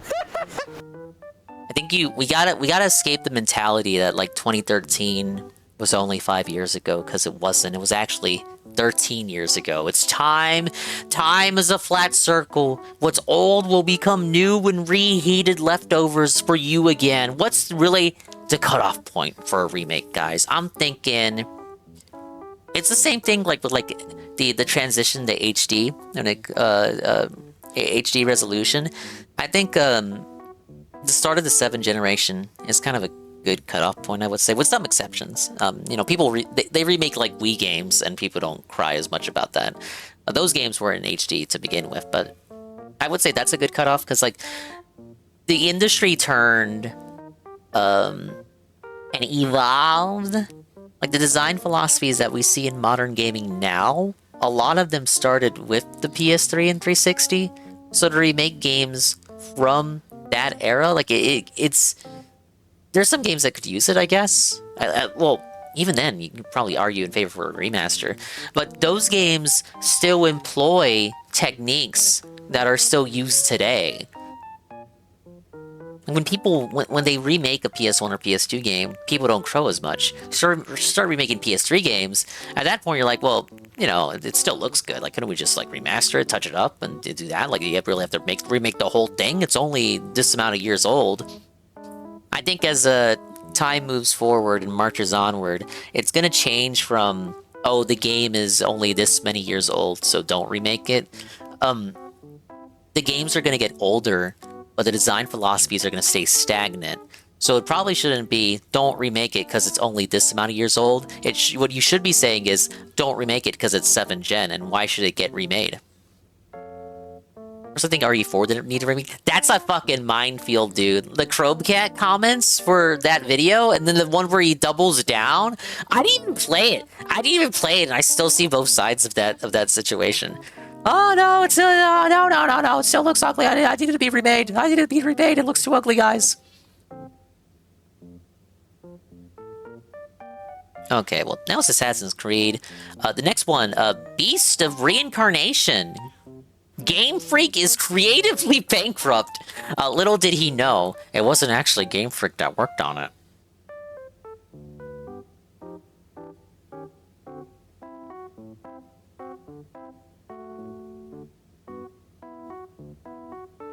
Alright, let's get the refresh.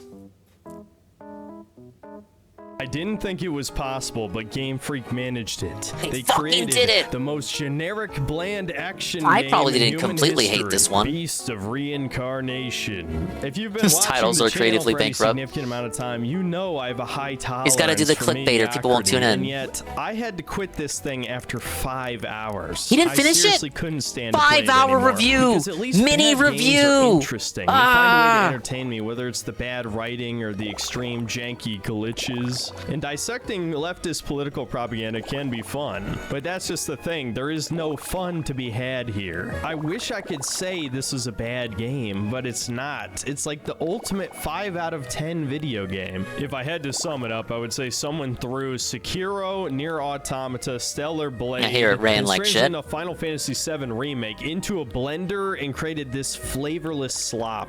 It's crazy that Game Freak finally had an opportunity to make a high-budget game. You know, they're free from the shackles of Pokemon, which obviously they don't want to be making those games anymore. Extremely apparent by the garbage that was Scarlet and Violet or Legends ZA. But then they make this game, which has absolutely no creative vision whatsoever. It feels like it's appealing to the lowest common denominator. Kind of makes Like you think they're maybe too scared Nintendo to make it isn't at hard, fault like here. Elden Ring. So they give you a wolf that slows down time and can use abilities to help stun enemies. They're too lazy to give the enemies complex Almost like Game Freak is movesets like incompetent no Souls matter games. what Hell, they're project too you put them lazy on. to have any enemy variety in the first place. They also had no idea how to make an intriguing world, so again, it just feels a lot like Nier Automata or Stellar Blade, where everyone's a robot and we're fighting against nature. They act except like of they're course, robots, nature's too. actually the good guy. Environmental message, you know. The voice Oh, and of course, this game is strangely buggy and unpolished. This is the only game power I've of ever played Unreal that somehow 5. manages to turn off my webcam. I actually thought my webcam was broken, but I've tested it with a bunch of other games since. It was this game, for some reason, turns it off. So a lot of this footage is gonna have freeze frames in my face. I apologize in advance. By the end of the 5 hours, I just felt like I'd completely wasted my time. If it wasn't for the fact that I review games for a living, I certainly would have tried to get a refund on this shit 2 hours in. So this review is going to be a little bit different. It's going to be just impressions, because I don't think it's fair to deeply analyze a game when I only completed the first 2 zones and played it for 5.5 hours. So I'm just going to give you a quick rundown of what the game is like, and then I'll talk about Game Freak for a while at the end. So Oh, without further goody. ado, here's Beast of Reincarnation. So I think I can't this wait game for that truly part. embodies the genre action slop. This is a term I've used a few times, and yes, maybe some of you are tired of the term slop by now, but I really can't think of a better name. It's like if someone with no talent or vision or any understanding of what made games like Sekiro good tried to make a rip-off with no confidence in the player skill or even the developer skill to make a compelling combat system. So yes, this is yet another modern game balanced around parrying. I'm starting to get really fucking tired of this shit, not gonna lie. I even considered making a gaming design video just about parrying, because this goes far beyond the action genre at this point. It's in fucking turn-based games. It's in shooters. I mean, really, Doom? Are we kidding? And the thing is, I think parrying can be really satisfying in the right context, but this whole pseudo rhythm game stuff just doesn't appeal to me personally. So yes, Beast of Reincarnation's combat combat is mainly centered around filling enemy stagger gauges, which is mainly built up through parrying enemy attacks, counter-attacking, using the wolf, which we'll get into in a second. And then once the gauge is full, you can insta-kill the enemy. Sound familiar? Yeah. The amount of attacks at the player's disposal is shockingly shallow. It's basically just light attack, and you unlock some combos over the course of the game by defeating the bosses, which just feel like Dynasty Warrior type moves, which really doesn't fit a game like this. You can sprout big plants from the ground to deal AoE damage. Ironically though, the player's ability to deal with crowds is really weak. The main enemy type in this game, the golems, yes, they are literally called golems, we'll get into that later. These robot samurai, not that golem. They can actually deflect the player's attacks if you attack too many times in a row, and they have really fast counterattacks, like unreactable. So this pushes you on the defensive for obvious reasons. And when you're fighting multiple enemies at the same time, it's kind of impossible to parry all of their attacks. I genuinely think Game Freak did not test this combat system around playing the old-fashioned way. We'll just put it that way. You didn't fucking test this shit, not man. Using the player's cheat codes, as I like to call them sometimes. Basically, your other skills that allow you to gain extra turns in this glorified turn-based combat system. And so if you're fighting like two mini-boss style enemies at the same time, they can very quickly kill you in about 3 hits in a matter of seconds. And enemies input read when you heal in this game. And on top of that, this has probably the worst dodge I've ever seen in a Souls-like game. It is expressly designed just to dodge unblockable moves. And so if you have, you know, years and years, literally 15 years of built-up muscle memory of using the dodge roll to dodge attacks in this genre, and this is not the game for you. Out by some of these enemies and just die in a matter of seconds and probably rage at the game. Oh, and of course, it goes without saying there are perfect dodges and counterattacks, though they didn't really seem that strong, honestly. Like I said, just used to dodge unblockable attacks. The block in this game is fairly strong, but again, like Sekiro, if you do too many blocks instead of parries, then your meter is going to get depleted. They'll break your block and then they'll kill you in like 1 second. Now, me saying all of this might make you think this game is challenging. Well, it's not. It's definitely not. The game gives you a lot of tools at your disposal that kind of trivialize any of the more interesting aspects of the combat. The main one is your wolf, Ku. Every time Emma, your character, parries, you get 1 point to Ku's like action turn-based meter, and you press triangle to slow down time. You can pick a command. Again, this is just like the Final Fantasy VII Remake combat system, and these commands do any number of things, like build up the stagger gauge, cause a fire status effect, bind the enemies together. This is probably the only good crowd control move in the game, and it's very strong, and so on and so forth. You get the idea. And you can build up this meter very quickly if, you know, you just parry a lot of attacks, which you will be doing. On top of this, Ku passively supports you in combat by giving you minor healing items or curing status ailments. He can lay landmines in the arena, which is very strange. And probably his most powerful ability, he'll just randomly do follow-up attacks on enemies, which knocks them into the air. And the air combos in this game are just straight up busted. Sounds like it has a lot of elements of RNG. It fills up their stagger meters super fast, and then you just finish them off. I think you can see why I refer to this as a cheat code, because it severely cheapens the experience. There's no player skill involved here. Although from a story perspective, Emma and Ku bonding is like a big part of the story. From a gameplay perspective, this feels like it was just stapled on, because it doesn't really connect to the combat in any meaningful way. Yes, Ku has his own health bar, and you can command him to go attack on his own, and he can also fall in battle. But I think only one time did he ever run out of health, because, I don't know, you're more likely just to run ahead and engage enemies that way. Another strange, unfitting tool at your disposal is that you can spend your block meter on slowing down time. And this sounds like it'd be really strong, except that it only lasts like 1.5 seconds. You can upgrade its duration in the skill tree, but I think the only good general purpose use for this I can slow down time too. Boss fights, I just go to the speed of the video, put it at 0.5. Strangely, the bosses have really I think long people would kill me recovery if I did times in that. between attacks, giving you plenty of time to do a full combo, unlike most modern Souls-likes. Ironically, the mini-boss enemies enemies, whatever you want to call them, the stronger samurai bots will just deflect your normal attacks, or basic attacks barely fill up their stagger meters. So you'll try to do this slow down time trick, and by the time you get off one of your Dynasty Warrior style combos, they'll just immediately hit you and you'll lose half of your health or more. Oh, and that's not even to get into the various different jank elements. The lock on in this game is fucked. Sometimes it'll just lock on to the furthest target away from you instead of the one directly in front of you. Sometimes your heal and block just I don't understand what Phil Light wants here. What is a good game to him?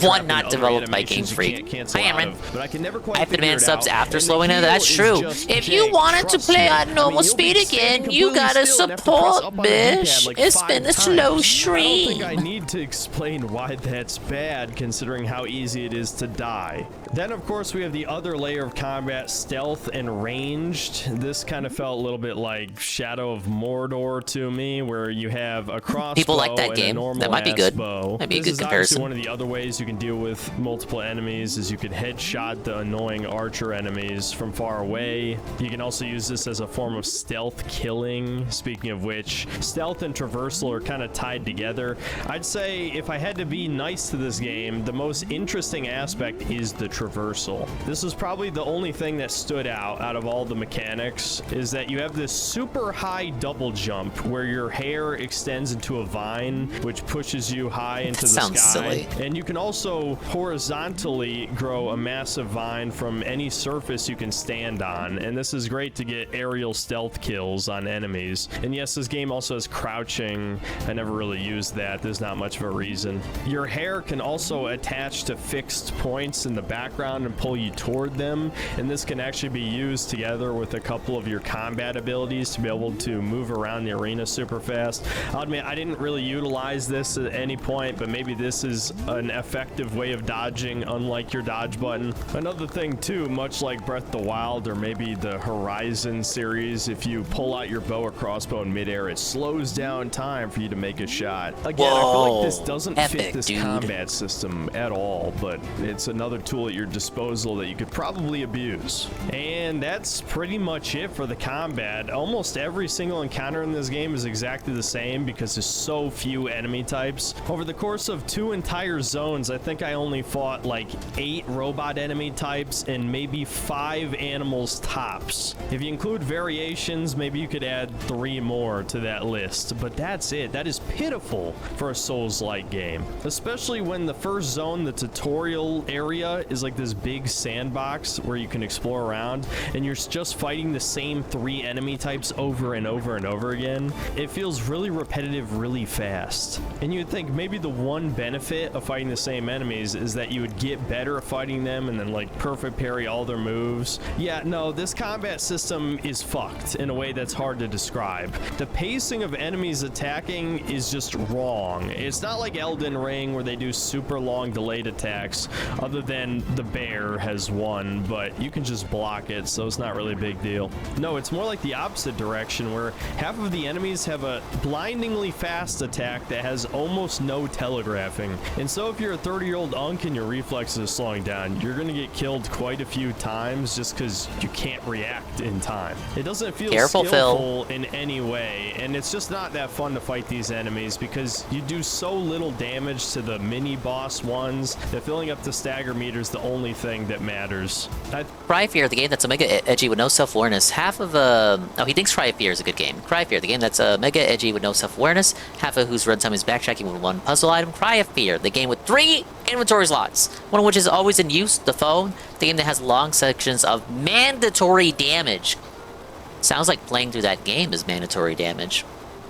It's not like Dark Souls. I think almost every time I died in this game, it's just because I refused. You wanted it to be like Pokemon, is the thing. Because it's clear that that's how you're supposed to play the game. It's made by Game Freak. It should be like Pokemon. Of course, we can't talk about a Souls-like combat system without talking about the bosses. This is the only game in this genre where the bosses are significantly easier than the gank squad encounters. I actually couldn't believe it, but I first tried every boss. And honestly, that would be fine if this game isn't supposed to be hard. boss that he ran but like into. I said, if you fight two mini 'Cause he did boss drop type it. enemies at the same time, you can die in a matter of seconds. But then the bosses are actually well designed in comparison to the normal enemies. Their attacks are actually really well telegraphed, so if you fuck up the timing, it's obviously your fault. I will say they are definitely too easy, and that is mainly just because they only have like 3 attacks. That's another massive blunder. I mean, how the hell does like a basic Flame Hollow from Dark Souls 1 have more attacks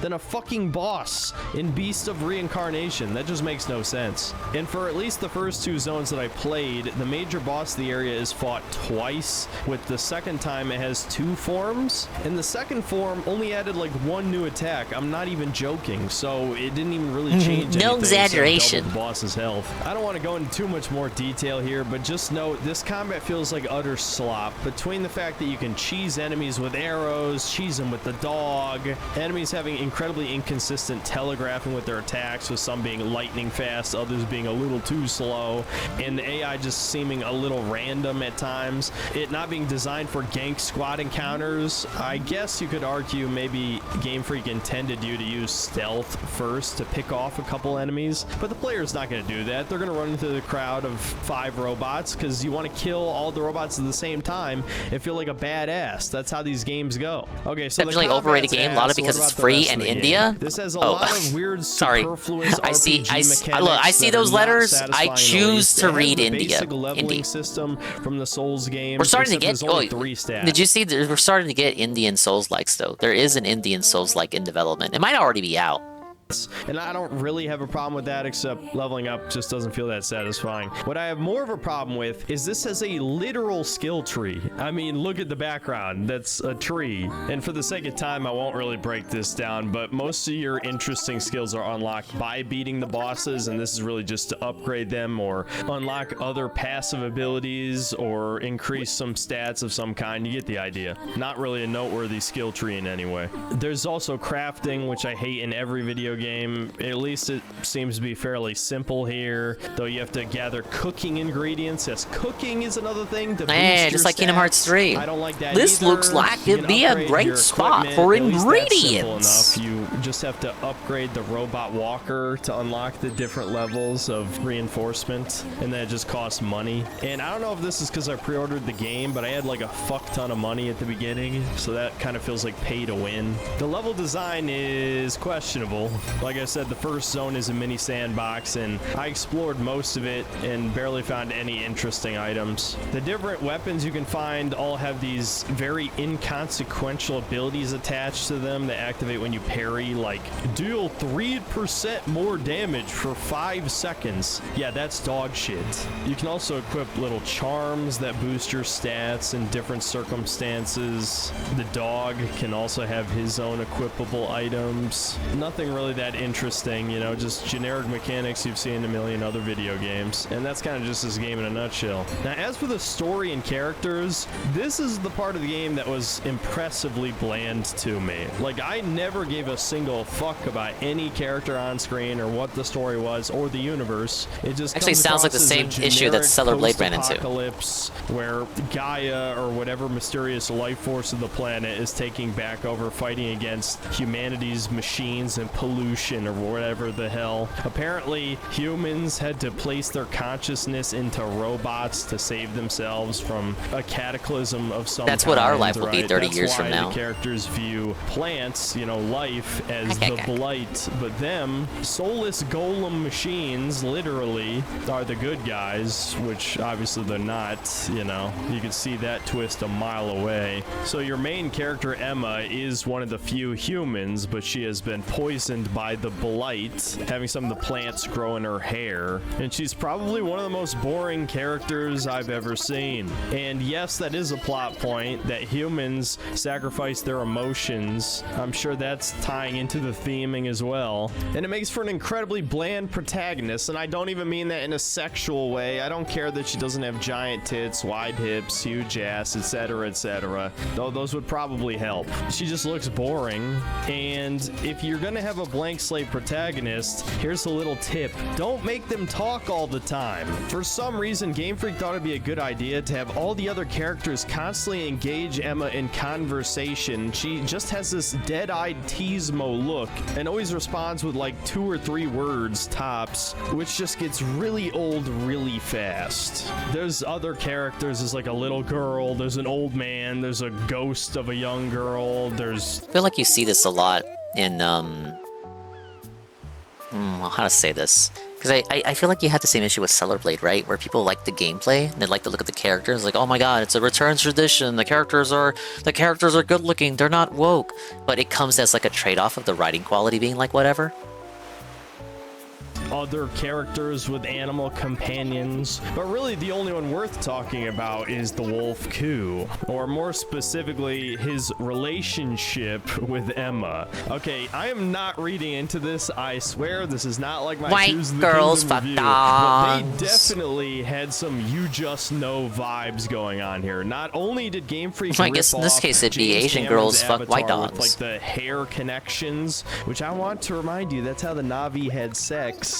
She also showers with the dog, which I don't even know how they both fit in there. And the way she pets the dog, I know is supposed to come across as autistic, but it You looks more like she's just looking know. lovingly into its eyes. Well, in her emotionless Teasmo way, anyway. The only defense I can mount for this is Emma's not a white woman, so maybe it's completely platonic and normal, but I have my doubts. And this is obviously not meant to be a very structured review, but just to get into other complaints with the game, it runs like shit, like many other modern games. No big surprise there. It has really bad pacing for a Souls-like game. In the first chapter, there's a bunch of flashbacks, which are movie game segments where you run in a straight line. And the second major boss, which happens in the flashback, is an absolute joke. Might as well have been a cutscene instead of a battle. Oh, and the skip dialogue function didn't even work in these flashback sequences. Like, yeah, you can skip the text, but the character just awkwardly stares at the screen for a few seconds. Oh, and something you probably noticed in this review,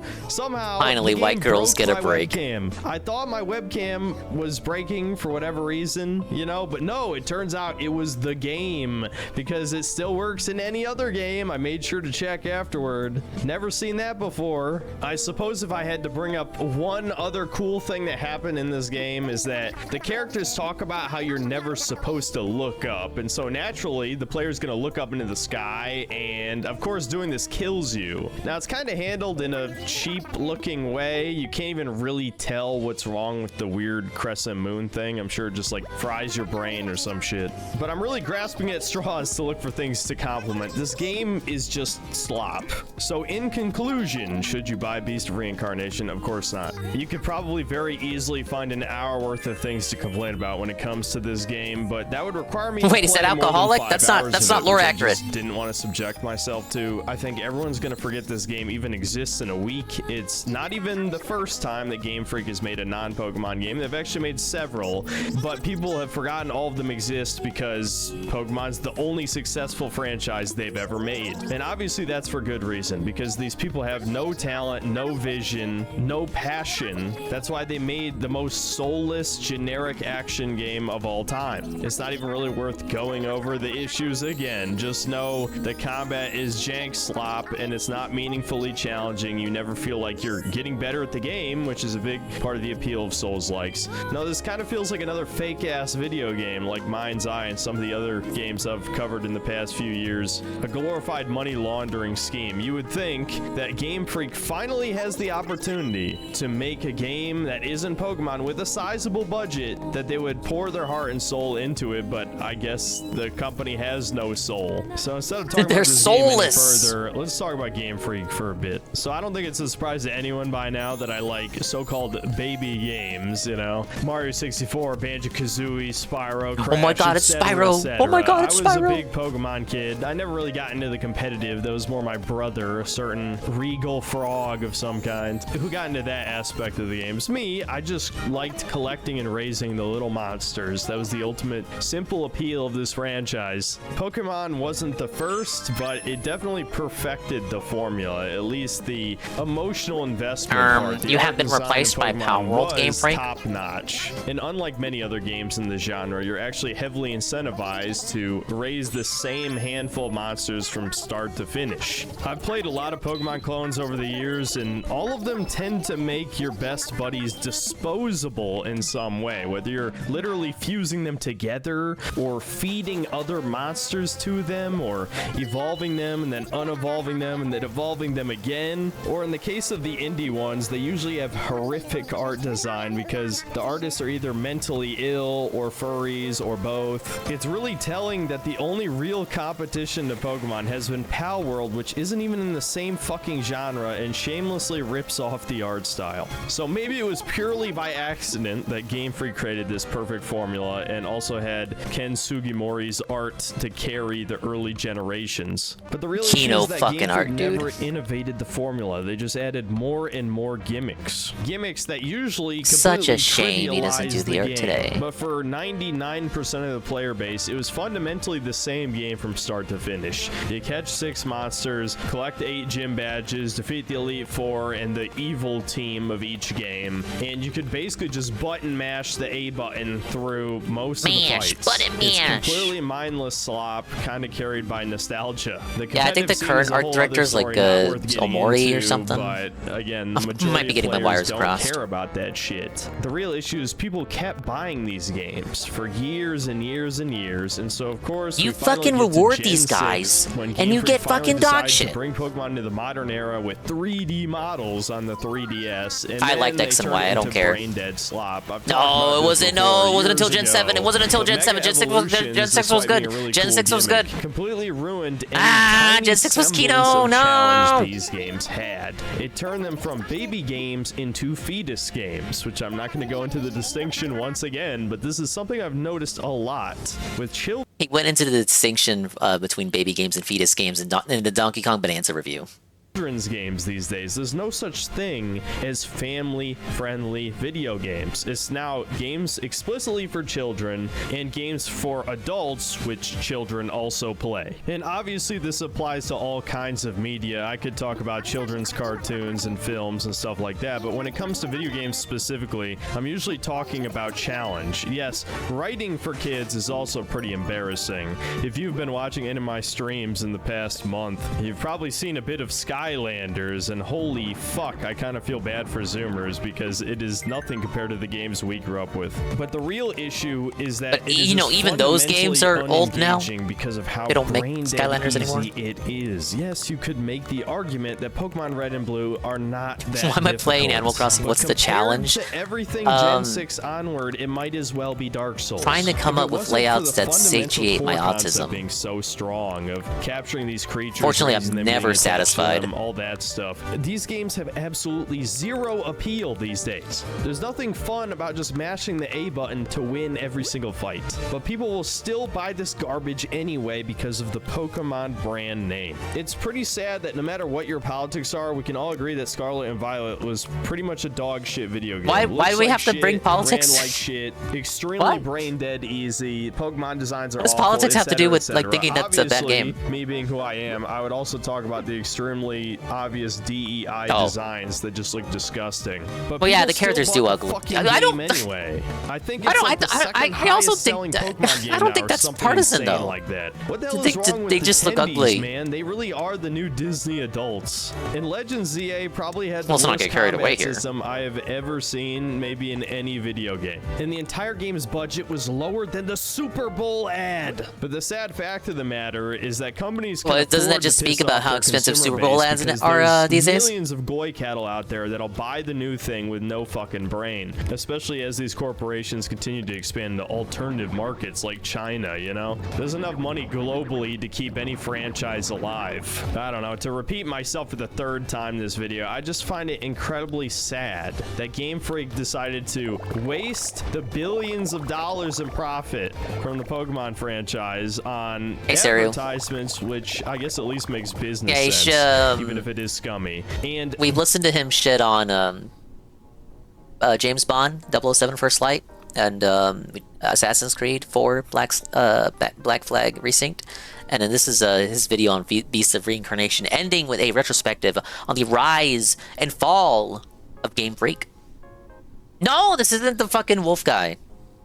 This game, a AAA action slop that feels like a combination of every other game you've played before. DMs and has a worse. vacation coming up. Maybe When their heads are specifically? so far up their own asses that they really thought this game was going to sell gangbusters. Yeah, Shroom was here Everything to earlier make talking is about gold it. just because of Pokemon, but I genuinely cannot believe clip. Congratulations that for they making it thought on. that this would be a hit. It's just Everyone was slop, plain adding and you simple. when the If you segment slapped was the Pokemon starting. name I guess on you it, were I'm asleep sure it would've already. sold at least 10 million copies, but without any sort of strong aesthetic art design or unique gameplay, there's no way that this is going to build any kind of fan base. But they can afford to have a million Beast of Reincarnation failures because they make so much bank off Pokemon and they don't invest any of it back into the games. So to wrap up this aimless rambling, I'll just say nobody asked for this game. There's no reason they should have made this game. If a Pokemon game was given this kind of budget, it might actually be good. They might actually make something people No, liked. it'd still be it would still be an Unreal Maybe Engine people would game. stop shilling Pal World every time Game Freak is brought up. But no,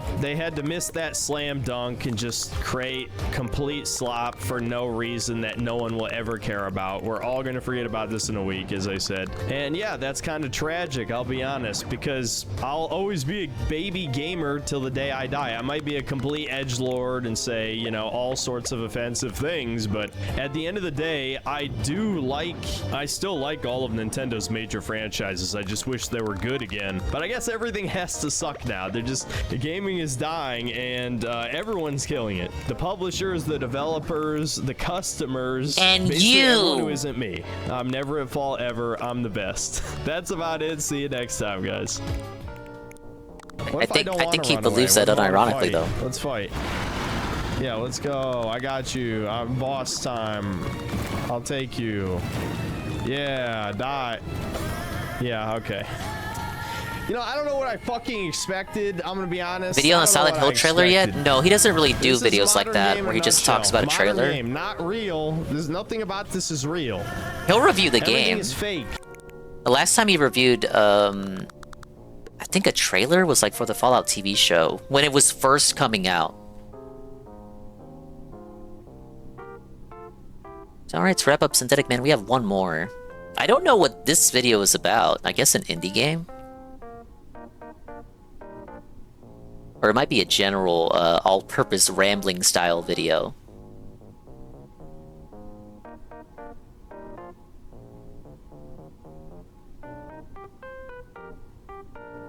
I've covered many games over. The title is, Spread Those Legs, My Strange Seed Wants In.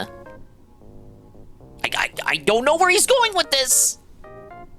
Years, but if you had to describe my channel in just a couple words, I would say Slop Reviewer fits it almost perfectly. Now, of course, usually that means I'm reviewing terrible games, or at the very least, mediocre What did he games mean that by don't this? Try to innovate. They don't even really iterate properly over previous games in the series. No, most of the time it's just disappointing sequels, quote-unquote original IPs that are just DEI woke slop funded by BlackRock. And in the last couple years, we've seen the rise of a whole new genre, the mind's eye-like, essentially money laundering schemes. However, today we're going to do something a little bit different. A little impromptu, a little different. It's actually pretty good. Now, you guys know me by now. I'm not the type who's going to say that indie games are a replacement for AAA. That's just a lie. There's been a million similar videos made on this subject. Maybe someday I'll make one of my own, but to put it shortly, most indie games are just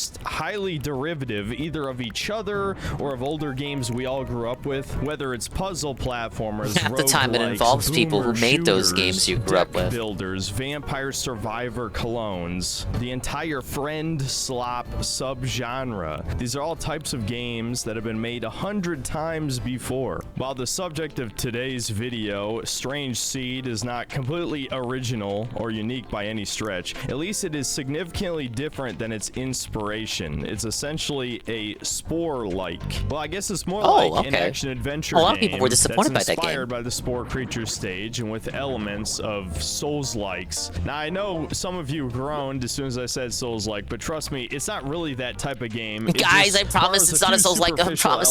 Like bonfires and enemies respawning in a similar way. It is certainly not a ball-bustingly hard game by any stretch. Now, I don't think Spore itself needs any introduction. This was one of the biggest find a new hobby he enjoys. He's always sounded like for this. Anyone who grew up with it, I think we all kind of still have fond memories. If you really want some introspection into his sick, twisted mind, watch his Death Stranding 2 review, which is actually just him crying about turning 30 and still being a virgin. Of it. I know I do. And for most people, their favorite stages of the game were the creature stage and the space stage, as they were the most unique and probably had the most polish to them. In the case of the former, using your newly evolved spore cell that has gained the ability to walk on land, your new goal is to become the dominant life form on the planet, either by devouring Black and White the sim game that was godlike. I don't know about it. Friends with them if you're an herbivore or optionally an omnivore. This gives you DNA points, which you can use after mating with any partner of your own species you find to mutate the next generation into an even more powerful creature, a very goofy take on evolution. Now, I'm sure we all remember fucking around with the Spore creature creator for hours, making really dumb looking animals because the thing was actually quite limited, but at the time it was incredibly novel because there was nothing else like it. And so Strange Seed is very similar conceptually. You start out as the titular Strange Seed, a little purple blob that can devour animals and gain the ability to morph his various body parts into whatever he eats. And you're kind of just dropped into this game with no real direction. You just explore these mini sandbox levels, eat animals. Yeah, he gets engagement for negative opinions. He does not make money when he makes a positive video. He's told us before. The evolution system in this game is at least he's transparent. To Spore, as you could probably tell. And mechanically, it functions very similar to Spore as well, where attaching various parts to your creature gives it the abilities of that animal. As you would expect, attaching wings gives the creature the ability to fly. Different heads give you different types of attacks, so on and so forth. It's not as open as Spore, where you can actually attach vertebrae or put the various parts anywhere you want on the creature, but you can affect their general size. You can delete parts of the creature to just make whatever disgusting abomination you want. But I think the important thing that gives this game does he get paid for telling people he's a virgin?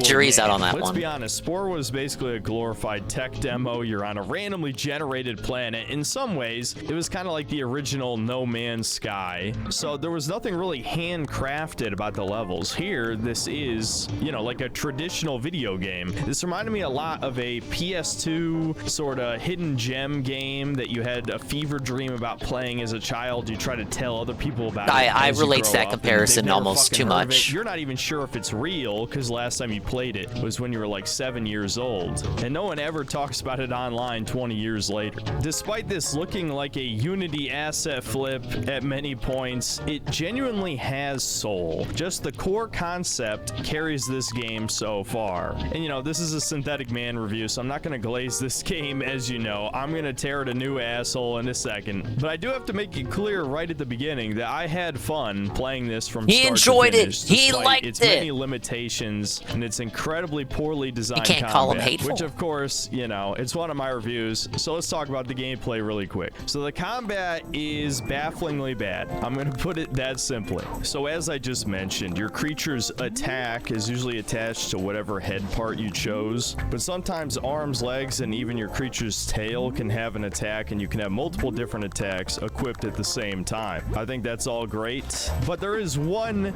absolutely massive flaw with this combat combat system. Every single attack in the game requires you to stand still to initiate it. On top of this, enemies attack in the exact same way you do, with some weird notable exceptions where enemies can spam attacks with basically no startup and no ending lag. I have no idea why, but that aside, for the most part, you and the enemies have the same pool of attacks. So this entire combat system is walking in front of an enemy, waiting for them to start an attack, strafing 90 degrees to the left or right of them, initiate your attack, rinse and repeat until you win. That is every single one-on-one encounter in this game. Even when it's multiple enemies, strafing around the circle still pretty much gets the job done. Most attacks in this game have the exact same properties. It's just a melee attack that hits a certain distance in front of you, with there only being a handful of projectile and area of effect moves in the game. Attacks also have a cooldown attached to them, so you can't even spam the R1 button over and over again, with the only benefit to this system being that individual attacks you have equipped have their own cooldowns,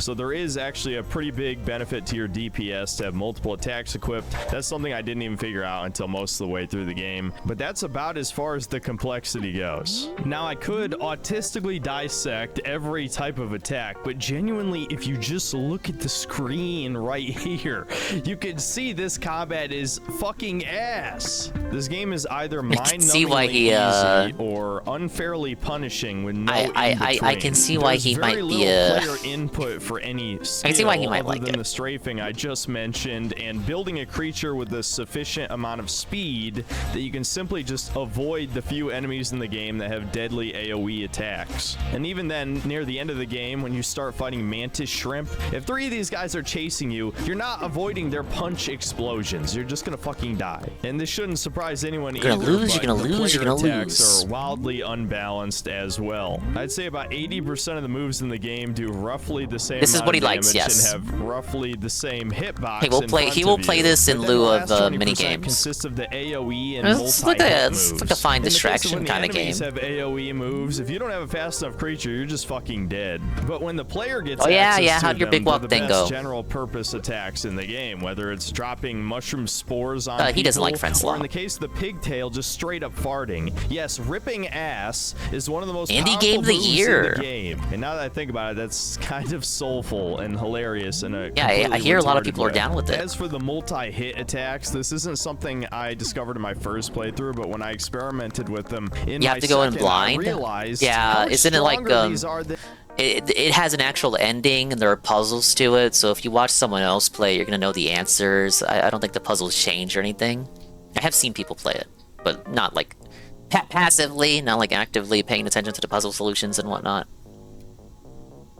than literally everything else in the game. The supposed trade-off is that they have a random spread, but in the case of the Devil Coach Awesome thing to Beetle's do with Tail, friends, you can I get see. access to this thing in the first hour. That's interesting, And if even half the water just the droplets hit, concept it of one-shots every of basic that kind enemy of type game in the having first an half of the ending, game. That is only a being few something that you can actually multi-hit attacks in the finish game, with your And the friends. mech arms have such a wide spread that really they could only hit really big creatures and actually do any significant damage. But it's just bizarre that this combat would be so fucking limited, except in this one way that just multiplies your DPS several times over. So you can just employ these hit and run style tactics on basically every enemy in the game. The only other way to play is to build a creature so tanky that it can get hit several times before dying, and then you can just bulldoze through everything, but that's not really much more fun. And as you would expect, there's basically no AI at all. The thing just runs in a straight line toward you, initiates attack, run in a straight line toward you, initiate attack. That's every single basic enemy in the game. And there are bosses, which are a bit of a mixed bag, but I would say they're still leaning on pretty well designed given the rest of this game's combat system. But just like the difficulty of the rest of this game, they're either incredibly easy or just really janky and hard for the wrong reasons. And to wrap up this segment, the only amount of true creativity that I got to exercise was that there's a couple parts that give you regenerating health, and you get the ability to switch between presets lots of different mutations. So you can instantly press a direction on the D-pad to go from your big tank monster to your flying monster to your ranged monster, etc., etc. But there's a way to completely break the game where you set up your super tank monster of death, and then when he gets on low health, you switch to a tiny monster that can regenerate health and is super fast, and you just fly away from all the enemies, get all your health back for free, go back in with the tank monster and kill everything. Now, I'm not seriously complaining about balance in a game with a combat system this terrible. In fact, I would kind of say it's a good thing that the game even allows you to get that creative with it, but I really wish that it was just fun to play. It is inherently unfun to have to stand still every time you attack. There's no way getting around it. It completely limits the enemy design, the player skill expression, and the total height of the skill ceiling. Every element of the encounters are balanced around both you and the opponent standing still, which is why it goes jank as fuck whenever you get attacked by like 5 or more enemies at the same time. The biggest example of that being possibly the first boss you fight in the game, the Ant Queen, where the entire gimmick of this fight is she just stands on the other end of the room while 50 ants are chasing you at the same time. Despite this being either the first or second boss in the game, it is probably the second hardest, just because you have no good way of dealing with groups of enemies at this point. So you just run around in a big circle to slowly kill all her ant minions, or you have to do like hit and run tactics to try and hit her once then run away. Either way, it takes like 5 minutes to kill the boss. Now, that being said, I think that is my only serious complaint with this game. Yes, it's a pretty big one. Combat being bad in an action-adventure game certainly hurts it a bit, but if you consider the fact that The Legend of Zelda Ocarina of Time is still considered to be possibly the greatest game of all time and its combat system is ass, there's obviously other redeeming elements of video games that can still make them worth playing, and this is certainly one of those cases. Obviously, the main appeal I think there's a little more going into it for Zelda than just a combat. Parts, but I also think that the level design is pretty solid as well. Like I said before, these are kind of mini sandbox levels, each one being a different biome. You have different animals to kill and take their parts. But this game also has really solid collectathon elements, and this is split into several different categories. The most basic being the progression system. Like I already mentioned, you get the parts by killing animals, but you also get biomass in several different ways, from eating fruit on the map, from doing mini quests for NPCs, which are also a way to unlock parts. Usually these involve just mutating into a similar creature to what you're talking to, or maybe they want you to get something from another group of NPCs or kill them. And biomass is similar to the DNA points from Spore, though instead of spending them, they reflect the maximum amount of powerful parts you can equip. Every creature part you collect from a creature has stats attached to them, whether it's health, defense, attack, speed, jump, flight. And so obviously the more powerful parts have higher biomass costs, so you gotta constantly be killing everything to increase that maximum number over the course of the game. It's pretty simple, but it's very satisfying as that number is always going up just by playing the game. Another important collectible is scale points. These are what allow you to alter the size of your body parts. Making your head bigger gives you more damage, same with your arms. Your body and neck give you more health, so on and so forth. You kind of get the idea. And you can also spend these points to make the parts smaller, which increases your speed and the amount of stamina you have, which can be pretty useful as well. And getting back to the level design, something that I think was handled much better than the combat is how your parts actually affect the general controls and platforming experience of the game. Since your ability to jump is represented by one of the major stats, and one of your part slots is dedicated to wings, as you would expect, a lot of the secrets can be found high up or by gliding across massive gaps. It unironically reminded me a little bit of Spyro. While there actually is a decent amount of proper platforming, I think anything with a Scrimblow Bimblow would remind him of Spyro. By simply having good enough parts and a high enough stamina bar. Again, I don't think that's a bad thing at all. I enjoy that kind of player freedom. The types of secrets that you'll find out of the way are these shrines. We enjoy Each that. one of them And we like represents that. a different animal, and you have to fulfill a task to unlock the Spyro animal. mentioned, that the Spyro shrine is mentioned! depicting, Oh my god, either by Spyro! transforming into a different specific animal, completing some kind of challenging task, or sometimes just reaching the place is good enough. There's these VAC facilities which require keypad codes that you find from weird slug NPCs, and each one of these gives you a part to create a human, because no disgusting abomination is complete without a human head. There's an interesting puzzle in the second area of the game where you have to get really small to fight a tiny beetle boss. Unfortunately, it's the only implementation in the game similar to that, but I thought that was pretty cool.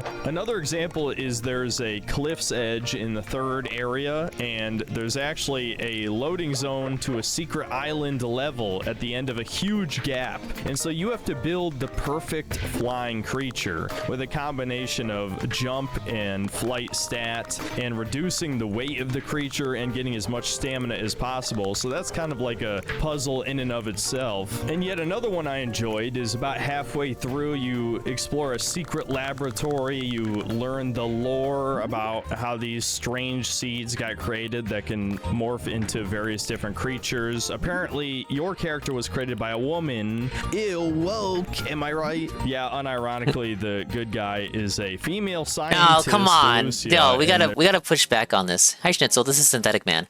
I gotta push back on this. Man, when it's a game he likes, the wokeness of it doesn't bother him. It's just like, oh, well, you know, it's 2026, guys. Of course it's gonna have a little bit of wokeness. But when it's any other game, it's a AAA game. Oh, we gotta start fucking raging and waging, raising up the pitchforks. But it's when it's game I like, doesn't matter. There's an evil Dr. Hargraves who's the final boss of the game. And whatever, it's not really worth reading into or taking seriously on any level. I wouldn't really call this game propaganda or woke unironically, but the point is you actually get Lucia's head, yes, the scientist's head, which gives you the ability to read that you need at a few instances in this game. There's also certain quests that you can do to progress, though there seems to always be an alternative way. Like, for example, there's velociraptors who want you to steal some honey from some bees for some reason. But this is a game where you can kill every NPC, so if you just kill them, you can go to the next area. It's that simple. And there's a surprising amount of other elements I can GTA 6 isn't gonna let you do that. There's like Interesting. game races, which really encourage you to build that perfect speed creature. There's these arcade cabinets around where you just play Snake. That's actually a pretty decent minigame distraction. I'm also glad that the devs felt no need to limit what types of animals you could steal parts from. I mean, for basically no reason at all, there's a velociraptor and a triceratops in this game, though it's criminal that there's no T-Rex to go along with them. I guess even better than a T-Rex, there's a dragon. So yeah, it's not just real world animals. There's also a mech. I don't know how the fuck your slime turns into a giant mech, but that's kind of cool as well. There's various cosmetics to unlock, whether it's goofy hats you can place all over your creature or different skins which alter the texture, and you can give them. I saw as a thumbnail for Tears of the Kingdom, and I thought try hard. The review itself was also very try-hardy. It was him trying to insist that the Hylians got blacked because of the goat people. He's just gonna let you choose your dick size and require you need to piss every 6 hours or something. Just like the horse testicles, and still require you to do every mission in a very set specific way. One boss and a few more enemy types that have the same exact AI as every other enemy in this game, but still added more fun and more collectathon elements to it. So in conclusion, should you buy Strange Seed? Actually, yeah, I think probably he loves it. He's recommending it. He's recommending a game. Recommending a game. He's recommending a game. Very cheap at times, but it is genuinely creative. It feels like it actually innovates on the Spore concept and does something of value with it instead of just being a novelty in and of itself. It definitely is not the type of game I would recommend to someone who only likes high budget games or well-polished games, because this is certainly neither one of those. It is definitely a janky indie 3D slop kind of game, but I would be lying to you if I said I didn't have fun. I legitimately did enjoy this game. This is one of the best games I played this year. I especially just love this character creator, man. Yeah, if it was more like Spore, it would be a little bit better, allowing you to articulate every piece of the It's good because it reminds me of the craft game I perfect grew up creature with. That way. But the way it's Me when the implemented Spyro into this indie game comes still out. works extremely well. It controls better than you'd ever expect. Even though the combat is beyond abysmal, I would still say just the novelty of combining all these perfect creature You Schnitzel for the qualities 3 into stream the ultimate streak. killing Just correct me if I'm mistaken.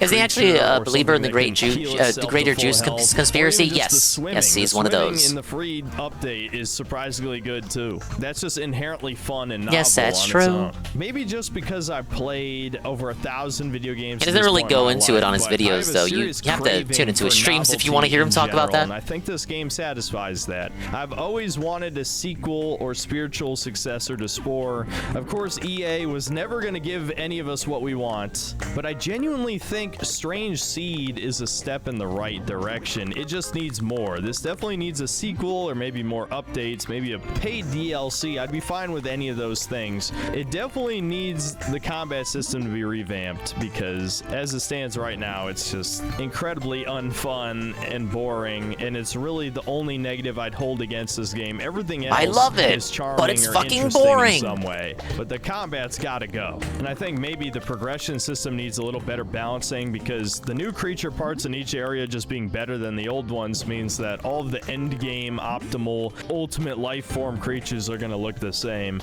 But yeah, I'm not gonna lie to you, I actually quite enjoyed this game. I You think just said you it was should give boring. It a try. Obviously, don't spend too much money for it, but it was a good time, and it feels nice every once in a while to make a positive game review because obviously the next review is going to be for the Assassin's Creed 4 remake that I think we all know Which is we gonna just be a cheap watched. cash grab. So yeah, give Strange Seed a chance if it looks interesting to you, and I'll see you next time, guys. He enjoyed it. He liked it. He liked it. It took a long time. We finally found a game that he actually enjoyed that doesn't start with Spyro and end with the dragon. Does Frogmire still make reviews? Yeah, that was like the first video we saw today. Oh, well, I guess that was more him talking about his autistic stream of consciousness on the differences between autistic gamers and gamers with ADHD. Last time he talked about last game he reviewed, probably, I don't remember, maybe Pocopia. With that, there's only 7 videos left in the playlist. And most of them are Frogmire videos.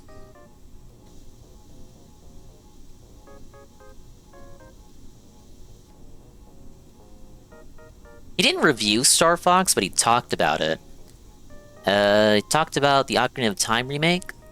Talked about Pokemon Champions. I guess Pokemon Champions. I think we watched that one. They did like a half-hour video on Champions being a cash grab. Of course he would have to talk about that, because he's a Pokemon enjoyer.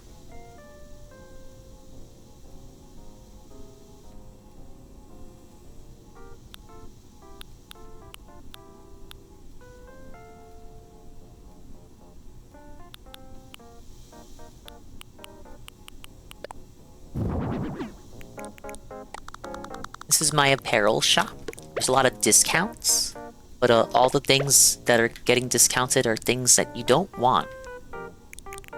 It's okay though. That's just how I run my shop. I think we'll put the ring box in here. I don't want anyone stealing my shit. Is the thing. We'll put the nail set. The nail set right there.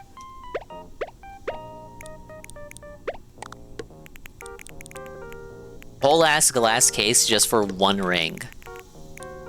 It's okay though, it costs like $11 gazillion. Can I set things on the mannequin? Isn't that what she said?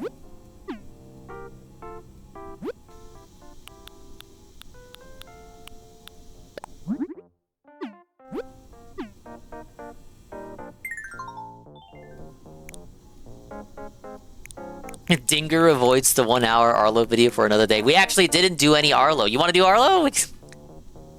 I was gonna wrap up the apparel shop. It's a 13-minute Arlo video.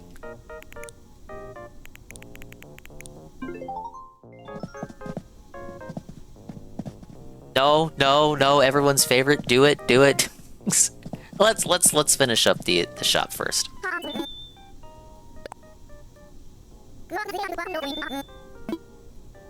kind of clothes do we want? Well, what the fuck? You had me make a fancy ass shop. I guess we're gonna have showy clothes.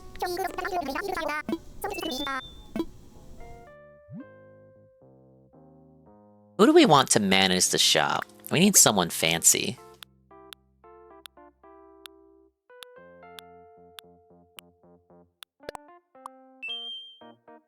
We gotta do something about the outfit.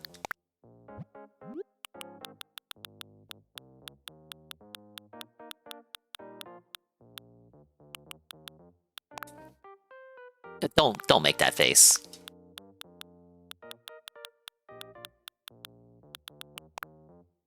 Okay, that's kind of... This kind of gives me like the... You know when most funny cartoon animals wear shirts that but they don't wear pants, and it just kind of makes you think, man, it's the absence of... Okay, they could be naked, and then you wouldn't raise that question, but you know, when they have the shirt on but choose not to wear pants, then it makes it more conspicuous that they don't have any pants on. Ooh, I like this.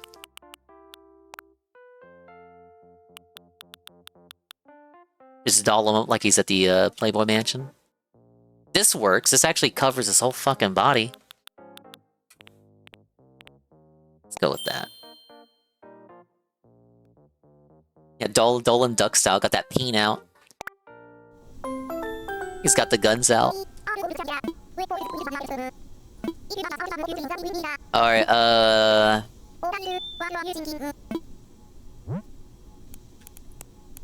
name for the shop.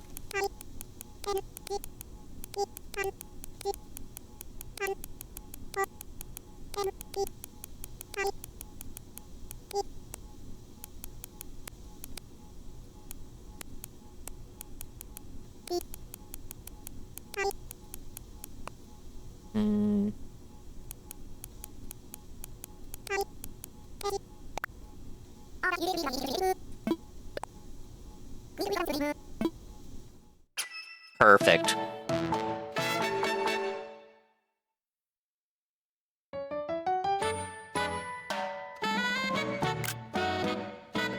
Have that as a photo. I didn't take a photo.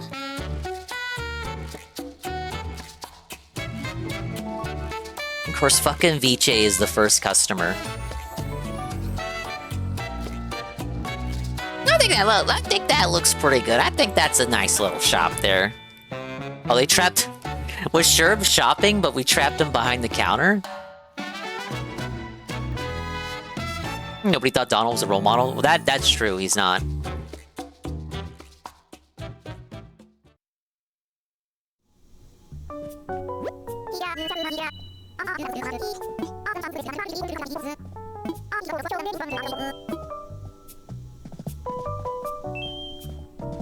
We can't talk to him?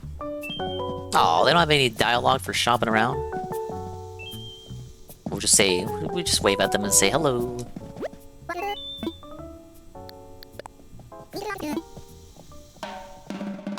Dig her fry look.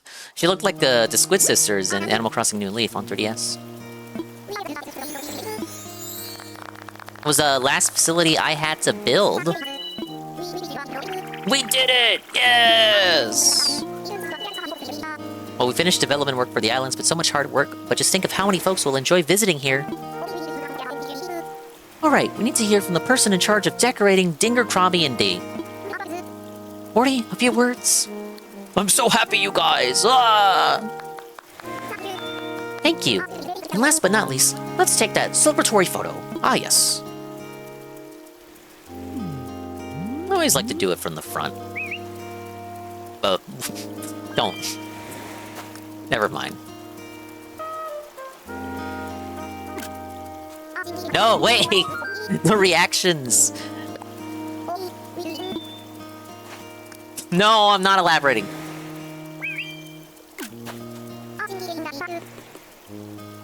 Hi, Duringo. He's a special character. You can't have him as a villager. Same with the little monkey. This is the DLC that came out years ago that you get free with NSO. I never finished it. I think I'm near the end.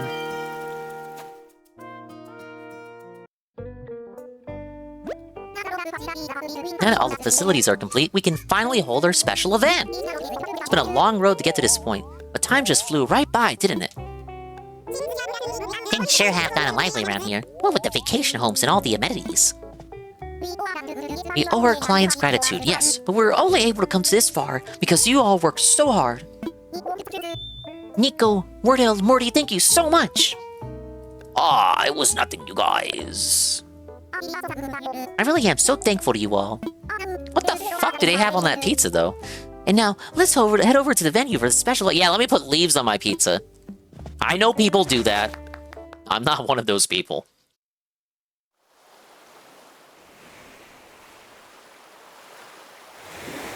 Dude, it's everyone I recruited and made a house for.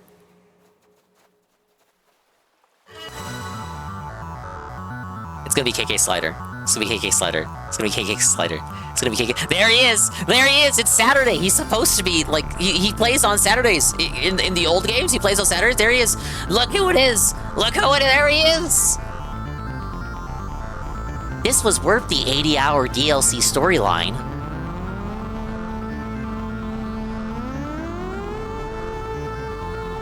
I didn't think it was gonna be this bombastic.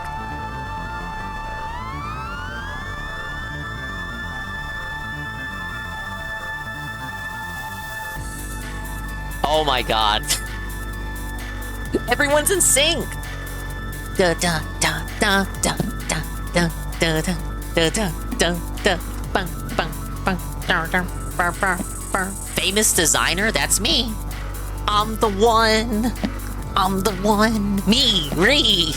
I used to be one of you. I used to design homes for a hobby. I used to create vacation homes for people like you. I'm out of battery. Oh, it's showing off all my homes. No, no, not in the middle of the thing. Wait, hold on.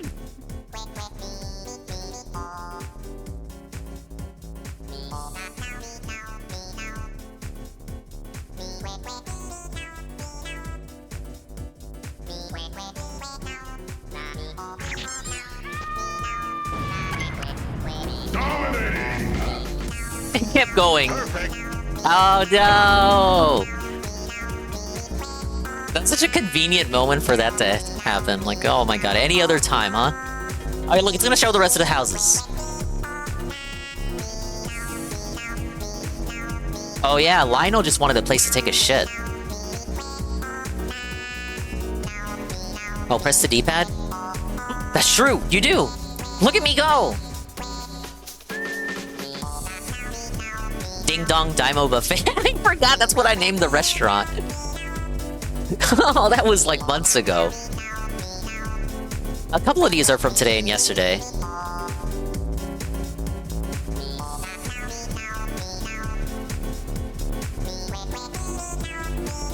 Oh, I gave VJ like the smallest house. There's Dingy Hut General. I think I did a good job with the hospital. I was in the zone. That was during the DSP segment yesterday.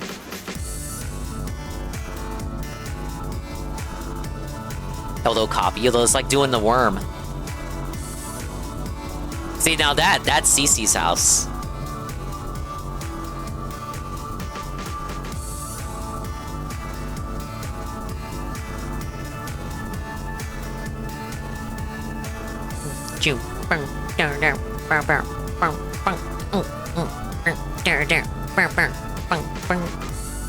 Thank you. It's a Nintendo game. They always gotta thank you at the end. Thank you for the clip. You can't make this shit up, man. That's that kind of organic stuff. It could only happen. It can only happen on the ding stream. You never know what's gonna happen on the dong stream, baby. I'm sorry if I ruined that. You saw most of my houses. Wow, was I dancing or what? The answer is yes. Yes, I was dancing. Yes, correct. I like the monkey with the top hat. Yeah. The special animals, for the most part, they're all based on animal species that you can't get as regular villagers. But I agree with I think it was Duringo that said it. I think people would kill to have like monkeys like him that are different from the regular monkeys that you can get. So I was just wondering, who's the guy on the floating booth? Nico, you don't know him? That's the super famous DJ KK. So that was the music connection you had, Wardell. DJ KK is a friend of mine. Yeah, I don't like the gorillas at all. They're not even ugly cute. Amazing! Maybe you could nab his autograph for me? Wow, way to rub elbows with the stars, Wardell. Well, anyway, I'm glad the event turned out to be so cool. It really did, didn't it? But that doesn't mean we're done with our design work. We need to keep making vacation home lots exciting and to keep bringing smiles to paradise. I'm supposed to tell you, oh, you can keep designing shit. The game continues forever because you bought the DLC. Ah yes, back at home base. Oof, I danced so much. My back hurts. I love how during that cutscene you could hear KK Slider spurging out in the background. Request an emote? Sure.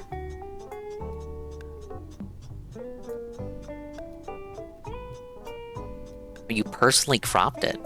I like Bombran. So yeah, we can do that. There you go! There it is! Congratulations! Sorry this is late, but here's your payment for the apparel shop. You earned 25,000 Pokimane.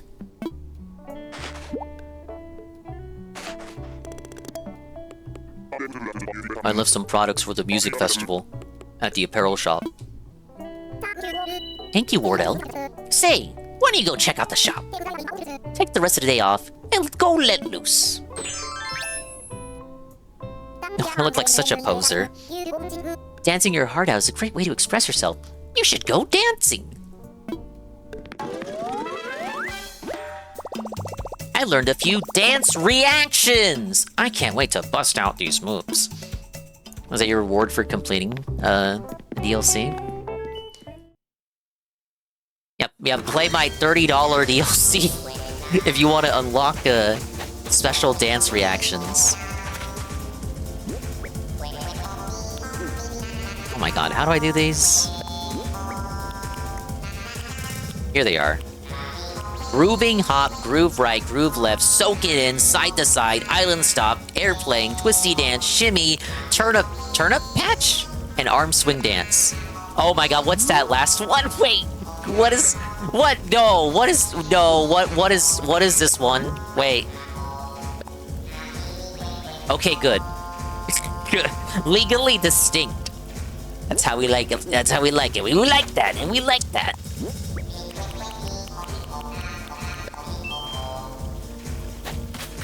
It's not a 6-7. One thing Pokopia does that could be done better in Animal Crossing is giving you personal quests from the villagers. I would love little stories, quests that build friendship, give little lore on the characters. The reason why it works in Pokopia is that not every Pokemon is in the game. They could do it with Animal Crossing. Pokopia gets away with it because they did a Dex cut. Dex cut within a spin-off. Holy buddy. I feel like I'm in paradise. I think I'll stick around for a while. See and be seen, you know? I really do love the festival life. I think I need to get my own place around here. Oh, he's singing my town tune, which is the Fire Emblem theme. I was about to say, wait, is he singing Fire Emblem? He's singing Fire Emblem because it's my town tune. Dancing with everyone here makes me feel like we're all best friends. What a great feeling. The festival couldn't have come at a better time. I've had a serious hankering to cut a rug. Pa! Yeah, you're feeling that rhythm. This is so awesome. Time to go nuts. Hey, Morty, what's up? Cool, always happy to just chat. So, hobbies? What do you think of eating free pizza? Cool, huh? No, I can't do this, too awkward. How about, you know, if you need anything, just let me know. Boing. I do like free pizza. Yeah, what a show. Hey there, Morty. You off work right now? What do you need from me? Are you also gonna talk about free pizza? I'm always at the chat with you, so don't be a stranger. I'd heard lots of whispers about a festival. I'm glad it's happening. What a hoop. I ain't cut loose like this in a frog's age. This is a hoop. Resort life has turned out to be something real special. Anywho, what brings you here? Ain't that sweet? It's always a pleasure, John, with ya. Don't be a stranger now. Yeah, I said that when I made his house for him last year. I was like, gee whiz, I wonder who the fuck Wirt Sr. could be. My dancer's blood is roaring through my veins. Now dance, dance, and dance some more.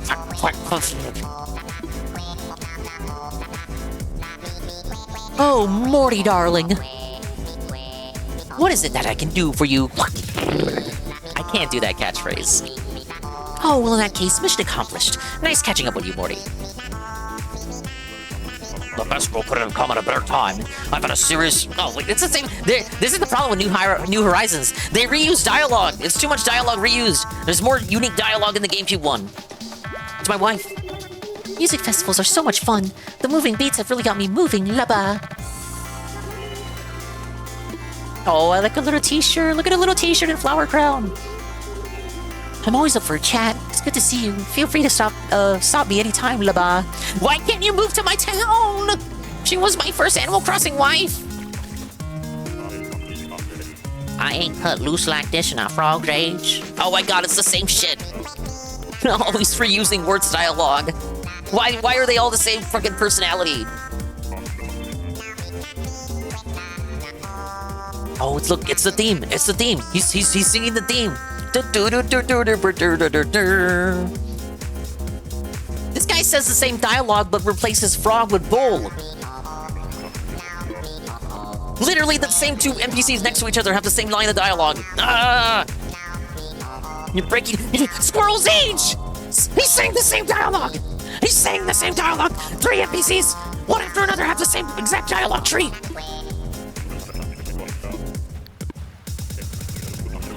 I swear to God, if this one... Okay, so he repeats what the ostrich said. Boo! Boo! It's DLC, you could have put more effort in it! It's a result of these 3 having the same personality trait. The dialogue isn't like... Okay, I don't know. You guys might not know. The dialogue isn't based on what species of animal they are, and it certainly isn't unique to each individual villager. The dialogue is based on their personality type, of which there are only 7 in the game? There's only 7.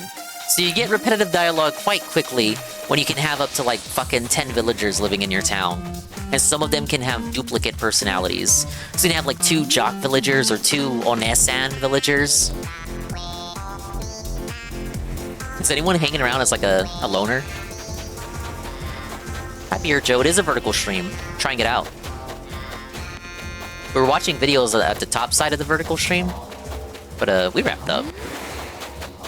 I've gotta save the Arlo video for another time. We at least watched a lot of Synthetic Man. I was like really keeping the longer reviews in there, waiting for a night like this. Pursuit villagers were Stinky and Cherry. I can show you my town. Can I talk to KK? Can I take a photo with KK? KK slider? Now, guys. Okay, maybe not. Let's cut down.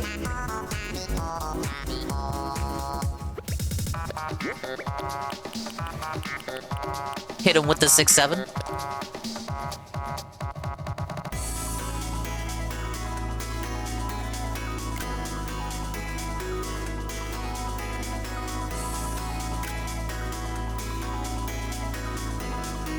Me actually having fun for the first time in my life. The cockles, the cold cock aisles of my heart warmed by the wonder and whimsy of Animal Crossing.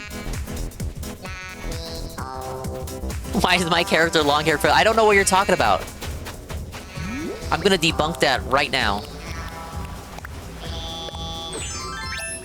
What is long about my do? This is quite akin to what my hair is like in reality. Oh, you thought the wings were my hair? Oh, yeah. I can see how you can make that mistake. He has wings! He's gay! Oh, why does he look so sad?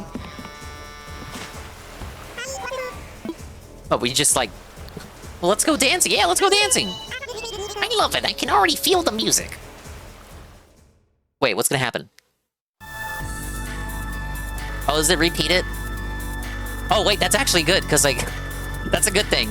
That's a good thing, actually. I did cut it by accident. Oh, man, Dingus, my cousin. Let's go dancing.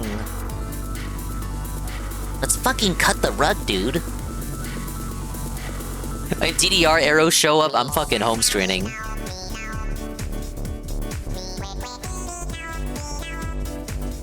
Oh, I went full sci-fi for Cephalobat. Yeah, she wanted an apple paradise. The hamster apple. Dongrai University? That only makes sense if you watch G4 commercials in 2005. Yeah, they're all copying me.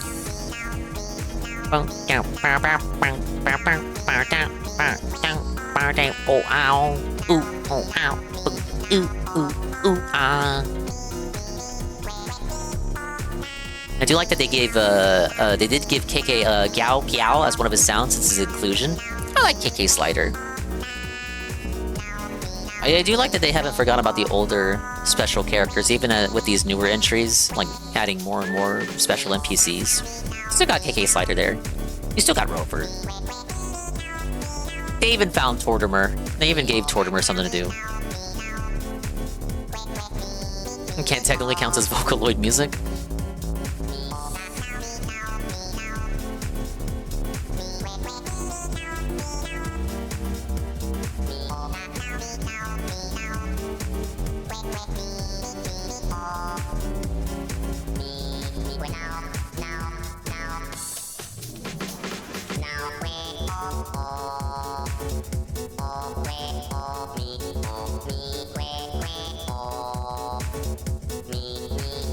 No, he's not KKK Slider. And he was better than the main games? Yeah, Red still exists. He stops by your town on random days. I think he runs on a schedule, and he can still sell you paintings and statues.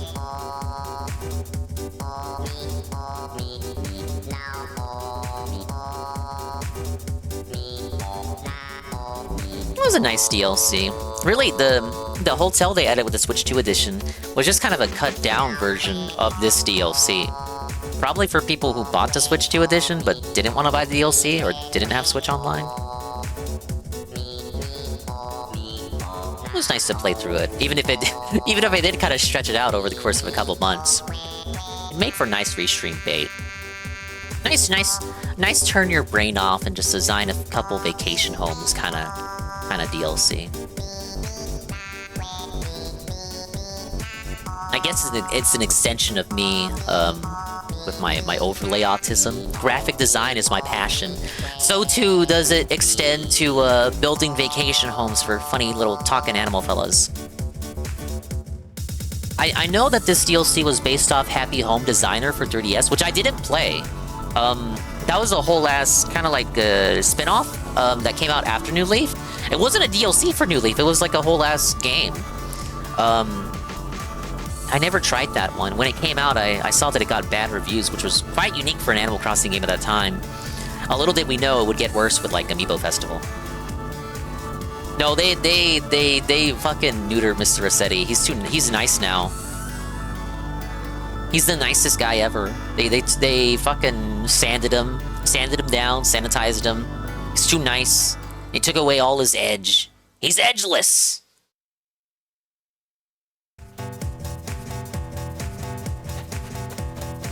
What if I go back and talk to Lottie?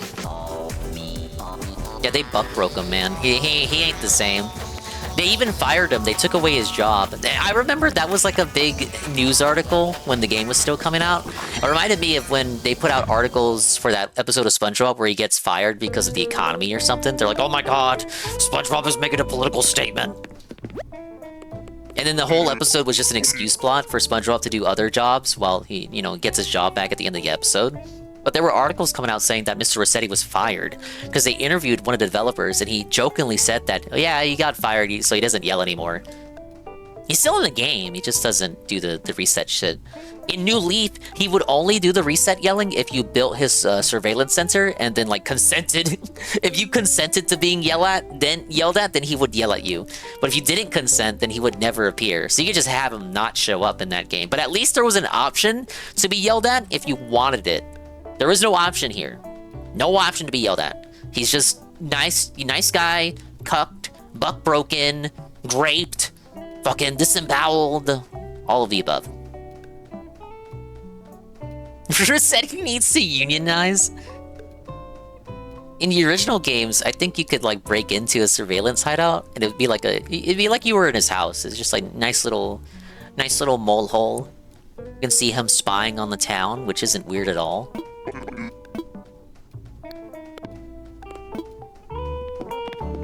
Yeah, she's dusting.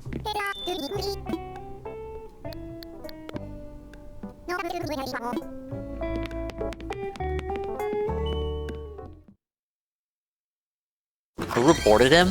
All the kids who played Animal Crossing Wild World and City Folk.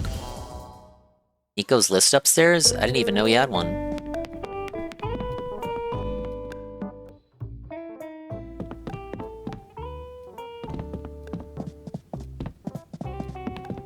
I don't know, what am I looking at here?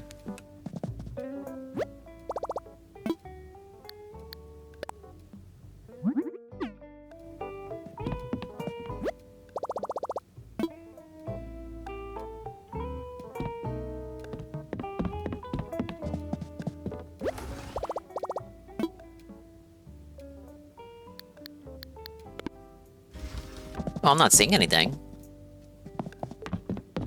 It looks like a list here, but doesn't want to interact with it.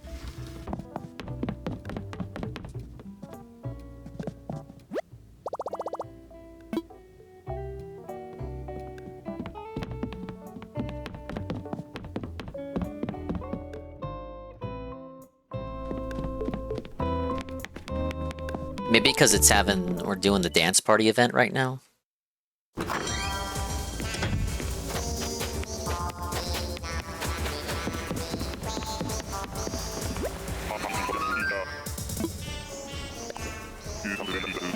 You can dance with the bird? That's just gonna take you back and repeat it.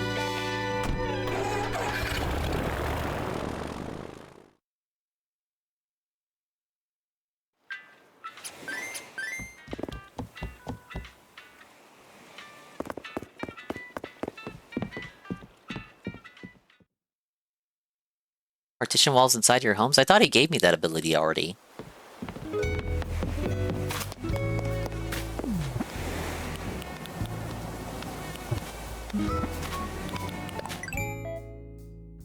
Ah, yes, my lovely little town, in which I got Anka completely, organically by RNG. And I don't even like her that much.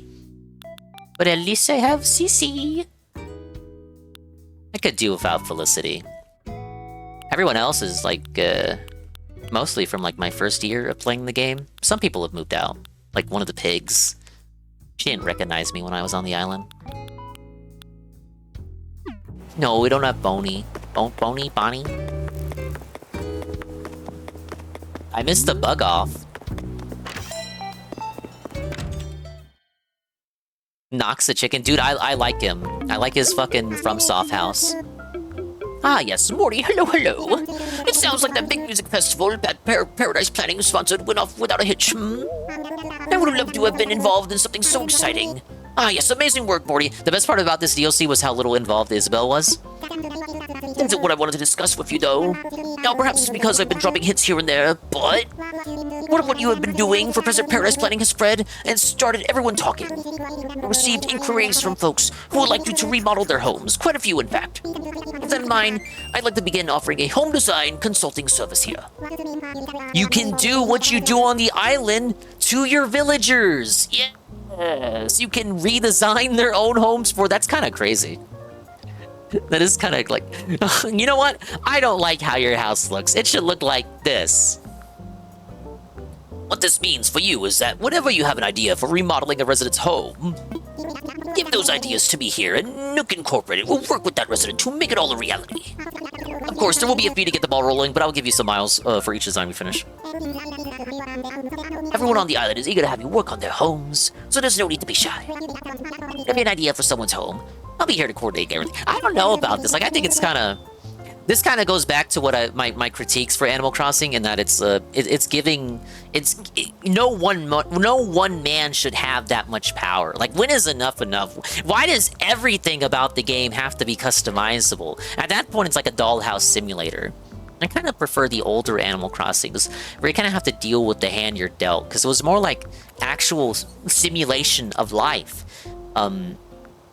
The designer, producer, Nogami-san, was based off his experience of moving from a rustic Japanese town to the big city and feeling all alone. And, you know, in that circumstance, you can't choose your situations. You can't choose your roommates. You can't choose the people you work around, and stuff like that. It really was the sense of, like, making the most of what you were given. And these newer games, starting with New Leaf. And New Leaf is a good game that people hated when it came out because of what I'm saying. New Leaf gave you too much power as the mayor. And then, you know, in hindsight, people look back at it after playing this one and like, you know what? New Leaf wasn't actually that bad. It was actually a pretty feature-complete game. And this one gives you even more power than New Leaf did, and you're not even the mayor in this game. You're just a guy who wanted to take a fucking vacation.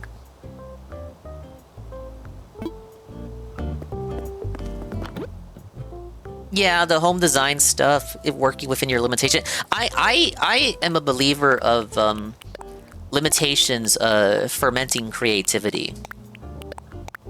You see that in game development all the time when people work around console limitations.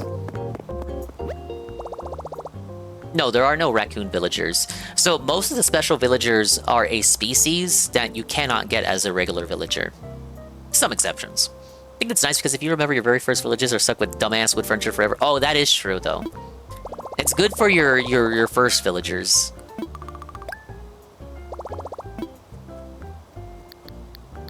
Okay, there's only one good thing.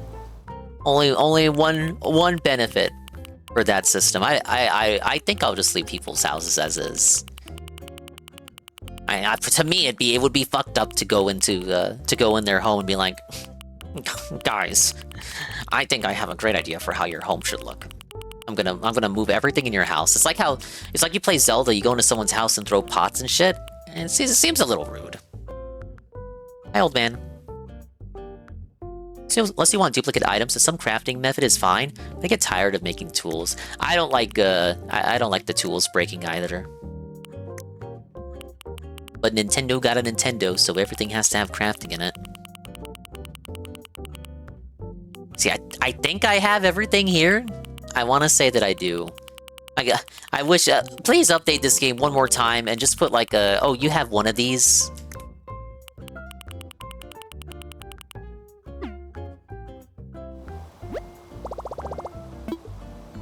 Yeah, it's legally distinct Godzilla. Whoa, the Nintendo Switch Lite.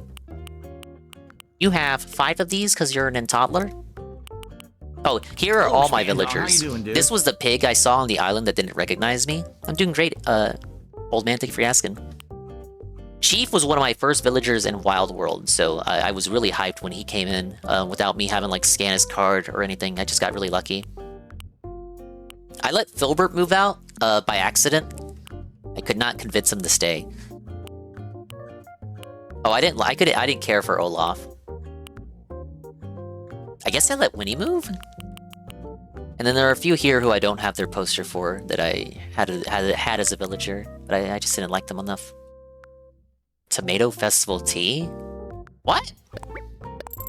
Maybe if you live in Spain, that makes sense.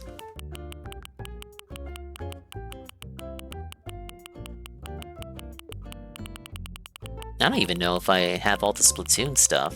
I think I do. Sure, it would be great if I knew what I had and did not have. I don't want to go back and forth between my inventory and see.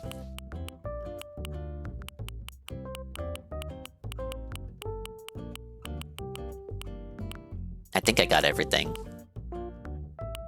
Maybe.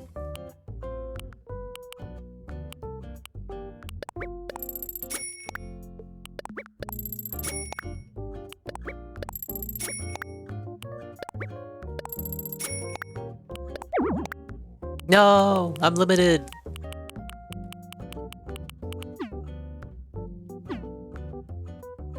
Yeah, they did a Lego collab. That was added with the Switch 2 edition. Yeah, by the way, we're collabing with Lego. Lol.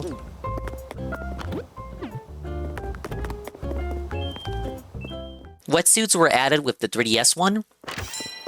You were finally allowed to go out to the sea and dive. You can dive for sea creatures and shit.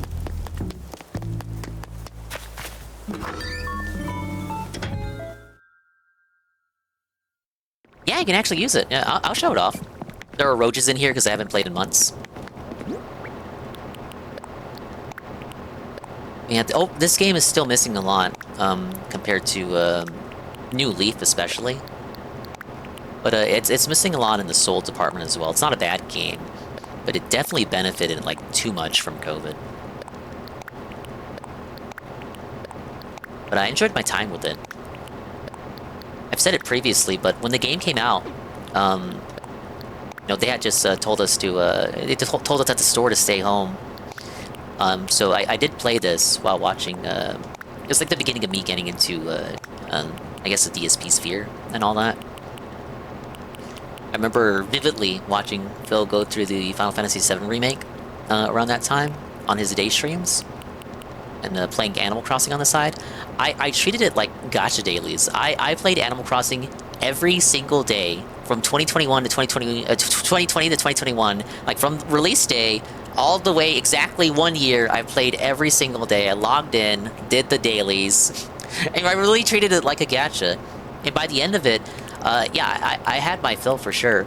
It was before that DLC dropped. It was before a lot of updates dropped for that game. So by the end of it, there was still a lot of the game that I had not experienced. So the Switch 2 edition was a good excuse to come back and fill a lot of that. Oh my god! Why does she keep coming to my house? She's always coming in my house, you guys! Why does she do this?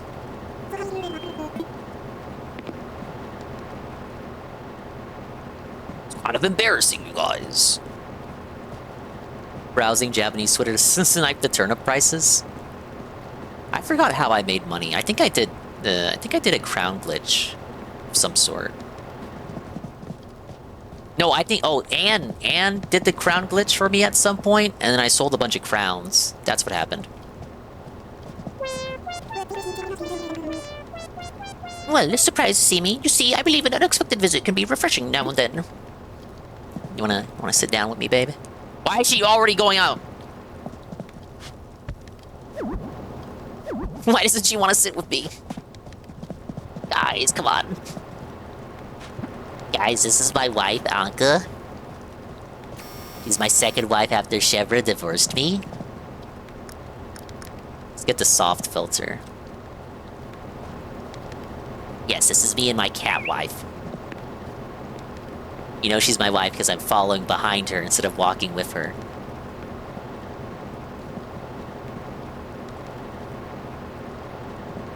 Okay, what reaction do we do together? That's us! What a lovey-dovey couple!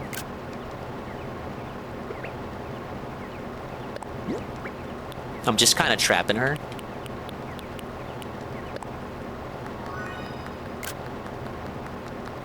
Alright, this bitch does... Look, you can make whatever jokes you want. If she didn't like me, she wouldn't come here to my house every time I boot up the game. No other villager comes to my house as often as she does. Let's get a tour of the dinky abode. This is the kitchen. I can't move around in it at all. If only I could make it bigger, as big as the homes in Happy Home to Paradise. I guess that's why the remodeling feature exists.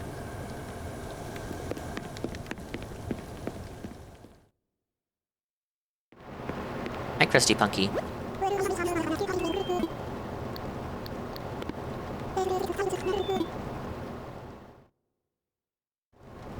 Alright, she's gotta send her ass home. It's the bathroom. Yeah, Raymond, he was very popular. As you can see, I basically have every toilet in the game.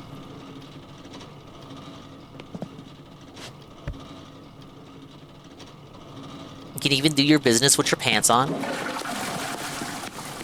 And the toilet will actually flush. Raymond is so overhyped.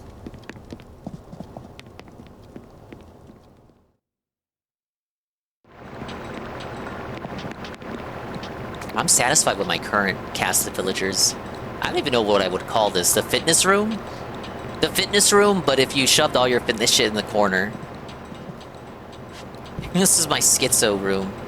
This is where the madness happens. This is where I write my novel.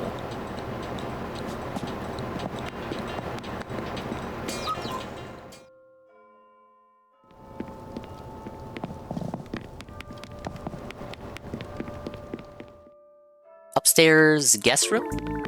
Yeah. Well, I guess no, this would be my bedroom.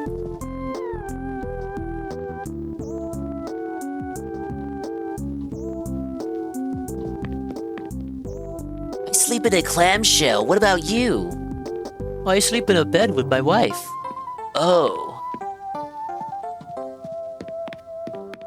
I do have the race car bed, it's just not my current bed set.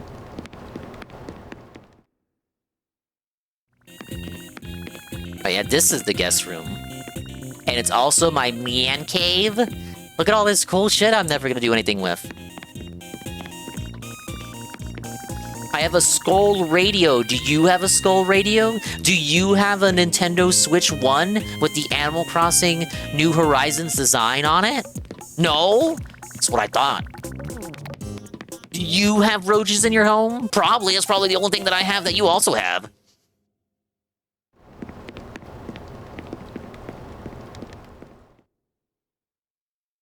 I'm gonna show you my basement.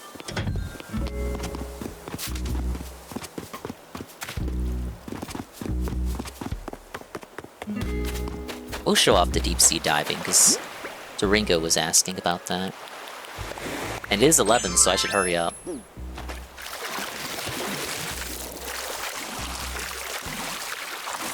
This is like the shit. If you told people, like, when City Folk was out, that you could do this, they would not believe you. Isn't that, like, playground talk? I remember reading Wild World cheats when I was younger, about, like, oh, you can go to the moon in Wild World, all you have to do is shoot down Gulliver's spaceship. Obviously a lie. But is it like on that same tier of make-em-up cheats, except it's real? Being able to swim around?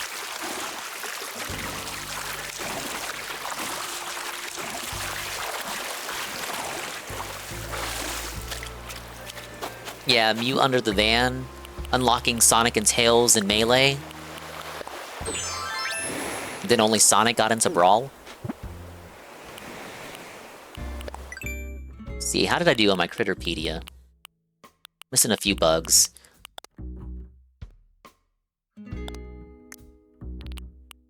Oh, I'm missing even fewer fish. I think I did pretty good overall. Sea creatures, I only missed 4.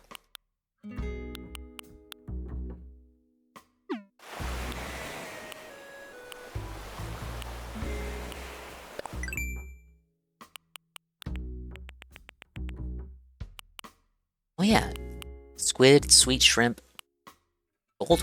What? I don't even know how to get those. I can make this, though.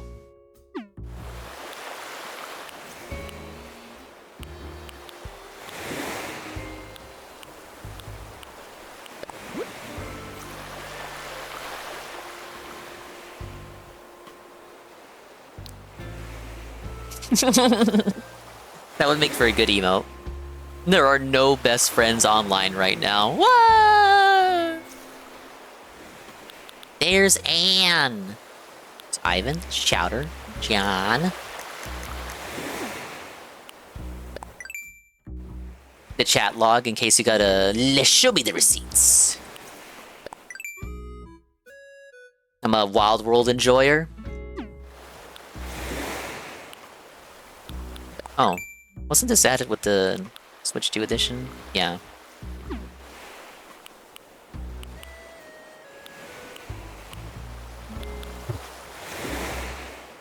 Oh yeah. Wait. Custom designs. Swole one.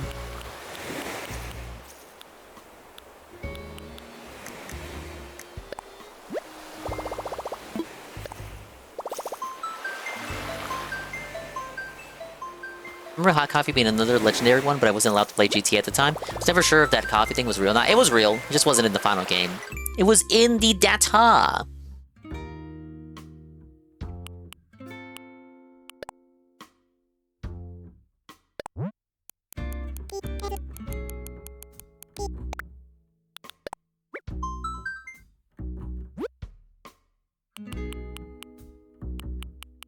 We only had one to work with.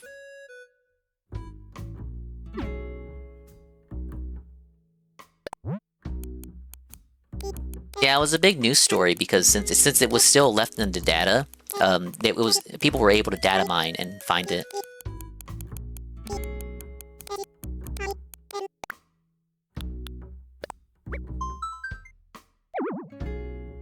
Yeah, only one exists for DSP.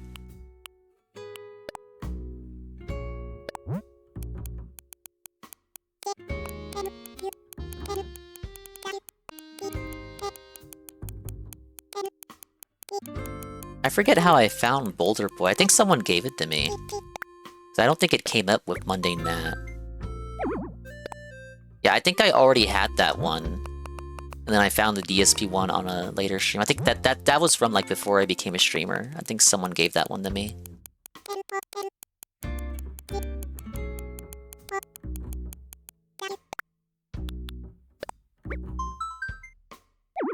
Minute trailer for that new Black Myth game? No, I didn't see that. I still gotta see this trailer for the new Silent Hill. That was so underwhelming, it completely killed Seru's anticipation for that game.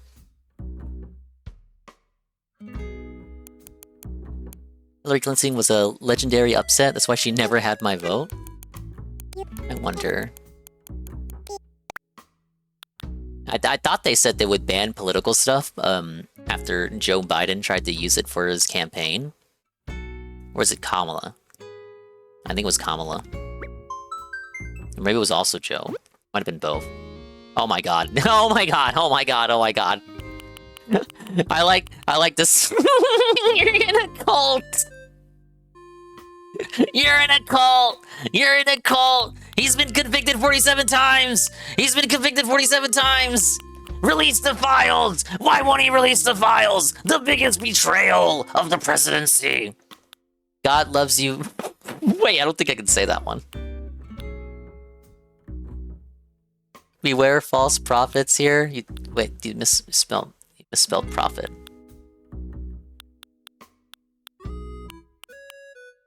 Prison toilets. It wasn't worth it. Why do you have to do this to Animal Crossing, guys? I mean, all of these 2024, I mean, like, I get, you know, they were right. Okay, that one's kind of cringe. He did lose, that is factual, he did lose. Black voices, I like this one the most. Like, how long do we see until we see a penis?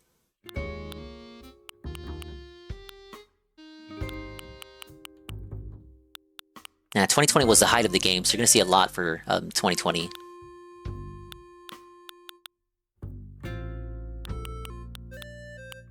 I like this one.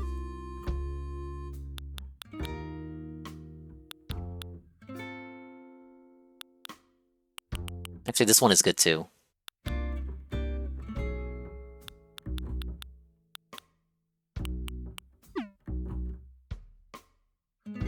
What are the oranges for? It says skin tone, clearly. They said they would ban political creators. When Biden was using it, when the game was hot, Biden used the game to promote like an island he had to get people to vote. And Nintendo was like, We would prefer to stay nonpartisan and not take any side, even though it's clear that the people behind Nintendo of America, like, you know where they lean politically. Very brave of them to say that they don't endorse any of that from either aisle. I think they'd be a little bit louder if it was like Trump promoting Trump Island. Now, I guess if we talk about the islands that Trump has been to, we'd probably get a little lost in the weeds, maybe. That's my only political joke for the stream.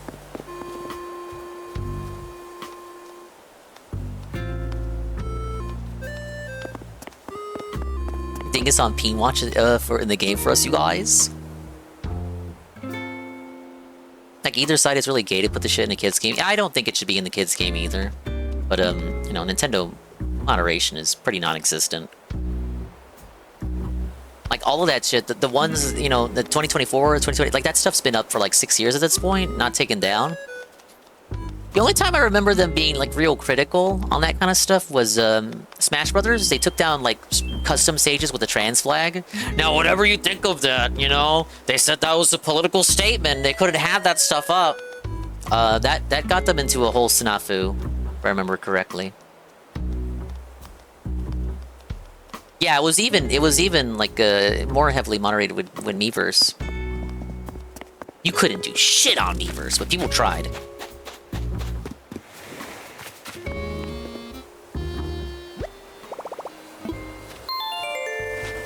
I can't say anything, Schnitzel. I see what I see what you're saying. I can't say anything. I am a partnered creator on the Twitch.tv platform who believes that everyone has the right to live as they choose, as long as they're not hurting anybody or committing incest. Oh, incest is like a psychological hurt, though. It's like a power imbalance. Anyway, guys, I think that's it. It's time for anime. It's time. It's DSP. That's true. He did defend incest. Well, there it is. We beat the DLC. We did it! Yes! There's probably more to do. It's Animal Crossing, so when do you ever really decide that you're done with the game? It's a life simulation. For the purposes of me showing off that big finale with KK Slider, I think we're good. I think we're good. There's probably a lot more to do. It's a never-ending adventure. It's you simulating life, the life that you wish you could have. Yeah, I sure wish I could live with a bunch of fucking cat girls. Here's the thing, though. Maybe I'd want that. I just don't want them covered with fur entirely. Get it? Here's hoping the next one is, almost as good. It's been 6 years since this game came out. They finally split development, between Animal Crossing and Splatoon. It used to be, like, Splatoon and Animal Crossing was the same team. They just put out the Switch 2 edition, so hopefully that they don't see that as an excuse not to make a new Animal Crossing. We won bigly with Pokopia and Tomodachi Life this year as well. So it really makes you think. They're obviously seeing the success of Pokopia and Tomodachi Life. So I wonder what lessons, if any, they'll take away from either of those games. I think Summerant had it on the nose. I'd like for more individuality. If we're not going to get that, at least give me more unique villager dialogue, like from the GameCube days. At least let me have the villagers be angry. Let them be mean to me. Let them be rowdy. The reason why that localization is so, well remembered, the reason why it impressed the Japanese so much is they took it back to Japan and localized it for their audience and made another version for their audience. Is because, the villagers weren't sanitized. They weren't fucking sanded down. They were capable of having emotions beyond perennially happy. So I'd like to see that. That's my biggest request. Give me more individuality between the villagers. I know there's too many villagers in the game. You can't have all of them. You can't give all of them individual, personalities. And of course, even then, there were bound to be some overlap. I would prefer for them to try, though. At least try. 7 personality types. After a while, with as many villagers as you're able to have on an island, you do start seeing repetitive dialogue quite quickly. It does. You do start running into repeat dialogue. That'd be the one thing, because earlier in the DLC island, when I was talking to 3 people in a row and had the same ass dialogue, that really takes you out of it, man. It really reminds you that you're playing a game, that you're not actually talking to an animal that has their own opinions on shit. They just happen to have the same personality type as another villager, so they act the exact same.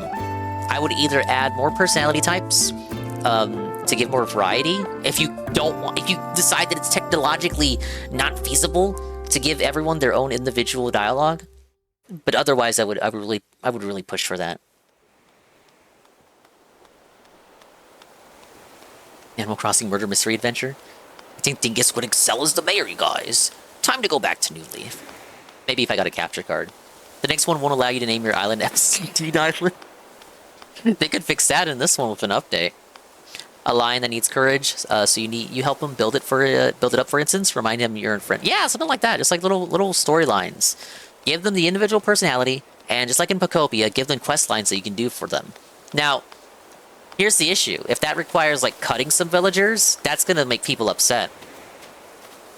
I would say the easiest way to do that, realistically, have unique villagers with their quest lines.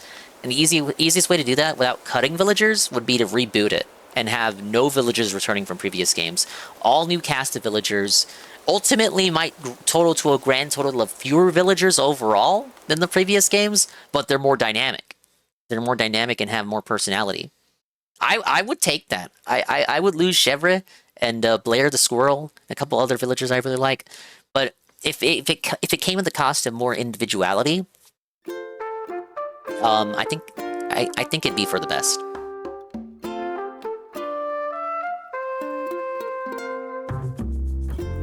They can take away the name, but they'll never take away the memes. Be down, no modifications. 2020 all over again, Dingus.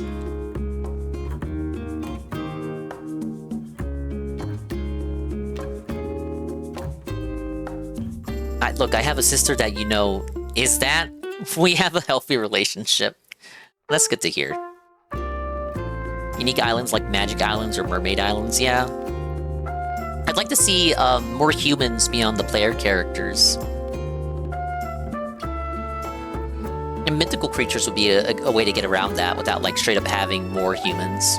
I don't know. Release villager sets as DLC alongside additions to the game. Items. Yeah. Roll those out. Just like how Pocopia is adding Pokemon over time that have their own quest lines. Do that. I would very much be into it. Guys, it is anime night. Must bid you adieu. But thank you. Thank you for joining me these past couple of months on this Animal Crossing Adventure New Horizons Nintendo Switch 2 edition for the Nintendo Switch family of systems. Another one off the conveyor belt. I hope the next one, I know it's gonna disappoint me and not fulfill all of my desires, but if it gets at least one of those things right, at least more personality types, I'd be okay. Sorry I was quieter, maybe chiller than usual while the videos were playing. We still got a few more to go. Most of it is Frogmire, and then the remaining Arlo videos, so we'll listen to those another time.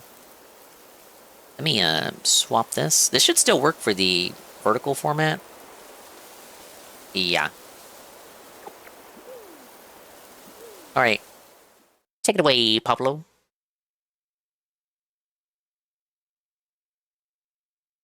It's nice to rest your eyes. Thanks for stopping by! It's over. It's done. The stream's done. It's over. It's ending. You have to go home now. Go wherever you want. You just can't stay here. Really do appreciate everyone coming on through, stopping on by, swinging around. Yeah, Mr. Pun's in the VC fucking slamming the table. Anime night! Anime night! Anime night! Where's anime night? So I can fall asleep and not watch any of the shows and then ask tomorrow what the fuck happened. I know what you are. Thank you everybody for stopping by. I'm gonna read the stuff. Tomorrow, Chippendale 2. Tuesday, Bonkers. Monday, since I finished Animal Crossing, I'll see what else I still have to play. And we're gonna like work on the conveyor belt before I start adding more shit. I say as I just started playing Sunshine. Thank you, UNFW1 for the re-up. Tier 1 for 50 months! He's talking about DSP. He was upset about the least important part of the movie. That's true. DSP was upset that they didn't explain what the One Wish Willow did. You know what they should do, but they're never gonna do? Put Phil on Red Letter Media. I just want those guys to kind of sit down with Phil and just talk. Just have a little chat. Just have a little talk. I think they would have a lot to talk about, actually. They would never have Phil. No, come on. He can talk about his React series, reacting Christmas movies by reading synopsis on Wikipedia. You just got here. I'm sorry, awfully. I finished Animal Crossing, the DLC. Took me a couple months of on and off gameplay, but I did beat it. Yes! DSP and Rich Evans laugh off. Remember when Side-Scrollers wasn't shit and did that slam dunk interview on Phil? Yeah, and then it seemed for a moment like they were going to repeat it with Rich of Review Tech USA. But honestly, to me, that was kind of like a spurred match on both sides. Animal Crossing is done till next COVID. It's true. They don't tell you that, but it's true.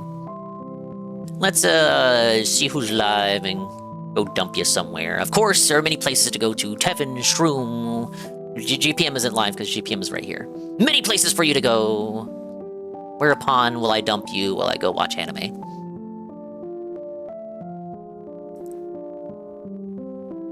Honestly, I should fix myself something to eat too. Get a little bit of ramen.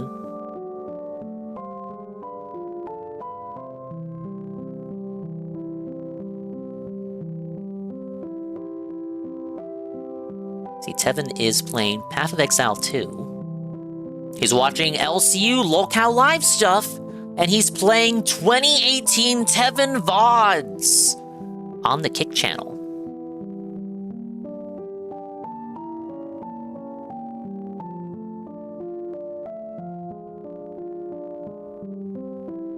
Okay, I have two suggestions here. Let me just check on up time. What's up, dog? What's up, time?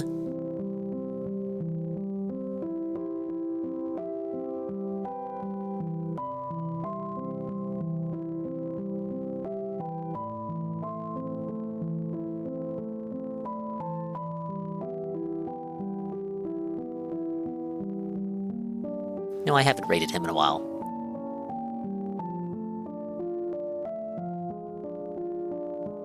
I'm gonna send you to Florida. But, bye-bye. Adios and Mimi time. We'll see you when we see it. And if we did see it, then we did see it. But if we didn't see it, then we saw you. And if we did see it, hopefully we will see you next time. If I can see myself with the beard each and every single day. Oh, it's not 6 hours and 7... It is actually 6 hours and 7 minutes. If I can see myself with the beard each and every single day, hopefully I can inspire viewers like you, Rue, to see themselves in their mirrors each and every single day. Guys, please remember, tomorrow's never guaranteed. Every minute might be our last, so please be kind to your fellow dingus. Remember to stay swollen, never stirred, be well, and be swell. Bye, Zeal. Bye, everybody. Alright, Abby is playing Resident Evil 3 for the first time as a fellow retro enjoyer, fellow Babby Niku. He uses a lady avatar, but it's actually a guy. It's actually male. It's his first time playing Resi 3. He has his summer outfit on. So you will be assaulted with big breasts when you go over there, but please remember, it's still a guy.